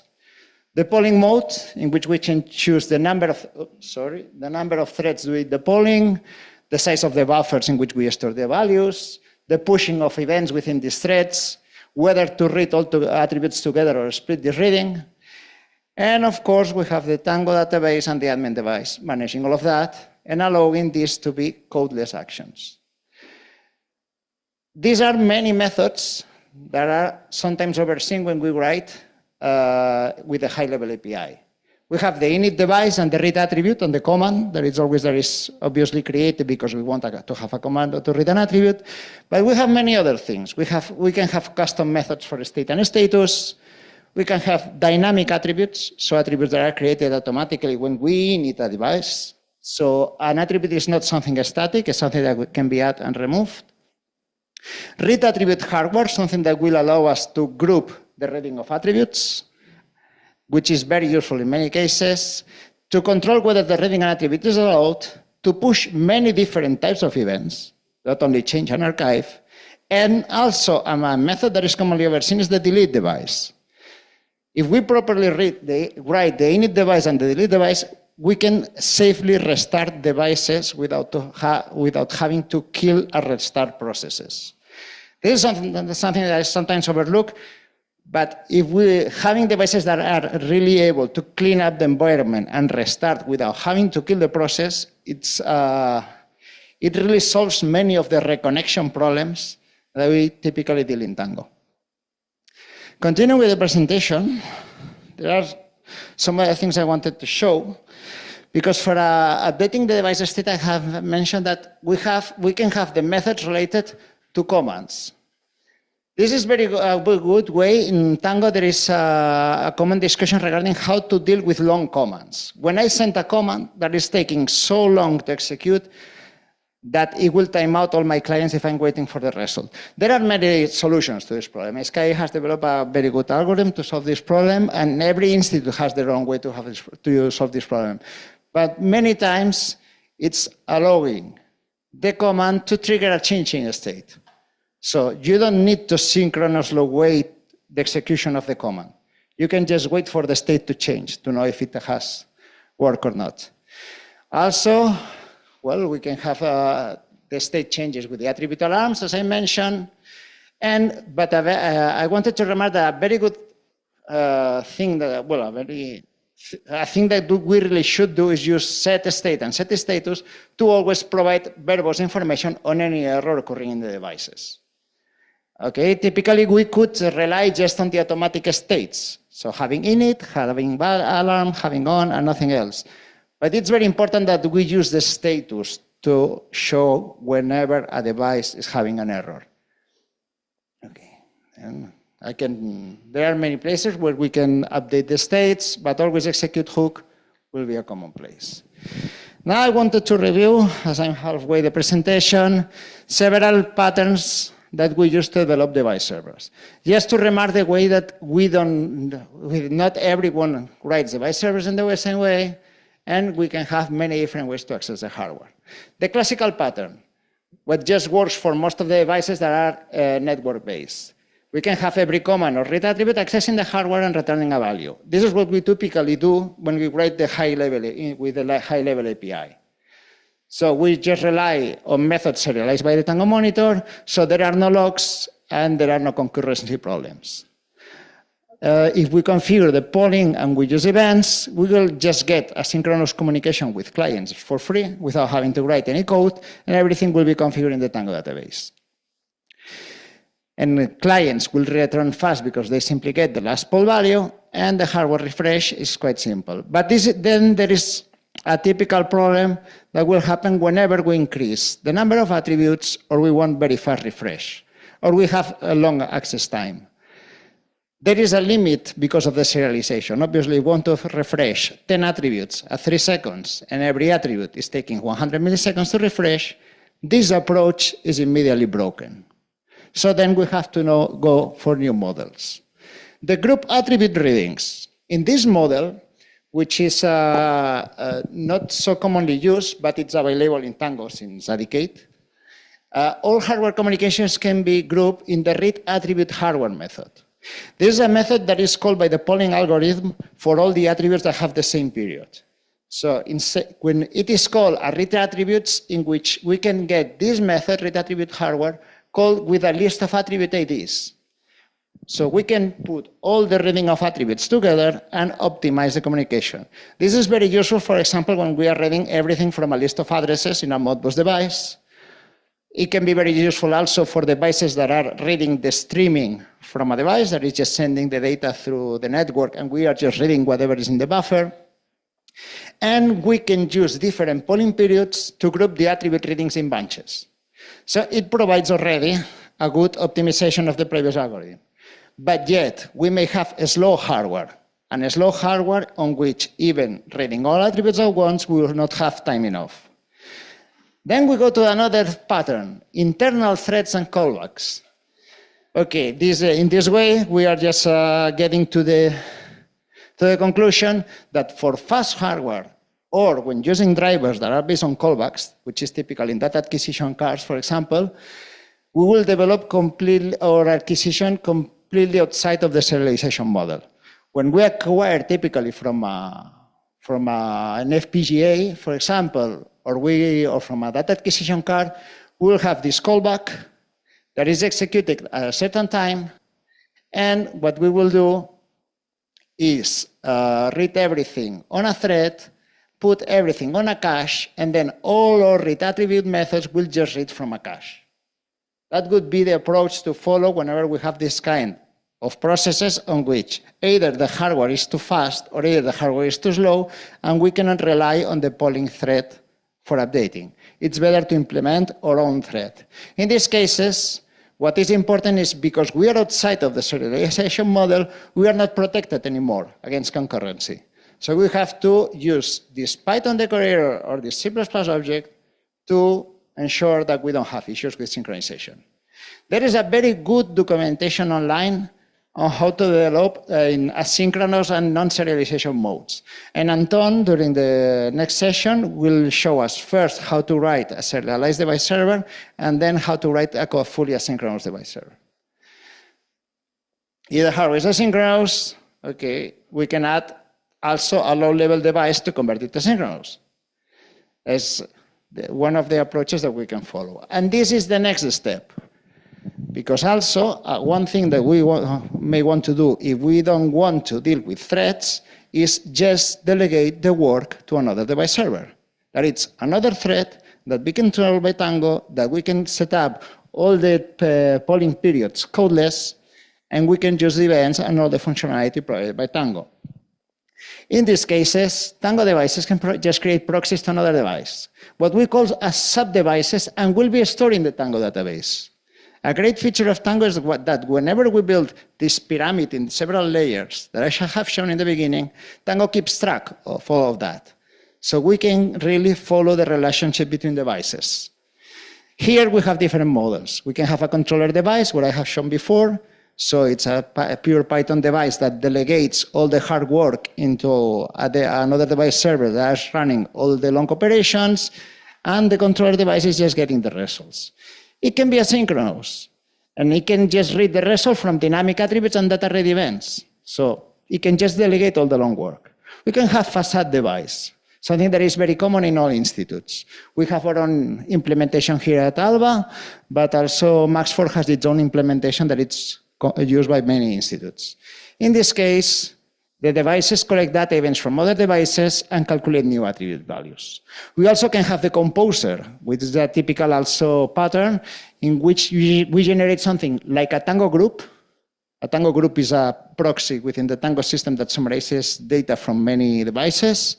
In the case of a composer device, we can take something like the 100 to 100 pressure values of one of our accelerators and just summarize it into one single array. For example, we do this kind of job. Also taking 200 states and create a summarized state that just give us the state of the whole thing. These patterns allow to easily organize Tango control systems in different logic layers. But there are some constraints that we must take into account. If the number of sub-devices is high, we get into the same problem that when we have too many attributes or slow hardware. We must go asynchronous. Always use asynchronous method or events. Also, an important thing regarding events. It's very easy to think that, okay, I'm receiving an event. In the callback, I will put all my calculations. But whenever you have many events, it means that you are putting a lot of pressure in the CPU, and you're creating a problem to the buffers of these events, because you are creating long queues buffering all this data that you are not processing. So it's very important that the callback execution time should be minimal. Callback should return fast, should store data in separated buffers, so we can process it outside of the callback. Error management must be taken into account. Avoid black box layers. What happens if a facade device receives errors and just ignores it? We'll never know what's happening below. So here we have many problems related to the management of layers, and error management should be in place. I just come back here to show how these patterns apply again to the device we have seen at the beginning. Communications between controller and sensors are based in events. So here we have somehow the facade pattern, because each sensor device is just getting information from here. Here we will have the controller pattern, in which we are delegating all the hard work and slow processes to the serial line, and we are just getting the results. We can have also fast polling and slow polling doing this action, because we can refresh the sensors data very fast, and another data like configuration, we can refresh it in a different process, in a different polling period. But there is one important thing that we should always keep in these devices. Server load should be kept low enough so commands can be executed directly into hardware. This on-off command. If we keep these communications busy all the time, we have a serialization model. If we think that we can just take all the time available for reading attributes continuously, we will try to execute an off to the device, and it will not reach the device because the Tango monitor is acquired all the time. So that we should always mind that the load of the server should allocate some free time for commands. And this is very important. This is something that we typically oversee. We are just trying the device and trying to read as fast as possible. It will block the device in case you want to make a command. So we always need to have some margin. And then I'm going to the summarizing part of the talk. I have said some advices from the layers. Split your devices in layers, because sometimes having dedicated layers will give you reusability. So if you split devices by logic and behaviors, later you can reuse it. Be asynchronous, because if something here is hung, you don't want the whole system to hang. So we should avoid timeout, errors to propagate without diagnose, and allow commands to go down very fast. Summarize the data, and also use Astor and run levels to keep your system organized. Always. Ensure that all the layers of the system start and stop in the right order. Later on, well, this is what we will show later is a continuation of this. Device profiling. To ensure that your system is scalable, we should perform in our devices before deploying what I call a stress test. Ideally, everything should be readable at 1 second period. If you're not able to read at 1 second period, you need to tune your polling periods to allow the clients to read from cache. Then check if you can still execute commands. If your reading period is too high, as if you are close to 100% of usage, you will have problems with commands. It's good to test this in advance before you have the problem in production. So it's always good to have these kind of solutions. Monitor mem leaks, timeouts, or high CPU, because especially high CPU is something overseen, not only because of the command execution, because having 100% usage in Java and in Python means that the garbage collector doesn't run anymore. And you can get into huge memory leaks without understanding why.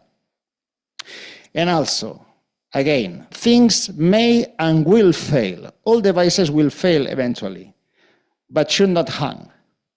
You can have errors, but we have to catch them and diagnose them. So summarizing everything I've said, avoid reading synchronously on slow hardware, use async calls, play with the timeout, avoid memory leaks, high CPU, return everything from the callbacks, use cache for everything, avoid segfaults, group devices on less servers so you will optimize resources, use events always, too many receipts. This is something that we can use typically if a device is at 100% CPU because it's receiving 1,000 events per second, we can check the event buffers instead of the callbacks. It's much more efficient. We can just buffer the events and periodically look into the buffer instead of executing a callback at 1 kilohertz, what could be very painful in Python, for example. And problems to test user interfaces. move the logics to devices. If you have logic devices implementing the logics, it will be much easier to test. Some design principles, but this is basically to remember you that we have some naming conventions in Tango. We have standard logging methods, so it's not needed to reinvent the wheel. Just remember that you can go to the Tango RFCs and the device server guidelines in the documentation, and from these documents, you have a guide of how to write your commands, how to properly name it, how to use your events, how to use the states, and how to do a proper logging. Just another advices, as I said, always provide CPU usage and memory usage, and use the new device info for software versions. In the latest versions of Tango, when you are running a device class, you can put into the device info the version of Python you're using, the version of libraries you're using, the version of your device, and it will help to diagnose. Because it's a recent problem at ALBA that we are diagnosing problems solved years ago in a machine that nobody reboot in 5 years. It's something that could happen. So it's good that we can check the running versions. And that's it. So sorry for the long talk. I hope it has been profitable. And here you have many links to the documentation. And this is something that we really have to thank to everyone that have been involved in the new Tango documentation, because we really have a very good new documentation for both Tango, PyTango. Also, SOLEIL and Maxford wrote 5 years ago a very good device server guidelines for development.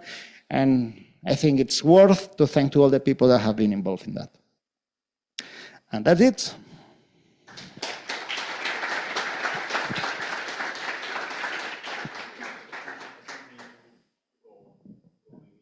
Okay, so now we'll proceed with Anton's demo.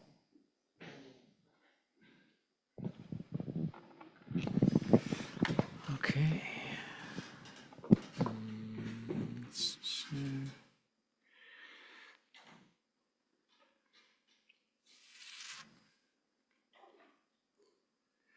Okay, you can hear me? Okay, so I'm going to do a lot in 2 separate sections. Let me just hide my Zoom controls.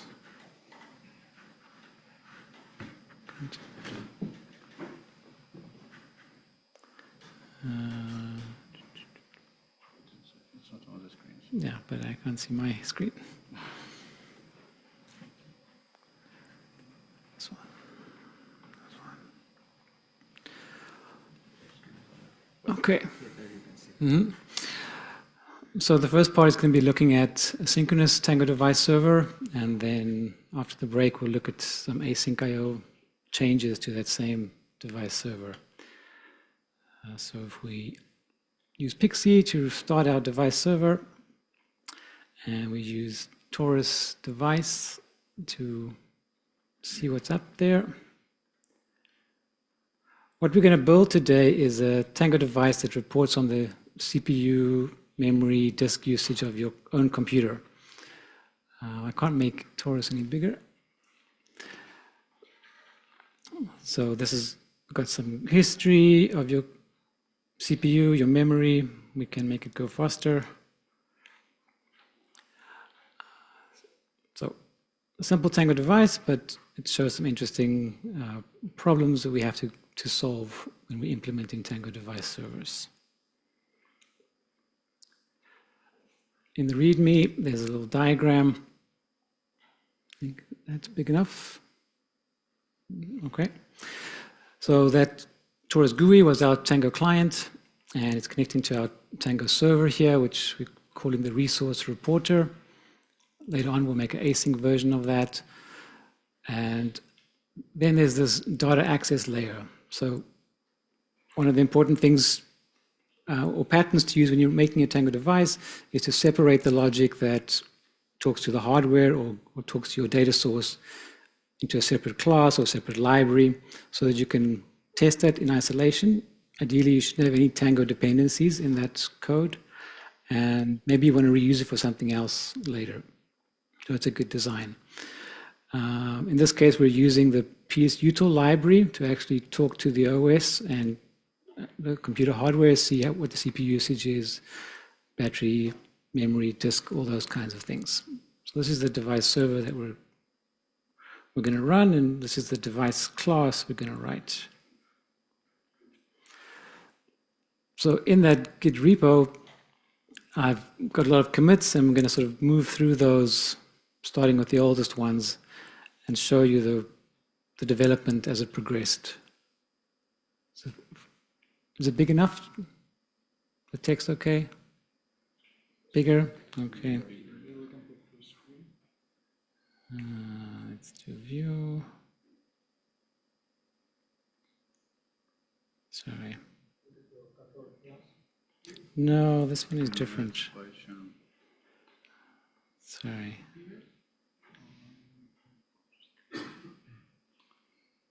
I'm going to switch windows all the time. Why is it not here? Just open settings and on the right phone.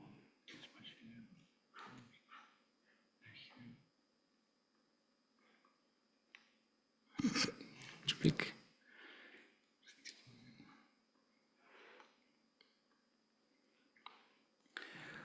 All right.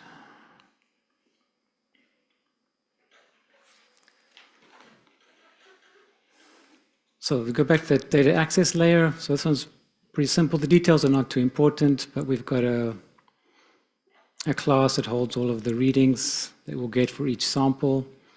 And then we've got our resource monitor class. And when we create that, we are going to give it a sample rate, how fast we want it to collect these samples, how much history do we want it to keep, things like that. And then got some simple properties, so you can configure the sample rate if you want to make it go faster or slower. Read the history. Maybe it's easy to show here. This snapshot will just give you the latest readings. You can get the history. And then we've got this method called average over. And that's an example of something that takes a long time. So you give it a number of seconds that you want to average over, and it's going to block for that time, and it's going to take the readings and then give us the result afterwards. Because often the hardware has some operation that takes a long time to implement or to return. So we want to see, how do you deal with that kind of problem in your Tango device when you have these slow commands? Okay. Right, then let's get to the first version of the Tango device server.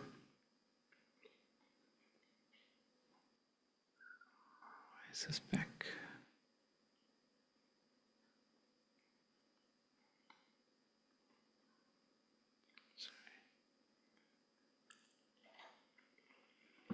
Okay, so we've got this resource reporter. We're inheriting from the high-level Tango device server. And we've got a property that's will let us configure what's the default sample rate. Normal init device, we call our superclasses init device method. This is when Tango is going to read the properties from the database. So if you skip this, then you will be missing the properties. Then we instantiate the monitor, so this background data access layer. And we're using a factory pattern because when we write the tests later, we are going to want to replace this thing with something else, with a fake version. So by having this class attribute here, we can replace the resource monitor with our own version, which is great for testing. Then we start the monitor running, so it starts a background thread, and it's going to be sampling the readings for us. And then we set our state and status. Delete device, it's good to stop that background thread, and then we call our superclass delete device. Then we're using attribute decorators here. So we've got a read-write attribute, sample rate, and we're using type hints instead of specifying the data type in the attribute decorator directly. That's one of the features from, I think, 9.4 or 9.5? 9.5. So this lets us change sample rate at runtime. Then we've got a long list of read-only attributes, so CPU percent, CPU count, memory total, We've got those are all scalar attributes. We've got some examples of spectrum attributes. So again, we're using type hints here to define the data type. You still have to specify the maximum dimension. In this case, we're converting it to a tuple. Internally, Pytango is going to convert this kind of data into a NumPy array. So if you really care about performance, you might want to keep your data with all NumPy arrays. Then Pytango won't have to do an extra conversion on the data. This particular device is not doesn't need to be so performant. And then the last thing is this average stats command. So this is going to call, or takes this number of seconds as input, returns a string, and it's going to call this average over method, which is going to block for a few seconds and give us our result back. Okay, so we can run this one.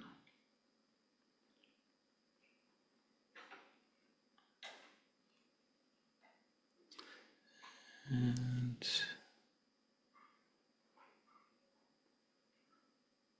let's just have a look in Jive. So we can use ATK panel. And one of the attributes is a long string. So we get this super wide, the super wide panel here. But we have our values, and we should be getting an update roughly every second because ATK panel is polling every 3 seconds. It's polling the device every 3 seconds, so it's reading all the attributes at that time. So very simple. Nothing special.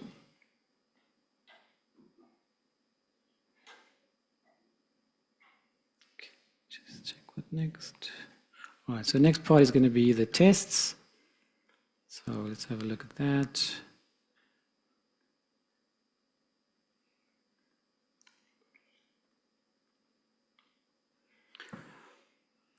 Right, so in our test class, we've got a test file, got some utilities to make a snapshot. We don't want to actually query the hardware every time we're running this test, so we just put some sample values in there. And then we've got this fake monitor class. We don't want to use the real data access layer class. We want to replace it with something so we can have nice, fast, repeatable tests. So here we just mirror the sort of public API of that data access layer. Then we've got a couple of fixtures. So these fixtures just set up the patching we need. So this patching will replace the real resource reporter, which has this monitor factory attribute, with our fake version. And then inside this fake, we have a list of instances so we can just get access to the one that's created by the Tango device. When the Tango device's init device method runs, it's going to instantiate this object, and we want to get access to that instance. So this is one way to do that. Right, so here's one of the first Tango device tests. So we use the fake monitor. We use this context handler with device test context. And what that does is it's going to basically start the Tango device server running for us in no database mode. It will set any properties that we ask, and then it returns a device proxy, which is already configured to talk to that device server. Yeah, we can just get that fake monitor, and then there's just a few simple checks. We read all the attributes, we see that we get the values that we expect. We can test writing attributes, we can test that the history is limited by the number of points. So there's a lot of tests, they all have the same pattern. We could take this device test context part and put that into a fixture as well. If we're always going to start the device in the same way, then in PyTest a fixture might make that a little bit easier. All right, something that's important when you're using the device test context, at least up until version 10.3, was that if you use it twice in the same test, the second one will segfault, because you can't recreate basically these singletons that Tango creates. When it starts up, they don't get cleaned up properly, and then it will crash when it tries to do the same thing again in the same process. So we always use this PyTest forked plugin, and when we run the tests, we add -- forked to the command line, and then each test will be run in a separate process, so then there's no interaction between them, and we don't get these seg faults. When I was testing this, there's also a PyTest mark forked that you can use. But I see there's been some regression in PyTest forked around version 6, and then the order of the tests start to matter. If you run the test in a certain order, it will start to complain about something to do with the cleanup inside PyTest. So if you're seeing a problem like that, then you have to use this -- forked option. The downside of -- forked is every single unit test is going to run in a new process. So if you have some tests that are not using the device test context, they're going to be slower because they have to run in this separate process. Doesn't work on Windows. Yes, you can't use the PyTest forked plugin on Windows.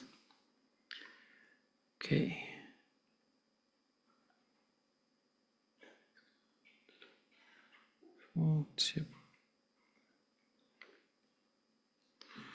All right, the next part is doc strings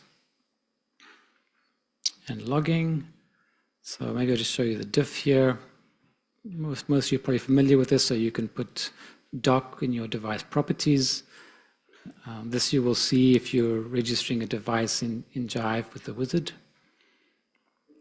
For attributes with a decorator, you can put a doc string like this on the read method, and this will show up as the doc string for that attribute. And then for commands, in 10.1, we added a feature where we'll actually pass this doc string here, and there's a few formats like NumPy format, Google Doc, RST, EPI docs. If you're using one of those formats, then we will pass this out, and this part will be the data type dtype in documentation, and this one will be the output documentation. So let's run this one.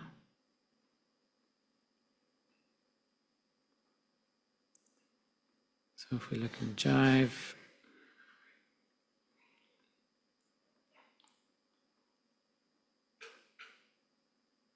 right, so we should see this argin description comes from the doc string, and in the attributes we also have our descriptions.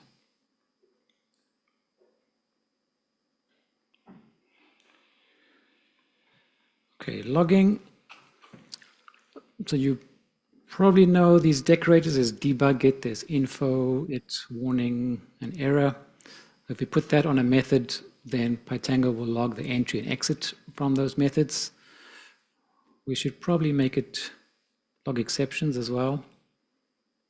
I saw in one of the other projects they log the time of execution, so what is the duration of the method, which might be useful for us to add.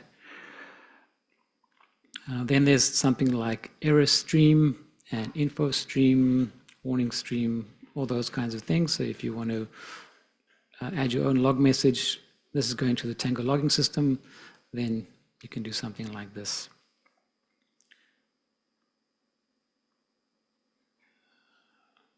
One other option you have is to do self.getLogger.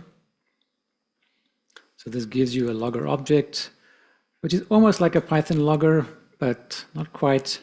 You could then, let's say, let me do it here. We could pass it down to some library that we're using so that it can log messages and that can go into the Tango logging system. One thing I see is missing on this one is the exception. So you can't do .exception. That's probably something we should add.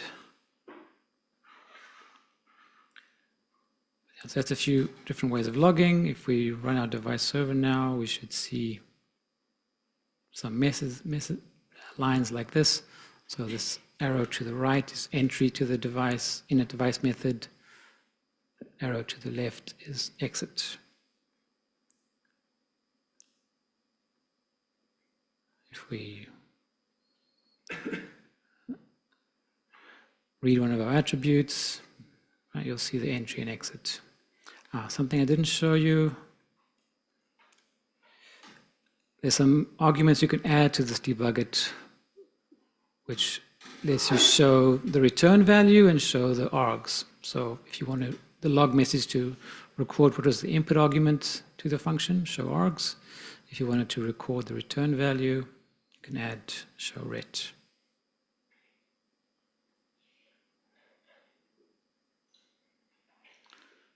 Okay. Which part was fixed? But they broke it? Working, yeah. Okay. I've used it for a while. Okay, next thing to show you is an alternative way of defining your device servers. Like Sergi mentioned, there's a lot of ways of doing this. Sorry, besides using the decorator, you can do assignment with this attribute. And this is nice because it lets you have the API of your device class all together. Often we'll put it at the top of the class, and then you can easily see, okay, what are the names of all the attributes? Then you can have custom getters and setters. By convention, if you don't put this fget here, we'll look for a method called read underscore CPU at %. Same with the write method. So you don't have to put these fget and fset in here. Maybe it makes the code more readable for some people, because then you can go and search for this function and see what it does. And it has to be a string here because the function doesn't exist at the time that Python is parsing this file. When we're importing it, I can't do resource reporter.sample rate because it doesn't exist yet.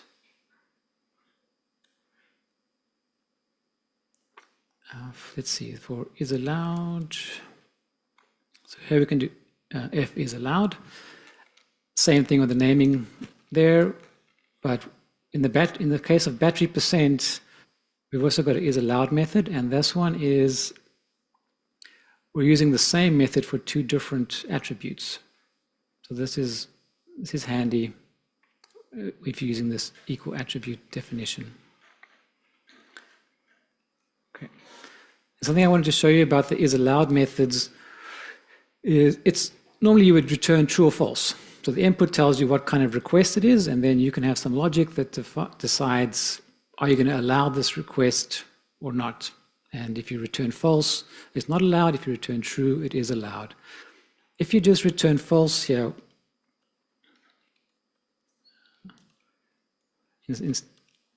then the user is going to get a generic error message. That message is going to say battery % is not allowed in this mode, something like that. And that's not always very useful to the caller. They won't really know what to do. Why is it not allowed? So I think it's better practice to raise some kind of exception and give them a more useful error message so that people can understand, okay, I need to change the state to on. This method is not allowed because I haven't started something or configured something. Yeah, I want to recommend doing that.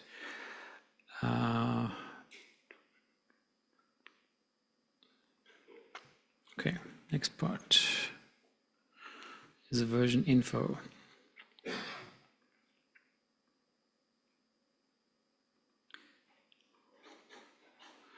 Right, so version info is a feature we added in 10.0,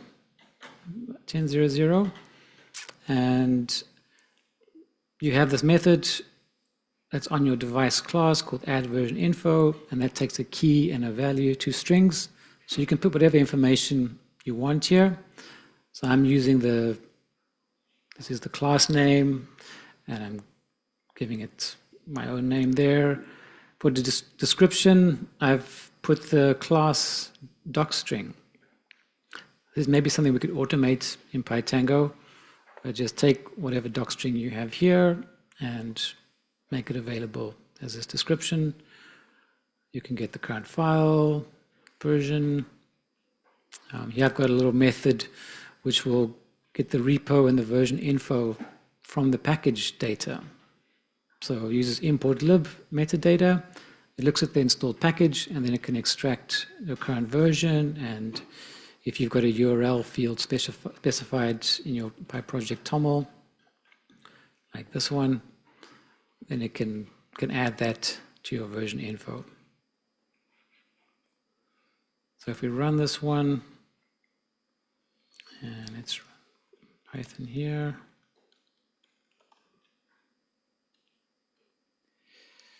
So we make a device proxy to that. If we use print with this info method is standard on all device proxies. If we use print with that, then we'll get the information that we added ourselves. These are like resource reporter things. And then there's some information that CPP Tango puts in, which is its version, the CPP dependencies it has, OmniOrb, OpenTelemetry, 0MQ. From PyTango, we put in this information. So what was the details when we compiled PyTango? What does the runtime environment have? So yeah, Sergi was saying this is going to be a good thing for you to include in your device servers.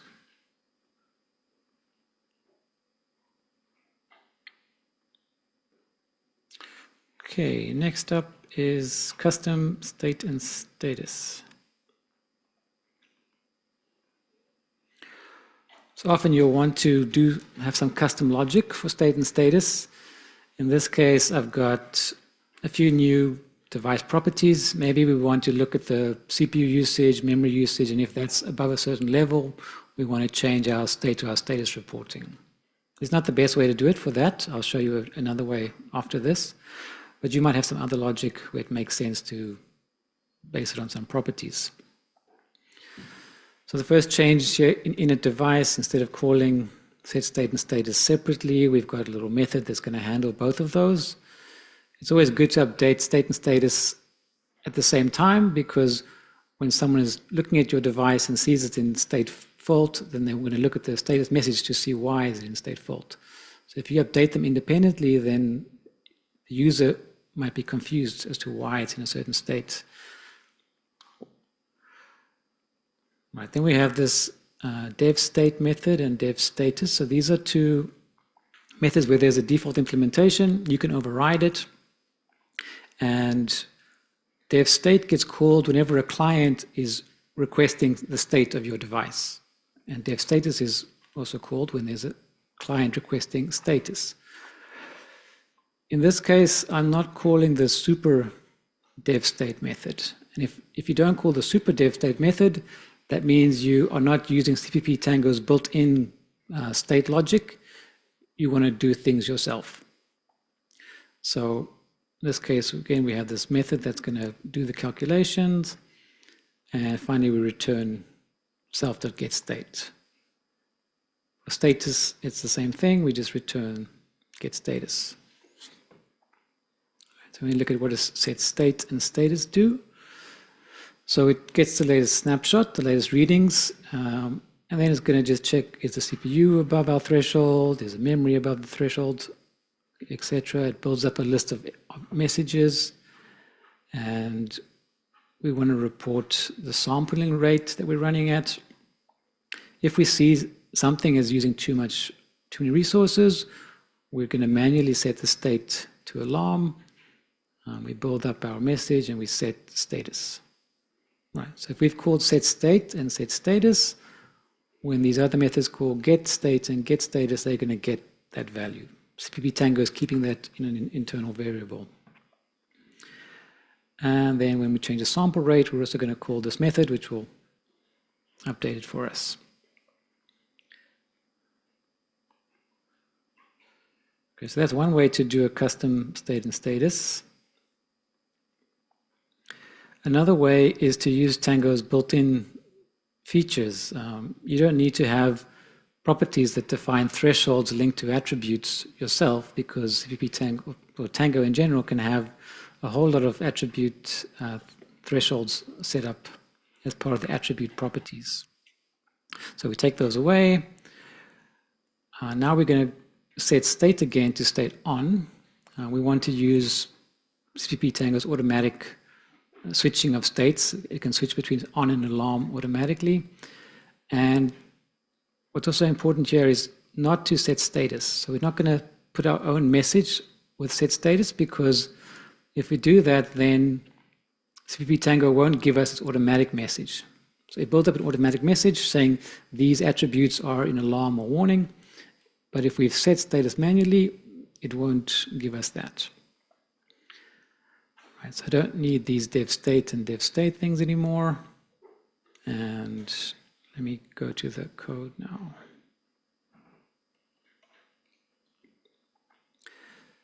Right, so dev status, we're still going to override that.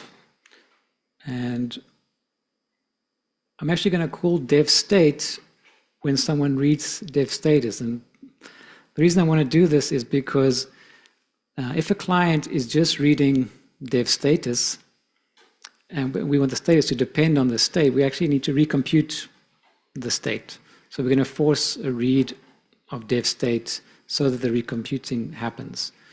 If a client is reading both state and status at the same time, this is unnecessary. Now we're calling dev state twice, but in order to guarantee that someone who reads just status will see the right thing, we have to call dev state ourselves. That's a bit inefficient. Right, if dev state says we're in alarm, then we're going to have a message saying, okay, high usage, otherwise usage is okay. We keep our sampling message, and then to get this internal status message, we call the superclass dev status. So if we run this one, we can use ATK panel. Maybe I should just fix this long command string.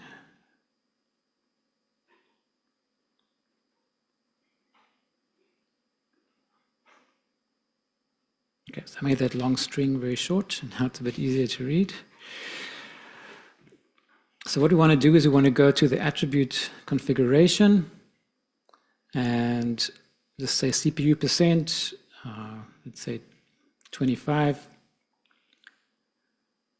If we can get it to go above 25, you'll see this is going sort of yellow color because it's in warning, and we should see a message in the status as well. All right, so it's saying here alarm value too high for CPU percent.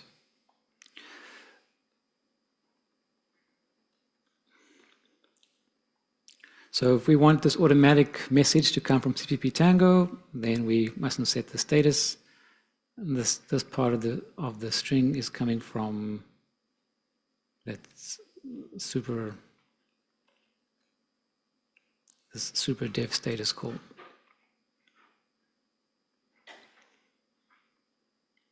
Okay. You can also see, okay, maybe I should turn this one off.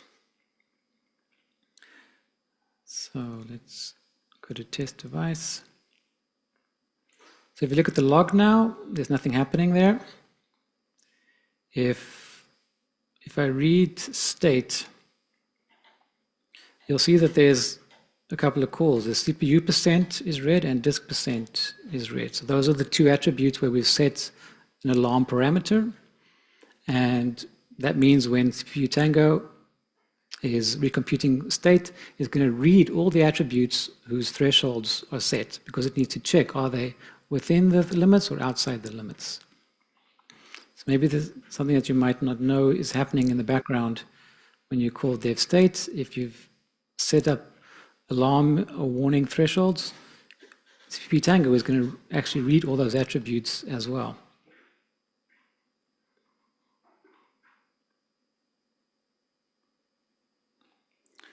Okay, status. What time do we want to stop? Zbigniew, what time do you want to have coffee?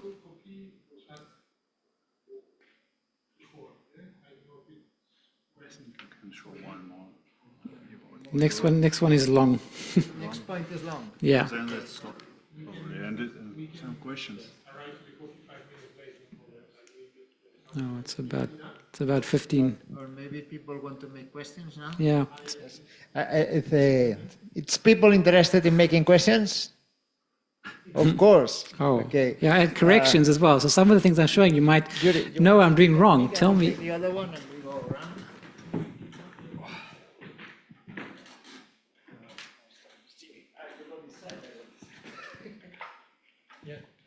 So thank you, Anton.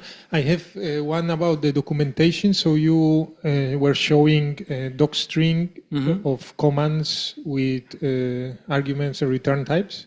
Yes. How can we generate well HTML documentation from this? We didn't do that part of the demo. You asked us to set that up. So we have a tool we've been using at Max 4, which can generate some Markdown docs by parsing the Python code, basically. But we didn't prepare to show that. Yeah, it's not really Yeah. ready yet. Yes. Is this tool part of Pytango or? No, it's not part of Pytango. It's a separate tool. But it could be something that we could maybe reuse in community, or is? Yeah, I think we need to work still on it and test it more as well, Max 4. But for sure, if it's something we would like here to share after one, but I think we didn't have time really to. Okay. I have two more questions. One is long, so. The TV go? Okay, let's go. In the example where you defined the attributes in the init device methods, are these attributes then dynamic or are they static from a? I didn't define in the init device method. I'd add version info, and we had the alternative one. I think in the step before. Defined attribute as a class member, no. This Defining attribute as a class member. Yeah, no, the static one. They're static attributes. Okay, thanks. Yeah.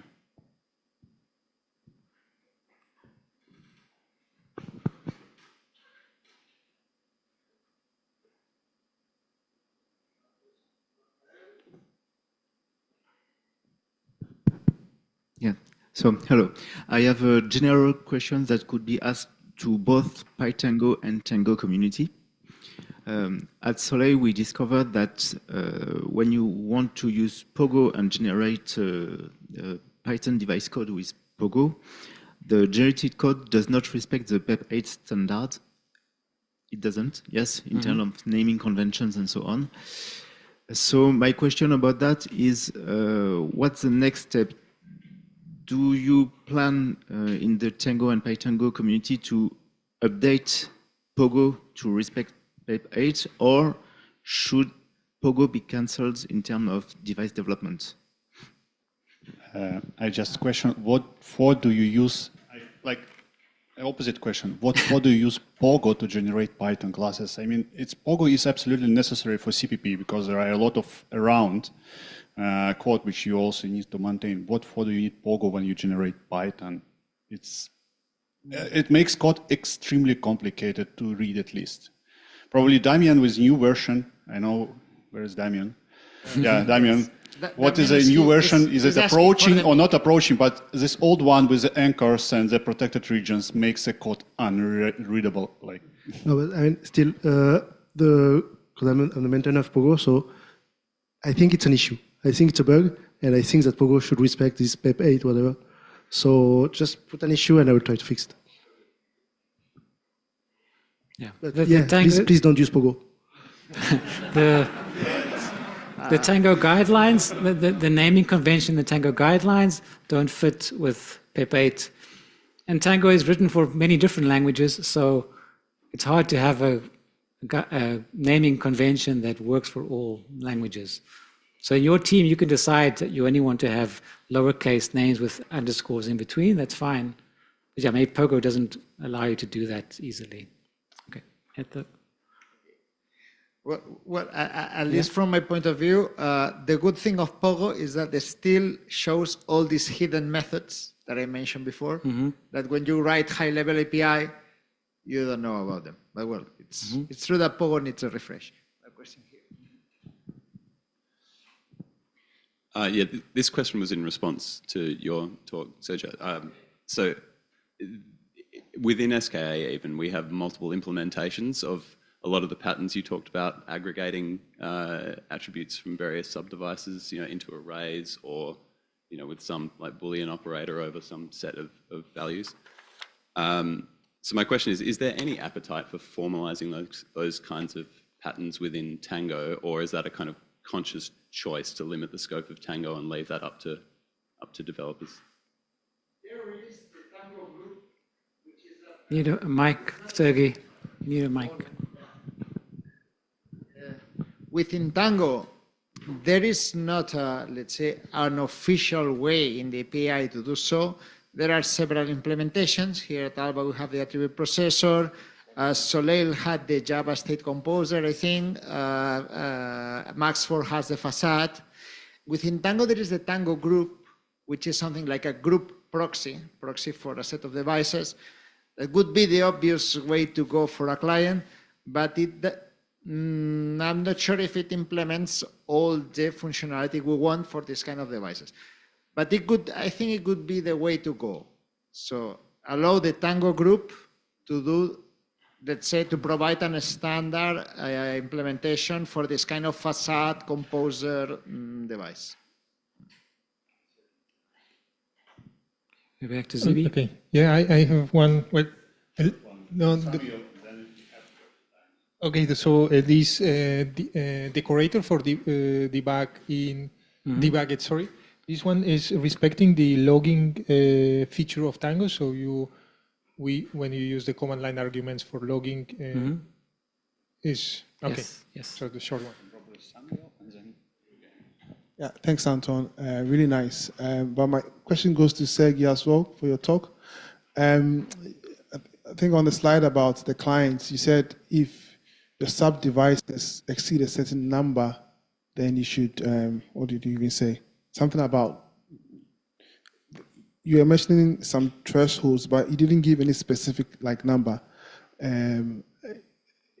So my question is, is there a number or a range beyond which you should not? I think there's a slide about the client callback, device as a client. He said if the sub-devices or connected attribute is high, use async methods or events. That is clear, but I think if there's a guidance on the exact number, that will help. And then in your first slide or so, you distinguish between a device class, a device server, and what is the other one? Class server and... Was it which one? Yeah. That one would, just the previous one? Yeah. That would help, yeah. Right, so I mean, I've used Tango for a while, and the concept of class, server, and device is always very confusing for me. I understood your explanation of the device and class immediately, but then the server still went over my head. I think that maybe that could be made a bit more clearer in the docs. I've not looked at the docs when it was redone, but yeah, this is something that is always difficult to understand for new users picking up Tango. And even for people using it already, it's always like a very fuzzy thing to get around. But yeah, I think the first question maybe needs a response. That second one is a comment. If we go to you can, Samuel, scroll just to the previous slide, just the one before, because here, there's a bit the answer. I think one of the problems we have in Tango with names is that in the documentation, it's Tango device class, Tango device, and Tango device server. If we omit the device word, it's just class, device, and server. This is much more obvious, maybe. The problem is that because we call Tango device server and Tango device, maybe it's why there is this confusion in terms. Very well. But actually, because the server, in fact, is the process in which we encapsulate devices and provides an admin for polling and serialization, I would say. That's the thing. And then regarding the profiling and deciding how many attributes are too much attributes, or how many sub-devices are too many sub-devices, I really don't have other number than what I have found in the device server guidelines. That is this threshold that says you should keep your device free 40% of the time. So you have the refresh time is typically something that will come from the user. I mean, we don't decide the frequency of data. It's something that depends on the hardware or on the final user. The number of attributes will depend on the specification. But we have this rule of thumb, that is that we should give some free time to the device, 40% of the time free, to be able to be responsive during commands or during any kind of unexpected problem. So the rule of thumb would be, depending on your refresh time and your number of attributes, there are things that don't depend on you. Your development should be able to process that in only 60% of the time you have. So that's the rule of thumb I have found in the device server guidelines. So the formula I put before, it was hardware read time equal to refresh time divided by number of attributes. But it certainly has to be much less. So let's say a 60% of that value. That it's not an exact number, but it's a rule of thumb. So if you see a device server running 100% CPU, no, okay, it will crash. Sergi, I also just have a comment about your presentation. I found funny that you, in the slide when you're saying beyond high-level API, you listed all methods which are in high-level API. So all these methods are present in high-level API. Why you say beyond? All of them. All of them. No, they are present in high-level API, but when you write a device without Pogo, you don't see that there is a read attribute hardware there. When you write a device without Pogo, you may not see that there is an always execute hook method there. And that's the difference. So Pogo creates this method even if empty. So people see those methods and have a hint to use them. Okay, but they are in high-level API, they're present, you can use them, and so you need to know about them. Okay, well, so to say, but there are some things are hidden in high-level API, but this is not this list. Just as a comment. Okay. And also answering to Rafael, one thing that we have, for example, in PyCharm that is very good, PyTango has a very good documentation, so whenever we put the attribute decorator, we immediately have a hint with all the options. Maybe we can add this method as hints somehow, so people know they are there. I don't know. But it's true, in high-level API, we have all this functionality. Okay, I think we need to proceed, and then what? Still 15 minutes probably, because what's the coffee break? Probably shorten to this. Yeah. Okay. Okay. Well, please, thanks, Anton, for that very nice dinner. And we will continue with him after the coffee break. So we continue. This, are we? Or people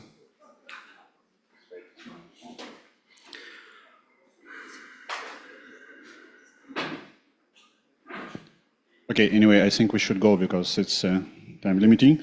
We'll continue with this live demo, and also the first one will be Anton, continue with the PyTango examples. Then we will have TB, your next one? Or? Yes, then we'll have Thomas Brown to show a bit of asynchronous subscription mode, and then we will have Thomas Ives to show about event monitoring system. And Sergi want to remind that everything we show there is a repo. This is the Tango live demo on the GitLab of Tango controls. You can later take a look and follow in the calm condition everything we showed now. So now Anton, continue. Okay. All right. So we ended up with custom state and status, and the next thing I want to look at is pushing events. So you can see here we've got ATK panel, and every 3 seconds we get an update on this CPU history, but the sampling is actually happening at 1 second. So if we want to see those updates a bit quicker, we could have our client change its refresh period and read from the server every 1 second. But what if we had 10 or 100 clients, then they would all be reading from our device at that rate, and they would put a lot of load on the device server. So that's often why we want to push events. And we can use Tango's built-in polling to make that easier. But let's see what happens if we try to push events ourselves. So it's this commit. Let's force checkout.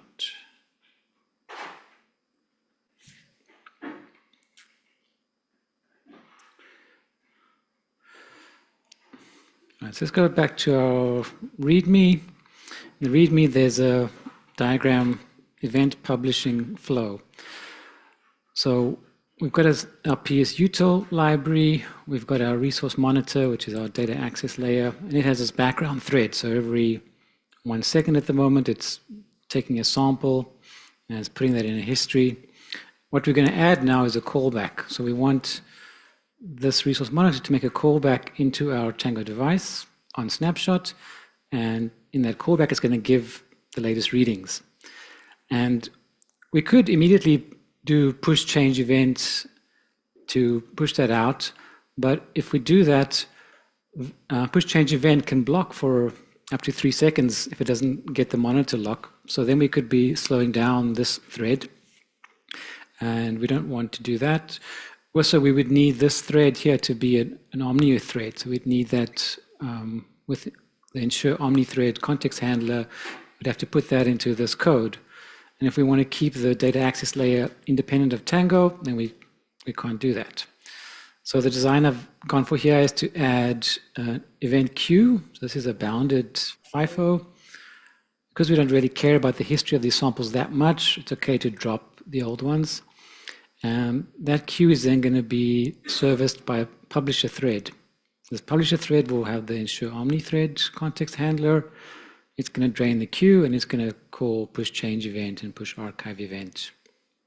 And then if we are going to be pushing events custom, we have to call set change event and set archive event, normally in our init device. In this case, we're going to use detect true, which means every time we call push change event, CPP Tango is going to look at the thresholds for that attribute, what's the absolute value change or relative change, and if the difference is more than that, then it will actually emit the event.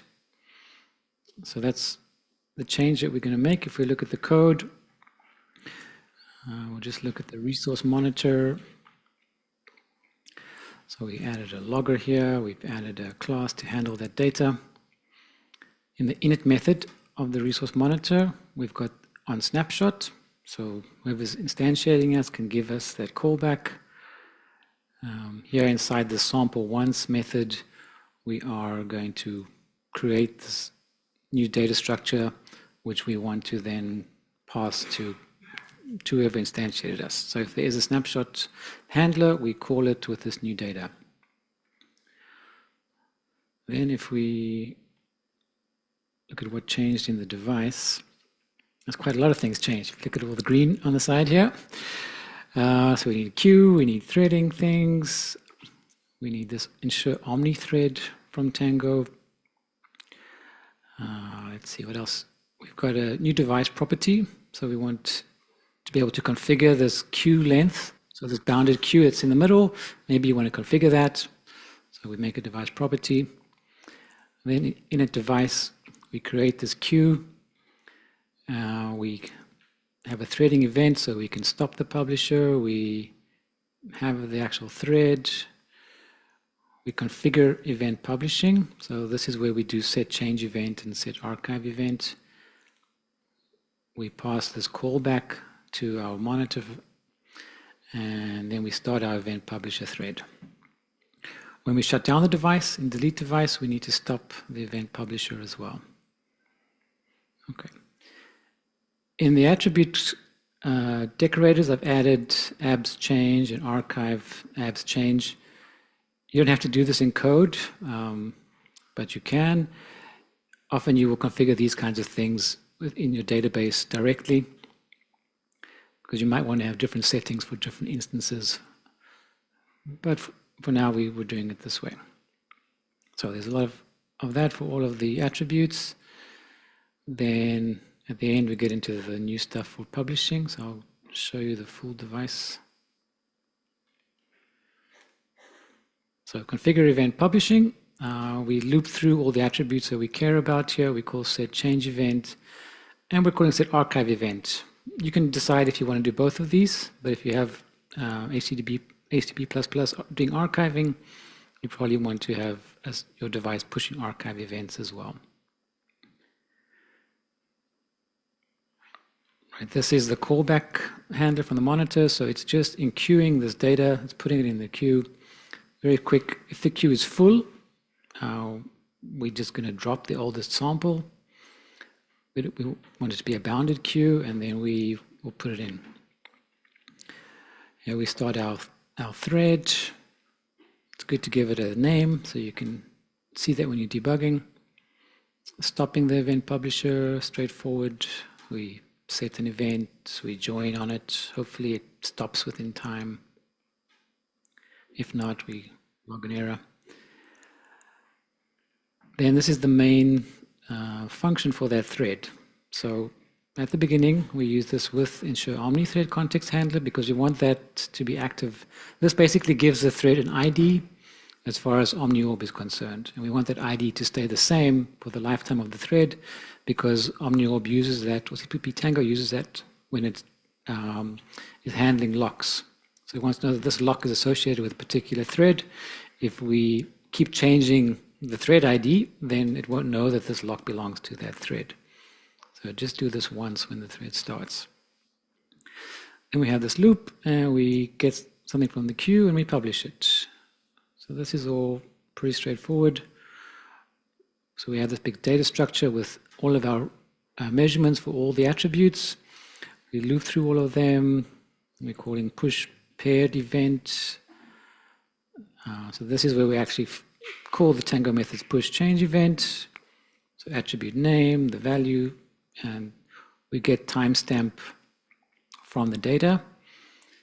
And quality, we've actually got another function here, event attribute quality.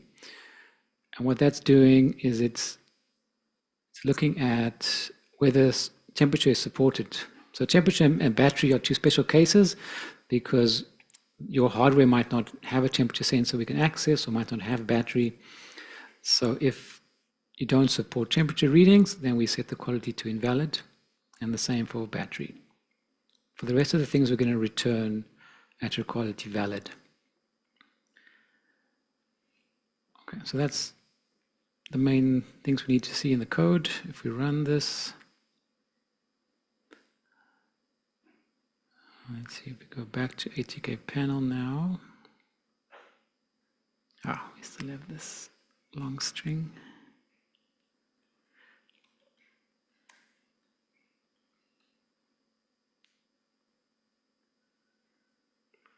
Count.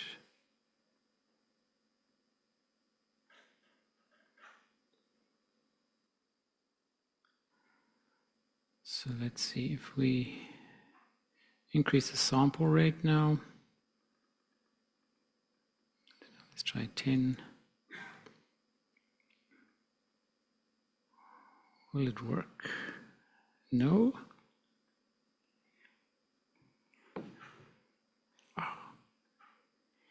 Let me try Taurus. I'm going to run Taurus device. No.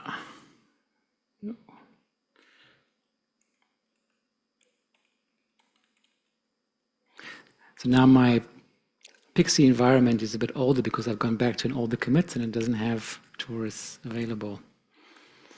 So let's try this one.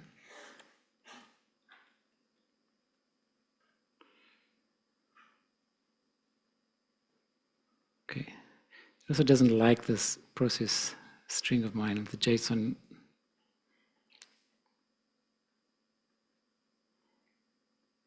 Okay, but now we can at least see that this graph is coming in quite fast as our sample rate is going. And that's because Torus is subscribing to those events, and we're pushing the events as the samples come in. So now we can get a very fast update, and it's very low load on the server.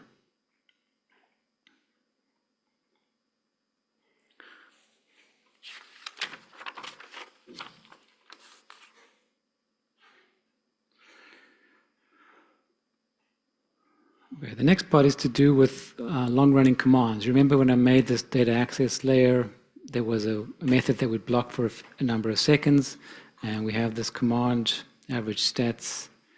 So if we run that for 2 seconds, you'll see that the graph blocks for a little while.